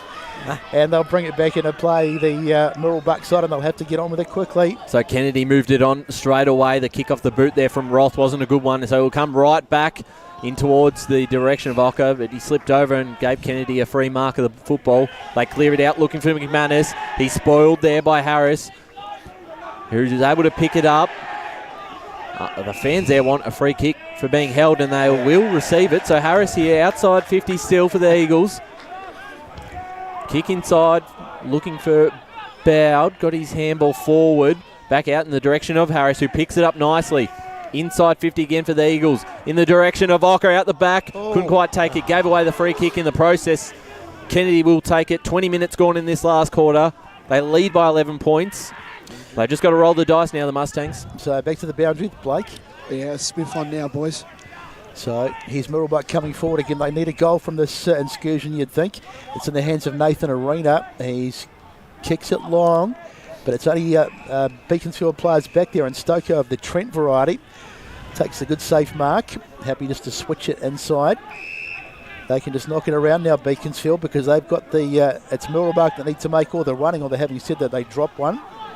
But they managed to recover in the hands of McPherson. They don't want to mess around too much, though, as the ball is out towards that back pocket. And in the end, they've made a bit of a hash of it. Big hit there. It's still in, though. And funny kick back inside. Smith is there. In fact, he makes the tackle, and he gets the football. What a brilliant piece of play. And one go as a snap for goal.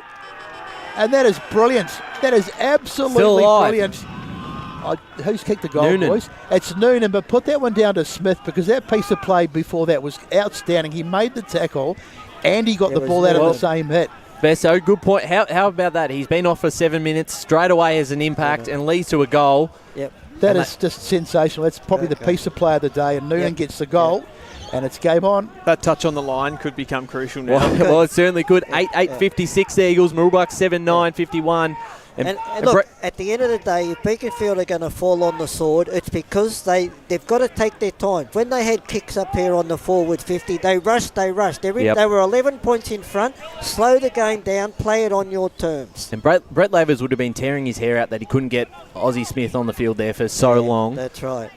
It's just so important as we wait for a footy to come back in. Thanks for joining us, Radio Eastern 98.1 FM. We're on the Facebook and YouTube streams. A couple comments on YouTube. Matthew Foreman says his house is behind us. Thanks for that, Matthew. Good to know. There's a ball brought back to the middle. Maybe it was his car that had the RAC. I don't know if he's at the ground, Matthew, but thanks for listening in. We appreciate it. 5-point lead here to Beaconsfield. Monkhurst in the ruck against Coe. Taps it forward, looking for Smith. May have been held there. Almost a good tackle from behind there from McKinder. Pulls out to Stoko. Ozzie Smith wraps him up in a tackle. 5-point lead to the Eagles. 22.5 minutes gone in this last quarter as we edge closer to Mooroolbark's forward half. Season on the line, you'd think just about for him. Monkhurst in the ruck. Tap forward. Chance now for the Eagles. We'll get wrapped up. Another secondary ball up. 22, almost 23 minutes gone in this last quarter. It's no coincidence that Smith comes back on the ground and they start taking all the territory. Yep, absolutely not. I'll tell you what, those boys down there, they might burn the grandstand down if Beaconsfield don't win this. Mooroolbark pinch a late one, taken there by Tyler Stocko on the grounds.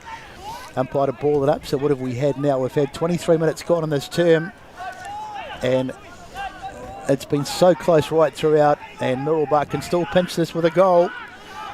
They're close enough if they're good enough, as the saying goes, and there's a whistle from one of the other goal umpire, not the officiating umpire, but one of the non-officiating umpires, pays the free kick, goes the way of Beaconsfield, and they slam it out wide. Chased by Johnston. He's got his hands on it. No, he's sort of he's happy to see this over the line, but in the end he manages to get a kick forward, but it's been cut off nicely by Thompson, and he has a bounce, puts it on the boot. Can he hit a target? Up they go. The only player he hits is a Beaconsfield player, and they'll come back again. That's Bowd. He's been very good all day as well. He has indeed. So Jake Bowd with the footy. So Bowd to send the Eagles forward, looking for Ocker. He's contested there, and it might fall into the hands there of the Mustangs. Couldn't quite pick that up, Ahmet, and goes out of bounds. 24 minutes gone. 5-point lead to Beaconsfield. I don't know if the boys have a time left down on the boundary line. Yes, I don't want to be the one who checks the phone when you're at the footy, but there is 2 minutes to go. 2 minutes to go in this Eastland match of the round. Beaconsfield lead by 5 points. It's been a close one all afternoon. Ocker flew, couldn't quite grab it. Eagles go forward. Mark dropped there. A chance now for the Eagles. The tackle, Misso, got his handball out. Ball falls out to Stoko. Gets past one. Noonan wraps him up, and that's holding the ball. Is there a chance for the Mustangs? Well, they better go quickly because they're running out of time. And about 90 seconds to go by our reckoning. Noonan slams it long. And this would be something if they could pinch this Mooroolbark. It really would. Out towards the boundary, but it's still an over there. And eventually across the boundary line. So get it back in, umpire. Don't muck around. Got to win this clearance. Where's Austin Smith? He's right there. And it goes. Monkhurst pushes his opponent out of the way. And they eventually get their hands on it with Wasilko. They'll be just happy just to try and kill it. There's Smith going in and under, manages to get it out. Good work there by, I think it was Noonan over there as they get it forward again. But they're a bit outnumbered around the contest here. There's not enough Mooroolbark players there. There's Roget on the bottom of that, gets it forward. So here's their chance, probably the last chance. Up they fly, ball gets over the back. How's this going to bounce? They'll get a stoppage inside 50. So this is their moment as we go back to the boundary. Had they kept moving, Trent Giorgio was all on his own and could have gotten the goal there.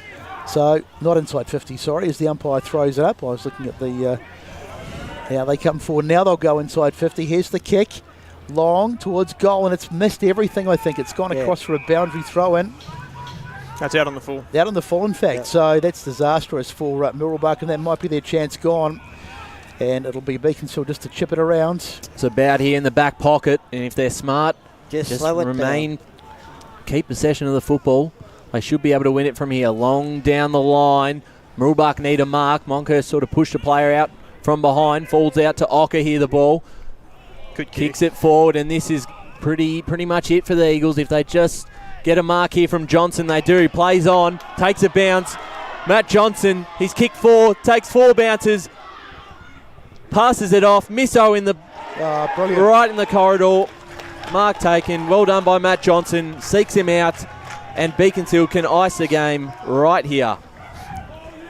Through the hands of Michael Misso, and how about Johnson coming back into the side? He's been the difference. And there's the siren. And it is another close loss from the Mooroolbark Football Club. They were brave, but Beaconsfield are going to do enough. Misso just looking for a bit of icing on the cake.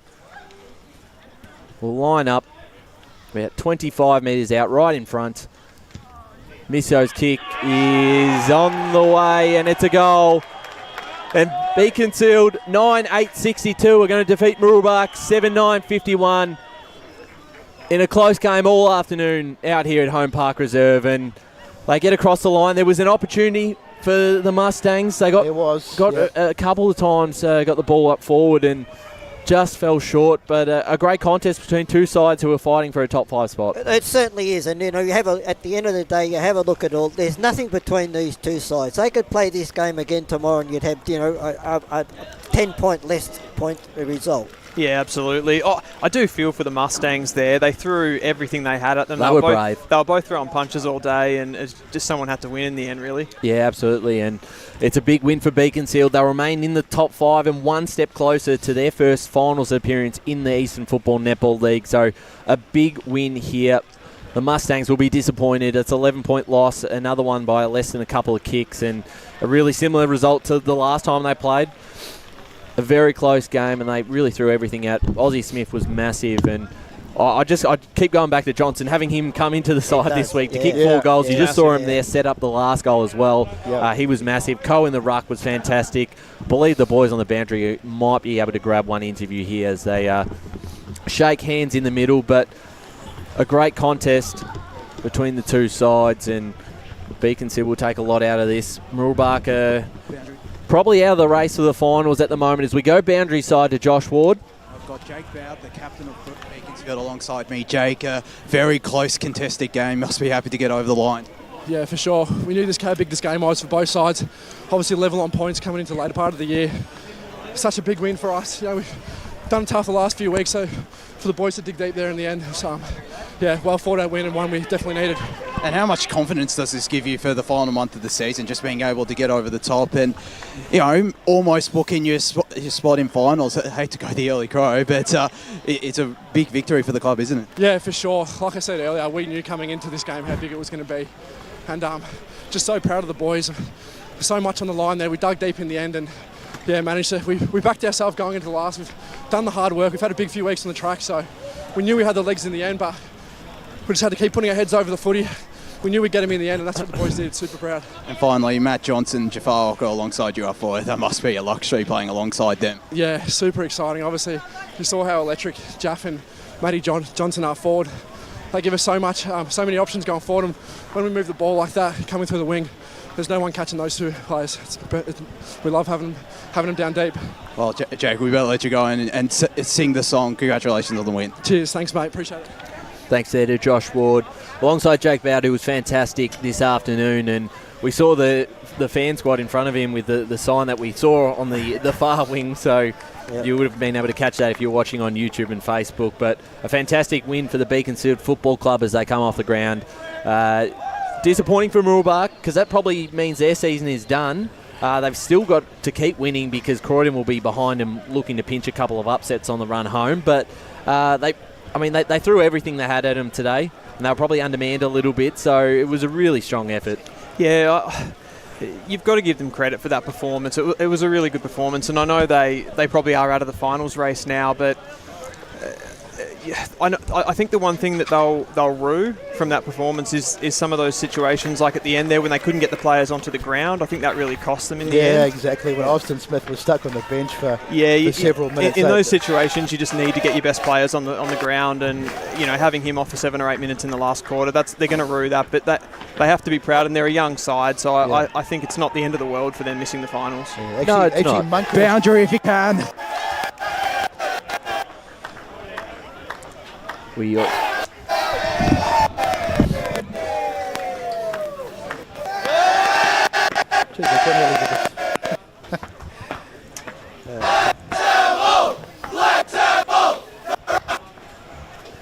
think we're missing there the theme song coming in and out. So congratulations to the Beaconsfield Football Club. Fantastic win for them at Holm Park Reserve.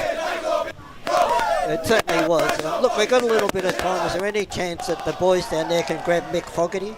They will. They're about to grab another interview shortly. We're going to go to a short ad break, but a big win here for the Beaconsfield Football Club. 9-8-62 to Mooroolbark, 7-9-51 in a very close game for the Eastland Match of the Round. We'll be back for a couple of post-game interviews and a few scores around the grounds.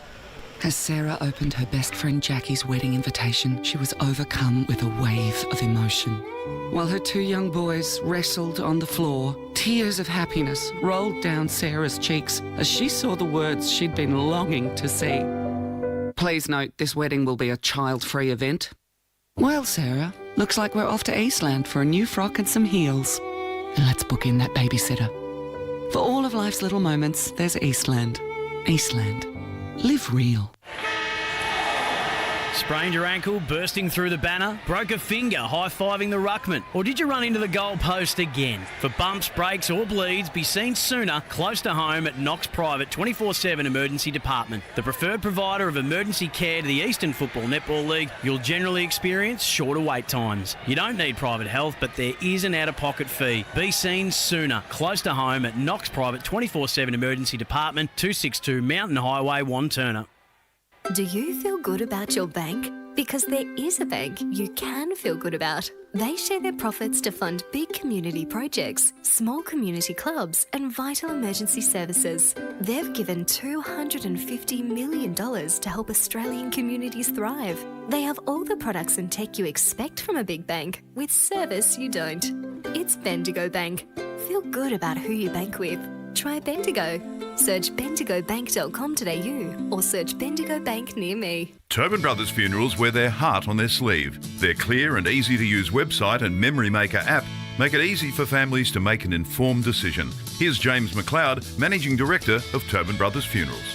We pride ourselves on being the most transparent funeral company. All pricing on goods and services are available on our website.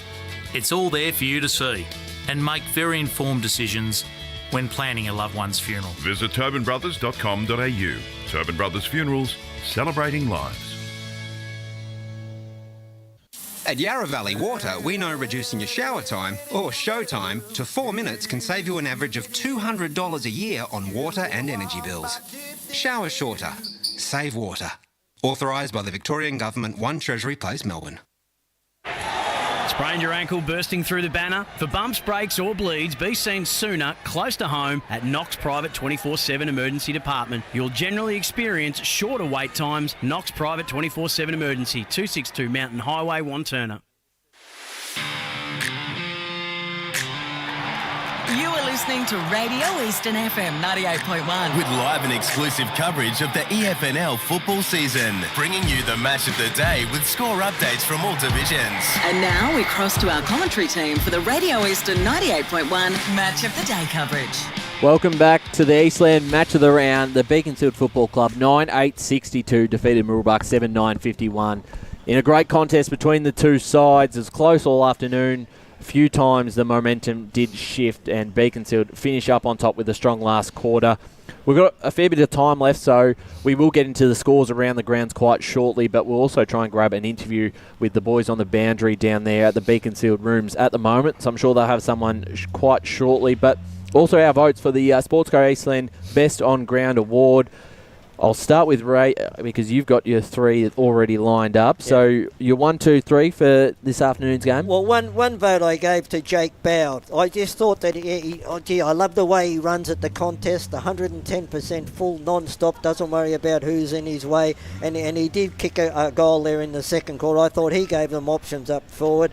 2 votes I gave to Matt Johnson. He's come into this side. He's kicked the goal in every quarter. That's all you ask your full forward to do. And he played around up. He wasn't afraid to go up on the wing and take his defender out either. And 3 votes. Although he was on a losing side, Austin Smith, look, he got everything. Monkhurst gave him everything in the first half, but even after when Monkhurst was nullified a little bit, he was still a very dominant player. And when he gets the ball, he uses it every time. Absolutely. Dylan Smith, your 3 votes for this afternoon for the Sportsco Eastland Best On Ground? Yeah, so I've given 1 to Harrison Coe. I thought he was really good. Probably the first quarter, it was Monkhurst who got on top, but they really got back into it. And once Beaconsfield were able to break even, I thought he was really, really important in that second half especially. 2 votes, I've gone to Matt Johnson. Pretty similar to what Ray said there, really. He didn't get a lot of the ball, but everything he touched basically turned into a goal, didn't it? So and he kicked some goals from the 45-metre mark too. So really important goals to put them back in front and those sorts of things. So and then 3 votes also to Austin Smith, who I think he was clearly the best player on the ground. 4-quarter performance, as Ray said, and really just helped them with the clearance work along with Monkhurst as well. Absolutely. And Brett Beston, your 3 for this afternoon?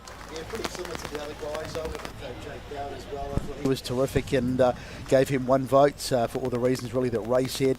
Johnson, of course, well, he kicked the 4 goals and he was a massive influence for Beaconsfield, and of course he couldn't go past, and it seems really weird giving the best on ground to someone on the losing side, but Austin Smith was just magnificent. As I mentioned before, he had that 7-minute period when he was off the ground, and it really hurt Mooroolbark. I think they really needed him out there, but he was magnificent today. Yeah, I've gone very similar. Co for the 1 vote. I thought, especially in that second half, really stood up, took a lot of contested marks and was really impressive for Beaconsfield. Up against a really experienced ruckman in Monkhurst. I've gone 2 for Johnson, as we've pretty much all alluded to, with the 4 goals was the difference. If he doesn't play today, I think Mooroolbark win this game. So a big effort to him, and I think he might feature in the Tobin Brothers goal of the day, having a think back to a couple of his goals this afternoon, and then 3 votes to Aussie Smith, and he almost willed him over the line. He was just fantastic from the word go, and even Mick Fogarty said it at 3/4 time, we've got to do something to shut him out, because everything he did this afternoon was really impressive, and he's just had one of those years where he's been fantastic. So I think that's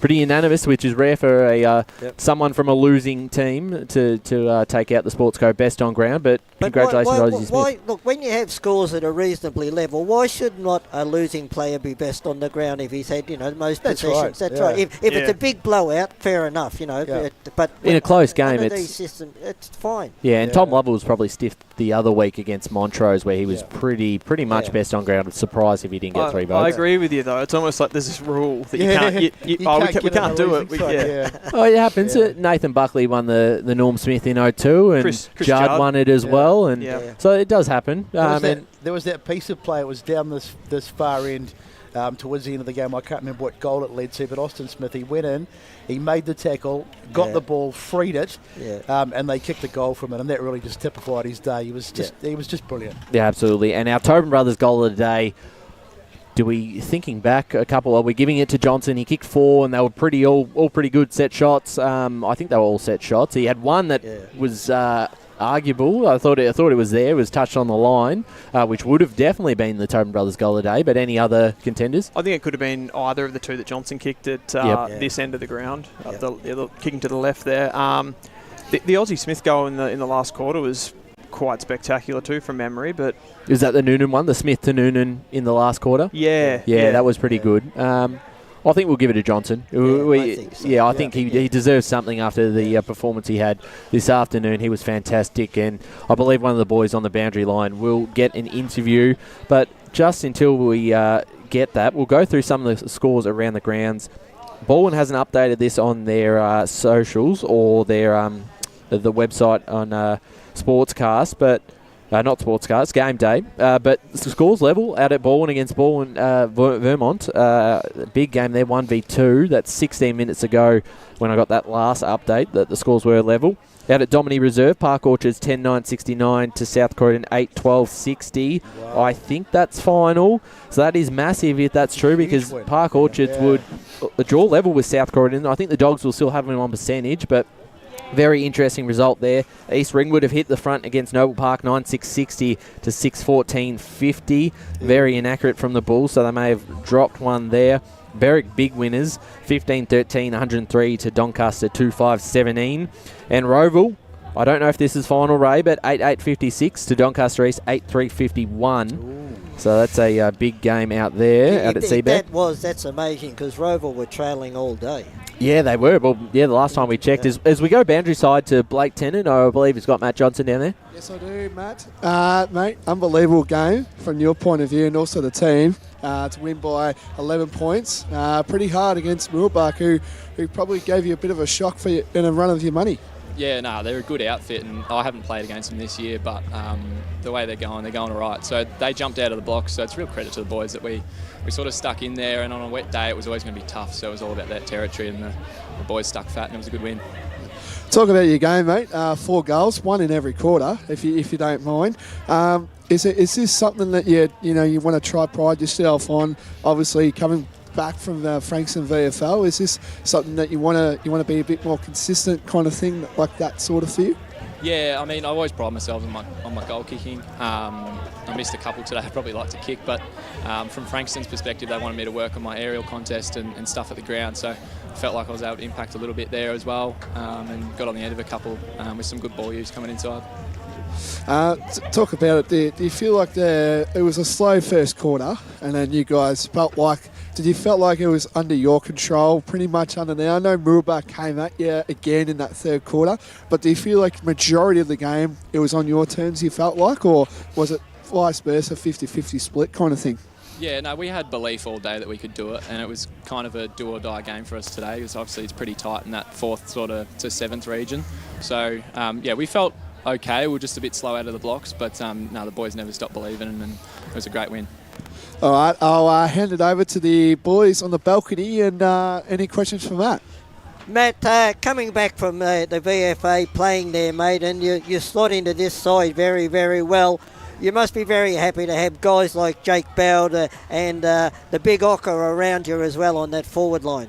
Yeah, 100%. Like, we've got some weapons down there, so those boys were looking for me all day, which was kind of them. But just guys up the ground, some of the young guys that have come through the club, like Sammy McKinder and Joshy Mauner and Heath Harris, like they're going to drive the club forward. So it was really pleasing. Matt, tell us about Mick Fogarty. I mean, he's been in the coaching ranks for so long. Of course, we've known him in his time at Noble Park. It was a bit of a shock when he decided to come to Beaconsfield, looking for a change. What's he brought to the club? Foggers is awesome. Like, he's been such a great support and like to all the boys, but especially to me. Yeah, he's been super. He's got so much knowledge, and as you know, like, he's had great success at this level. And yeah, he's a great leader and a great bloke. I wouldn't have minded, probably wouldn't have minded actually being on the end of one of his sprays, because the quarter time spray, did he get stuck into you boys a bit at quarter time? Oh, he wasn't too bad, but yeah, his sprays can get pretty bad. You probably would have heard him in the coach's box. He gets pretty loud, especially at the umpires. So, but no, at quarter time he was all right. He kept a level head, which we probably needed. So, no, he's all right. Matt, talk us through that last quarter. You obviously had two sides out there that were vying for finals, and could you feel that sort of I guess pressure that both sides really had to win, and it felt pretty hot in the contest? How was it out there? Yeah, it was pretty brutal, to be honest. Like, there was so much contest going on, and the ball just kept popping out, and blokes were putting their bodies on the line. Like, for us, like Nick McPherson and Trent Stoker were doing it all day. Those boys are going to be sore tomorrow. So, but yeah, it was brutal. You could tell that both teams really needed a win, so we're happy to come away with it. And just on your teammate, Cole, I thought he was fantastic and really had to fight hard against someone as experienced as Monkhurst, and certainly stood up, especially in that second half when the game was on the line. Yeah, Harry was awesome. Like, Monkhurst obviously is a big boy and he's sort of muscling him around, but his ruck work in there was awesome, but also just getting back behind the ball, and he's juking everything. So yeah, he was great today. And just for yourself, coming back into the side this week, how do you enjoy playing at Beaconsfield? It's obviously a bit of a different level of football compared to what you're used to at that VFL level, but you seem to obviously take it quite easily and did pretty well. Yeah, it's a different type of footy compared to what I've been used to this year, but I love coming back here. I mean, I've been at this club since under 15s, and yeah, it's just such a great environment, and the boys welcome me back with open arms every time I come back, so it's great. That's fantastic to hear. Matt Johnson there, the Tobin Brothers Goal of the Day winner to this afternoon, so hang around, we'll get the award out to you, and congratulations on the win this afternoon. Thanks for that, guys.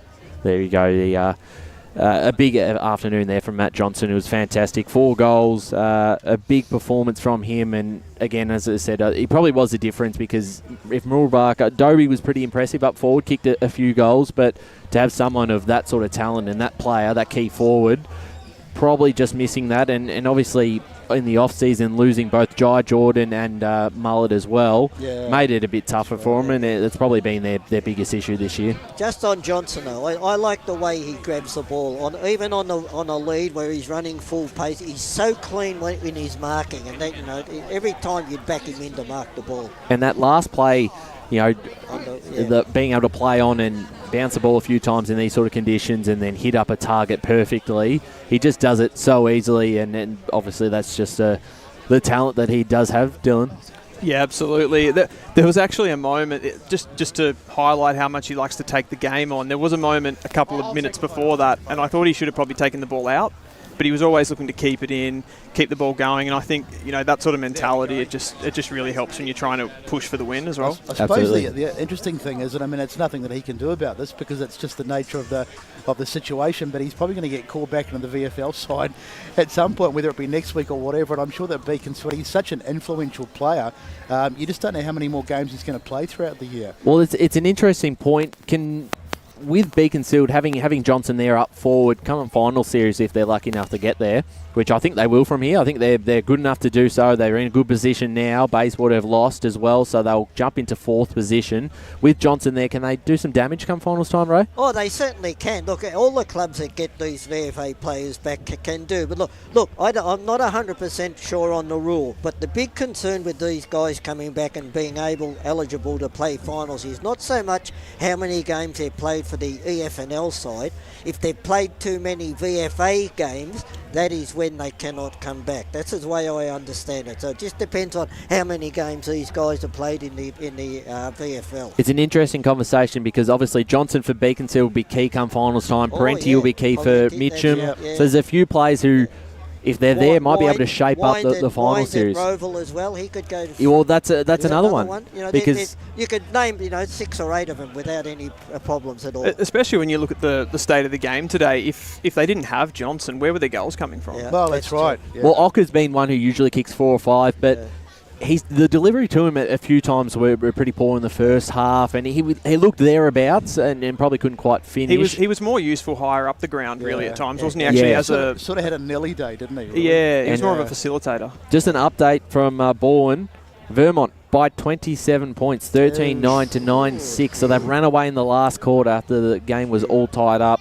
That's the big statement. The Eagles will be on top of the ladder, Josh. That's the statement when they need it. This is like the one. Doncaster, Eastern Roval the previous 2 weeks, both at home. This is at Bourne. It's as big a win as you can get out there, especially after what the performance Bourne produced last weekend. We've got to start tipping them now because we've been avoiding it. It's been an incredible season from them so far. Does that mean they're on top of the table? They will be on top of the ladder, I believe. I don't know.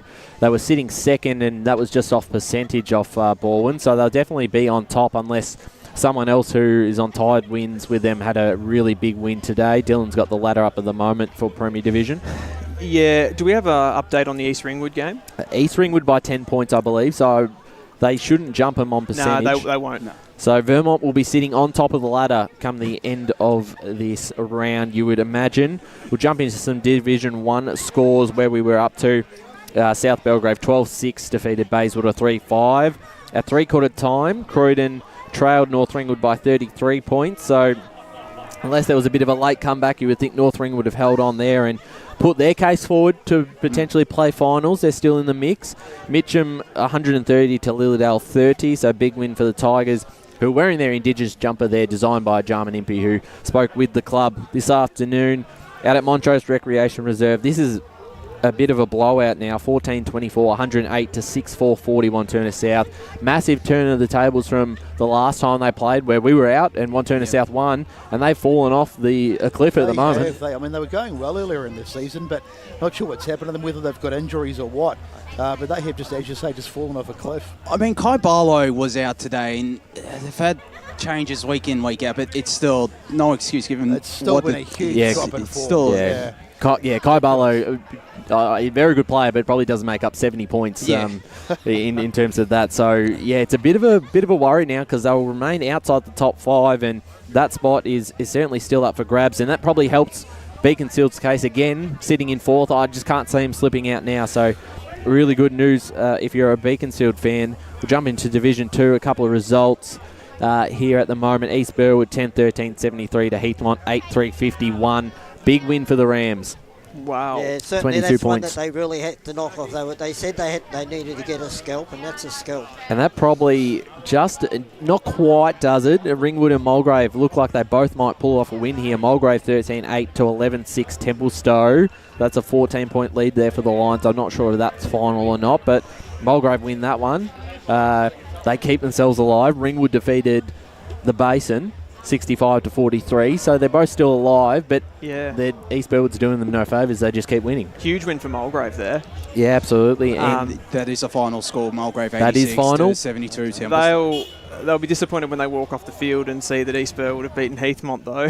Well, that sort of cancelled each other out. You know who has really benefited from this is the Waverley Blues, who are 2 games behind them on both sides of Heathmont and Templestowe. Now they're 1 game behind, a big win over Upper Ferntree Gully, 174-65. So the percentage, bit of a boost there. They keep their double chance alive. That's big now for them. And then Boronia are clear on top, and they will finish on top now. 134 defeated Knox 44. So they'll have the break off, you would imagine now. They're not going to lose top spot. Second and third is where it gets interesting. If the Waverley Blues can, I think they've got a bit of an easier run home compared to Heathmont and Templestowe. Templestowe head to Tormore Reserve next week. So Waverley Blues could be in the top 3 by the end of next week. Very interesting there in terms of who gets that double chance. Do we think any of those teams can do any damage in that division of that sort of chasing pack? It's hard. They've got a bit of work to do. They're a bit behind Boronia, but in saying that, it just takes one performance, one bad day from the Hawks, and a one-spirited performance from one of those 3 sides. That's right, yeah. Even East Burwood now, you've got to contend. Keep them as a contender. They're playing some good footy. Bit of funny side, the Waverley Blues, because they looked pretty much unbeatable earlier in the season. They had that bit of a flat patch, but now they seem to be coming back towards the back end of the season. I think it was spoken about a bit on the pod, though, wasn't it? Where they had that game, they played that extra game, and it was sort of heightening our what we thought about them. In saying that, they've lost 3 close ones against East Burwood, Heathmont, and Templestowe by less than a kick. So you reverse those results and they're probably sitting in second. So there's a lot of positives you can take out from a Waverley perspective. We'll jump into Division 3. Donvale defeated Fair Park 104-42. Big win for the Magpies. Continue their winning streak. Sylvan defeated Oakley 88-59. Bit of not a surprise, but Sylvan were in probably a rough patch of the season. Had won only 1 of their last 6 games, so a big result for them. That probably locks up the top 4. I think that's all done. Fair Park obviously losing. So that was Oakley that got Sylvan. That was no, Sylvan that got Oakley. Sylvan got Oakley. Yes, 88-59. Warrandyte 98 defeated Whitehorse 73. I believe Warrandyte will now be the only side, I think, in contention to actually make the top 4 from here. I don't think they will. They're probably too far out, but they're the only side you could think could possibly get on a run, and Whitehorse now in a bit of trouble. 3 wins on the bottom of the ladder, a game behind Coldstream. You would have think that Warrandyte are still in the hunt because they've had, they've had a pretty ordinary season for the most part. A lot of injuries, a lot of overseas travellers. Overseas travelling. The old overseas travellers. 2 games behind Sylvan now in 4th. That Sylvan loss, they'd be a game behind. So I think do they play Sylvan on the run? They play Sylvan on the run home. I think so. They play Sylvan and Oakley District on the run home. So. But they have to contend with Donvale as well. So I think that's it then. That's your top 4 pretty much locked up, and both finals are pretty much sorted because Ferntree Gully and Donvale aren't going to drop out of the top 2. We'll jump into Division 4. Surrey Park 127 to Nuttawading 10. Bit of a blowout there. Scoresby can't stop smiling. Very happy, man, because Surrey Park won and Carlton are leading against Port Adelaide. No Carlton scores, thanks. Scoresby 13-13-91 defeated Croydon North Hemlock 6-8-44. Not that bad from Croydon North Hemlock to stay within 50 points of the Magpies. Come on, Ryan. We're waiting for the Churnside game. Well, Kimberley Reserve, Churnside Park 13-9-87 have run away with this to 8-6-54 Forest Hill. So 2 games ahead of the Zebras from here. They do have a bye, so the Zebras are technically only 1 game behind. But in saying that, they're very close to just locking up that final spot. Yeah, I think they've got that really with the run that they're on. I mean, I think Forest Hill possibly play Croydon North Hemlock and Nuttawading on their run home. Churnside, I think, only faced 1 of them, so there's still a chance. But given the percentage differential they would have gone from that game, it's going to be hard for the Zebras to get into the top 4. I think you can almost lock that in if you want to in Division 4. Yeah, I think you're right with the percentage boost that they'll get from here. They're playing some good footy at the moment. It's hard to see them missing, and even 3rd place isn't that far off of them because Scoresby's form has been probably pretty average in the last few weeks. So, what's the ceiling on Churnside?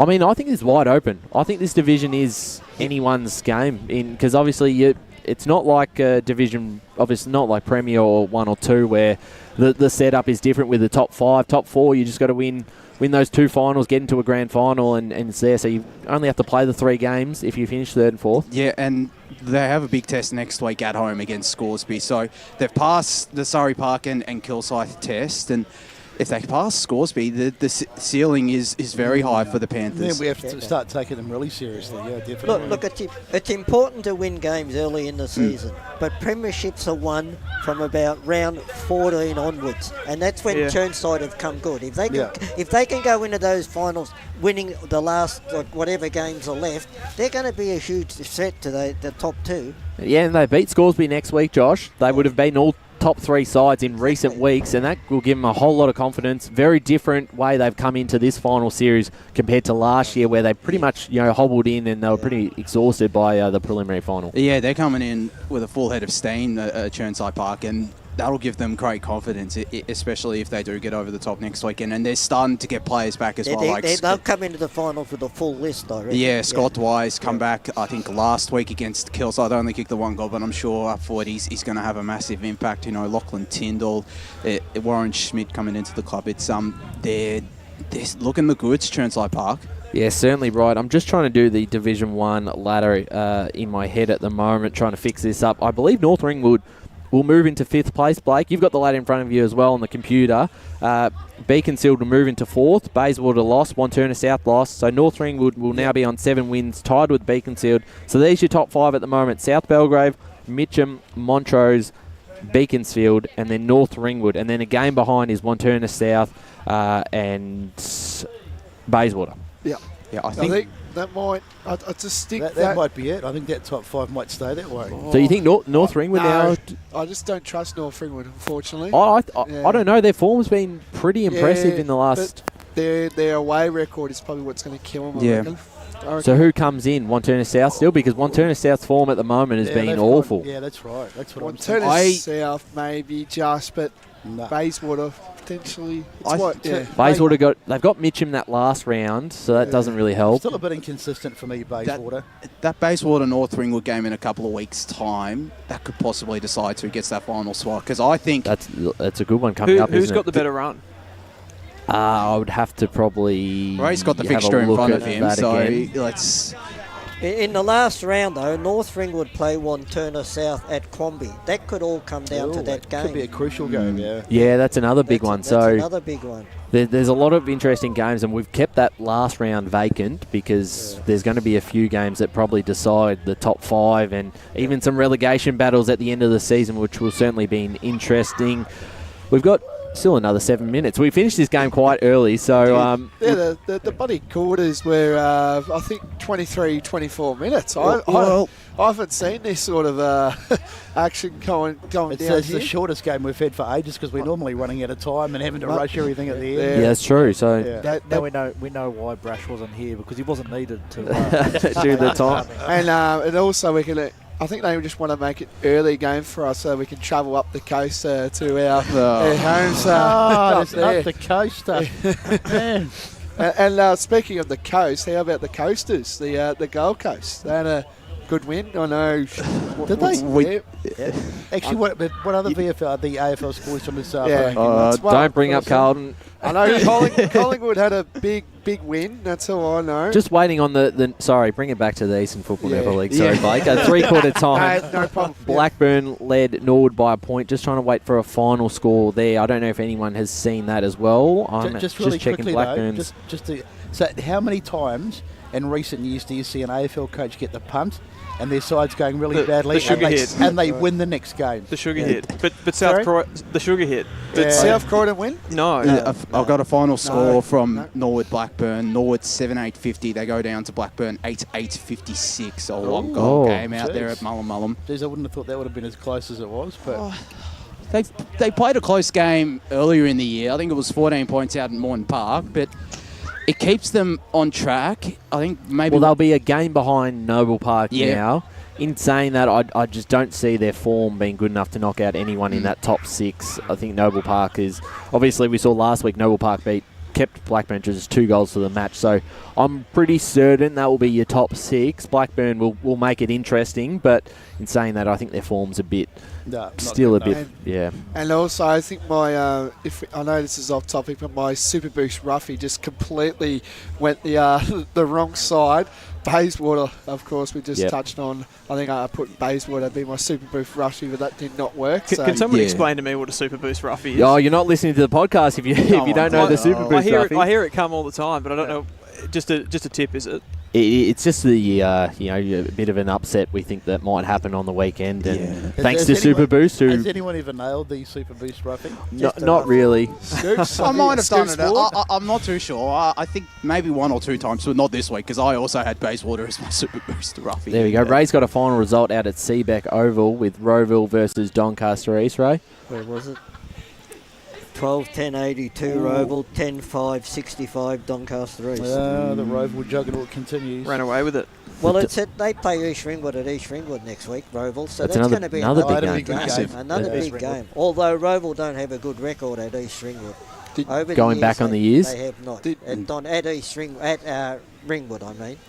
Next week, yeah. So you got a final score at Vermont too? yes, Vermont did defeat Bourne, so just got on that, top yeah. of the Premier Division ladder. Who would have thought, eh?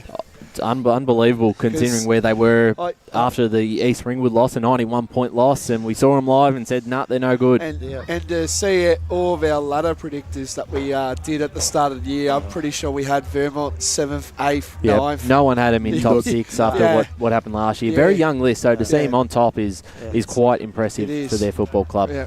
As we pretty much wrap things up now, we've still got a couple of minutes left. What's happening with who's driving home? No, a TAC round, so obviously the guys behind us, anyone who's drinking in the rooms, leave your keys behind. Hopefully not. I think I'm with Kane and Mackie, who's on the pre-game Mackie show. still giving you a lift home. I'll double-check Even that. with a sling on his right arm. No, he's all right. He'll be fine. He drove me here, so I guess he should be fine. He'd be all right going around the roundabouts. Hopefully we can see our Tigers get up tomorrow twilight game. So Yeah, sure they will. Yeah. Don't bring up Richmond, Josh, please. are you staying in? You stayed in Beaconsfield overnight. Did a bit of an overnight stay here. You're back there again. Because I can't be bothered getting up at 7 a.m. in the morning and catching Is that public true? transport. Yeah, I did. I've got family out here around this area, Jeez. and they graciously let me sleep, spend the night. So this reminds me of the grand final from last year. Our great man Lee stayed at Bayswater. I sleep there every year. He does that every year, the grand final. That reminds me of. That's not about not being bothered. It's the fact I've got to get up at 5 o'clock and start preparing for the game. Well, I can't be bothered, but it's going to be interesting how Dylan and I navigate our way back into the inner east of Melbourne. No, I'm off straight away. You're at least going to chase me out to the car park. No, we're just going to wrap things up now. A fantastic afternoon for the Beaconsfield Football Club. 9-8-62 defeated Mooroolbark 7-9-51 in a game that was close all afternoon. Matt Johnson started with 4 goals, but Aussie Smith walks away with the Sportsco Eastland Best On Ground Award. Got to thank Lee Green and Megan Green, who do a fantastic job each week. Kate Green as well, who was there for the women's. We were here all day, and obviously Josh, you were there calling that game. I was. North Ringwood getting the job done over Beaconsfield in the women's. So thank you to all three. Greens do a fantastic job, and we can't have a program like this without them, so congratulations to them each week. Do a fantastic job. Blake Tennant, Josh Ward on the boundary line. Another good weekend for you boys. An absolute pleasure being down there on the boundary and being out here at Beaconsfield all day. It's been a spectacular day and a couple of good contests out here today. More to come now, I reckon, for Beaconsfield. Absolutely. They get the approval from me. So you're in. Okay, you're in charge. That's So I'm I'm very happy with. Yeah. Very happy with their facilities here. Dylan Smith, first time on the specials today. Did a fantastic job. Thanks, guys. And Ray Baird, as always. Yeah, looking forward to weekend recovery tomorrow too, mate. Yes, absolutely. We'll be there in studio. Blake, you might be there with us as well. 50-50. All right, we'll see how your night pans out. Brett Beston calling aside alongside me. Yeah, thanks, mate. It was a bit of a struggle today with the dreaded lurgy, but we got through it, and a really good game, and onwards and upwards for Beaconsfield. That's it. I'm Ryan Long, and you've been listening to the Eastland Match of the Round. Beaconsfield 9-8-62 have defeated Mooroolbark 7-9-51. We'll see you next time.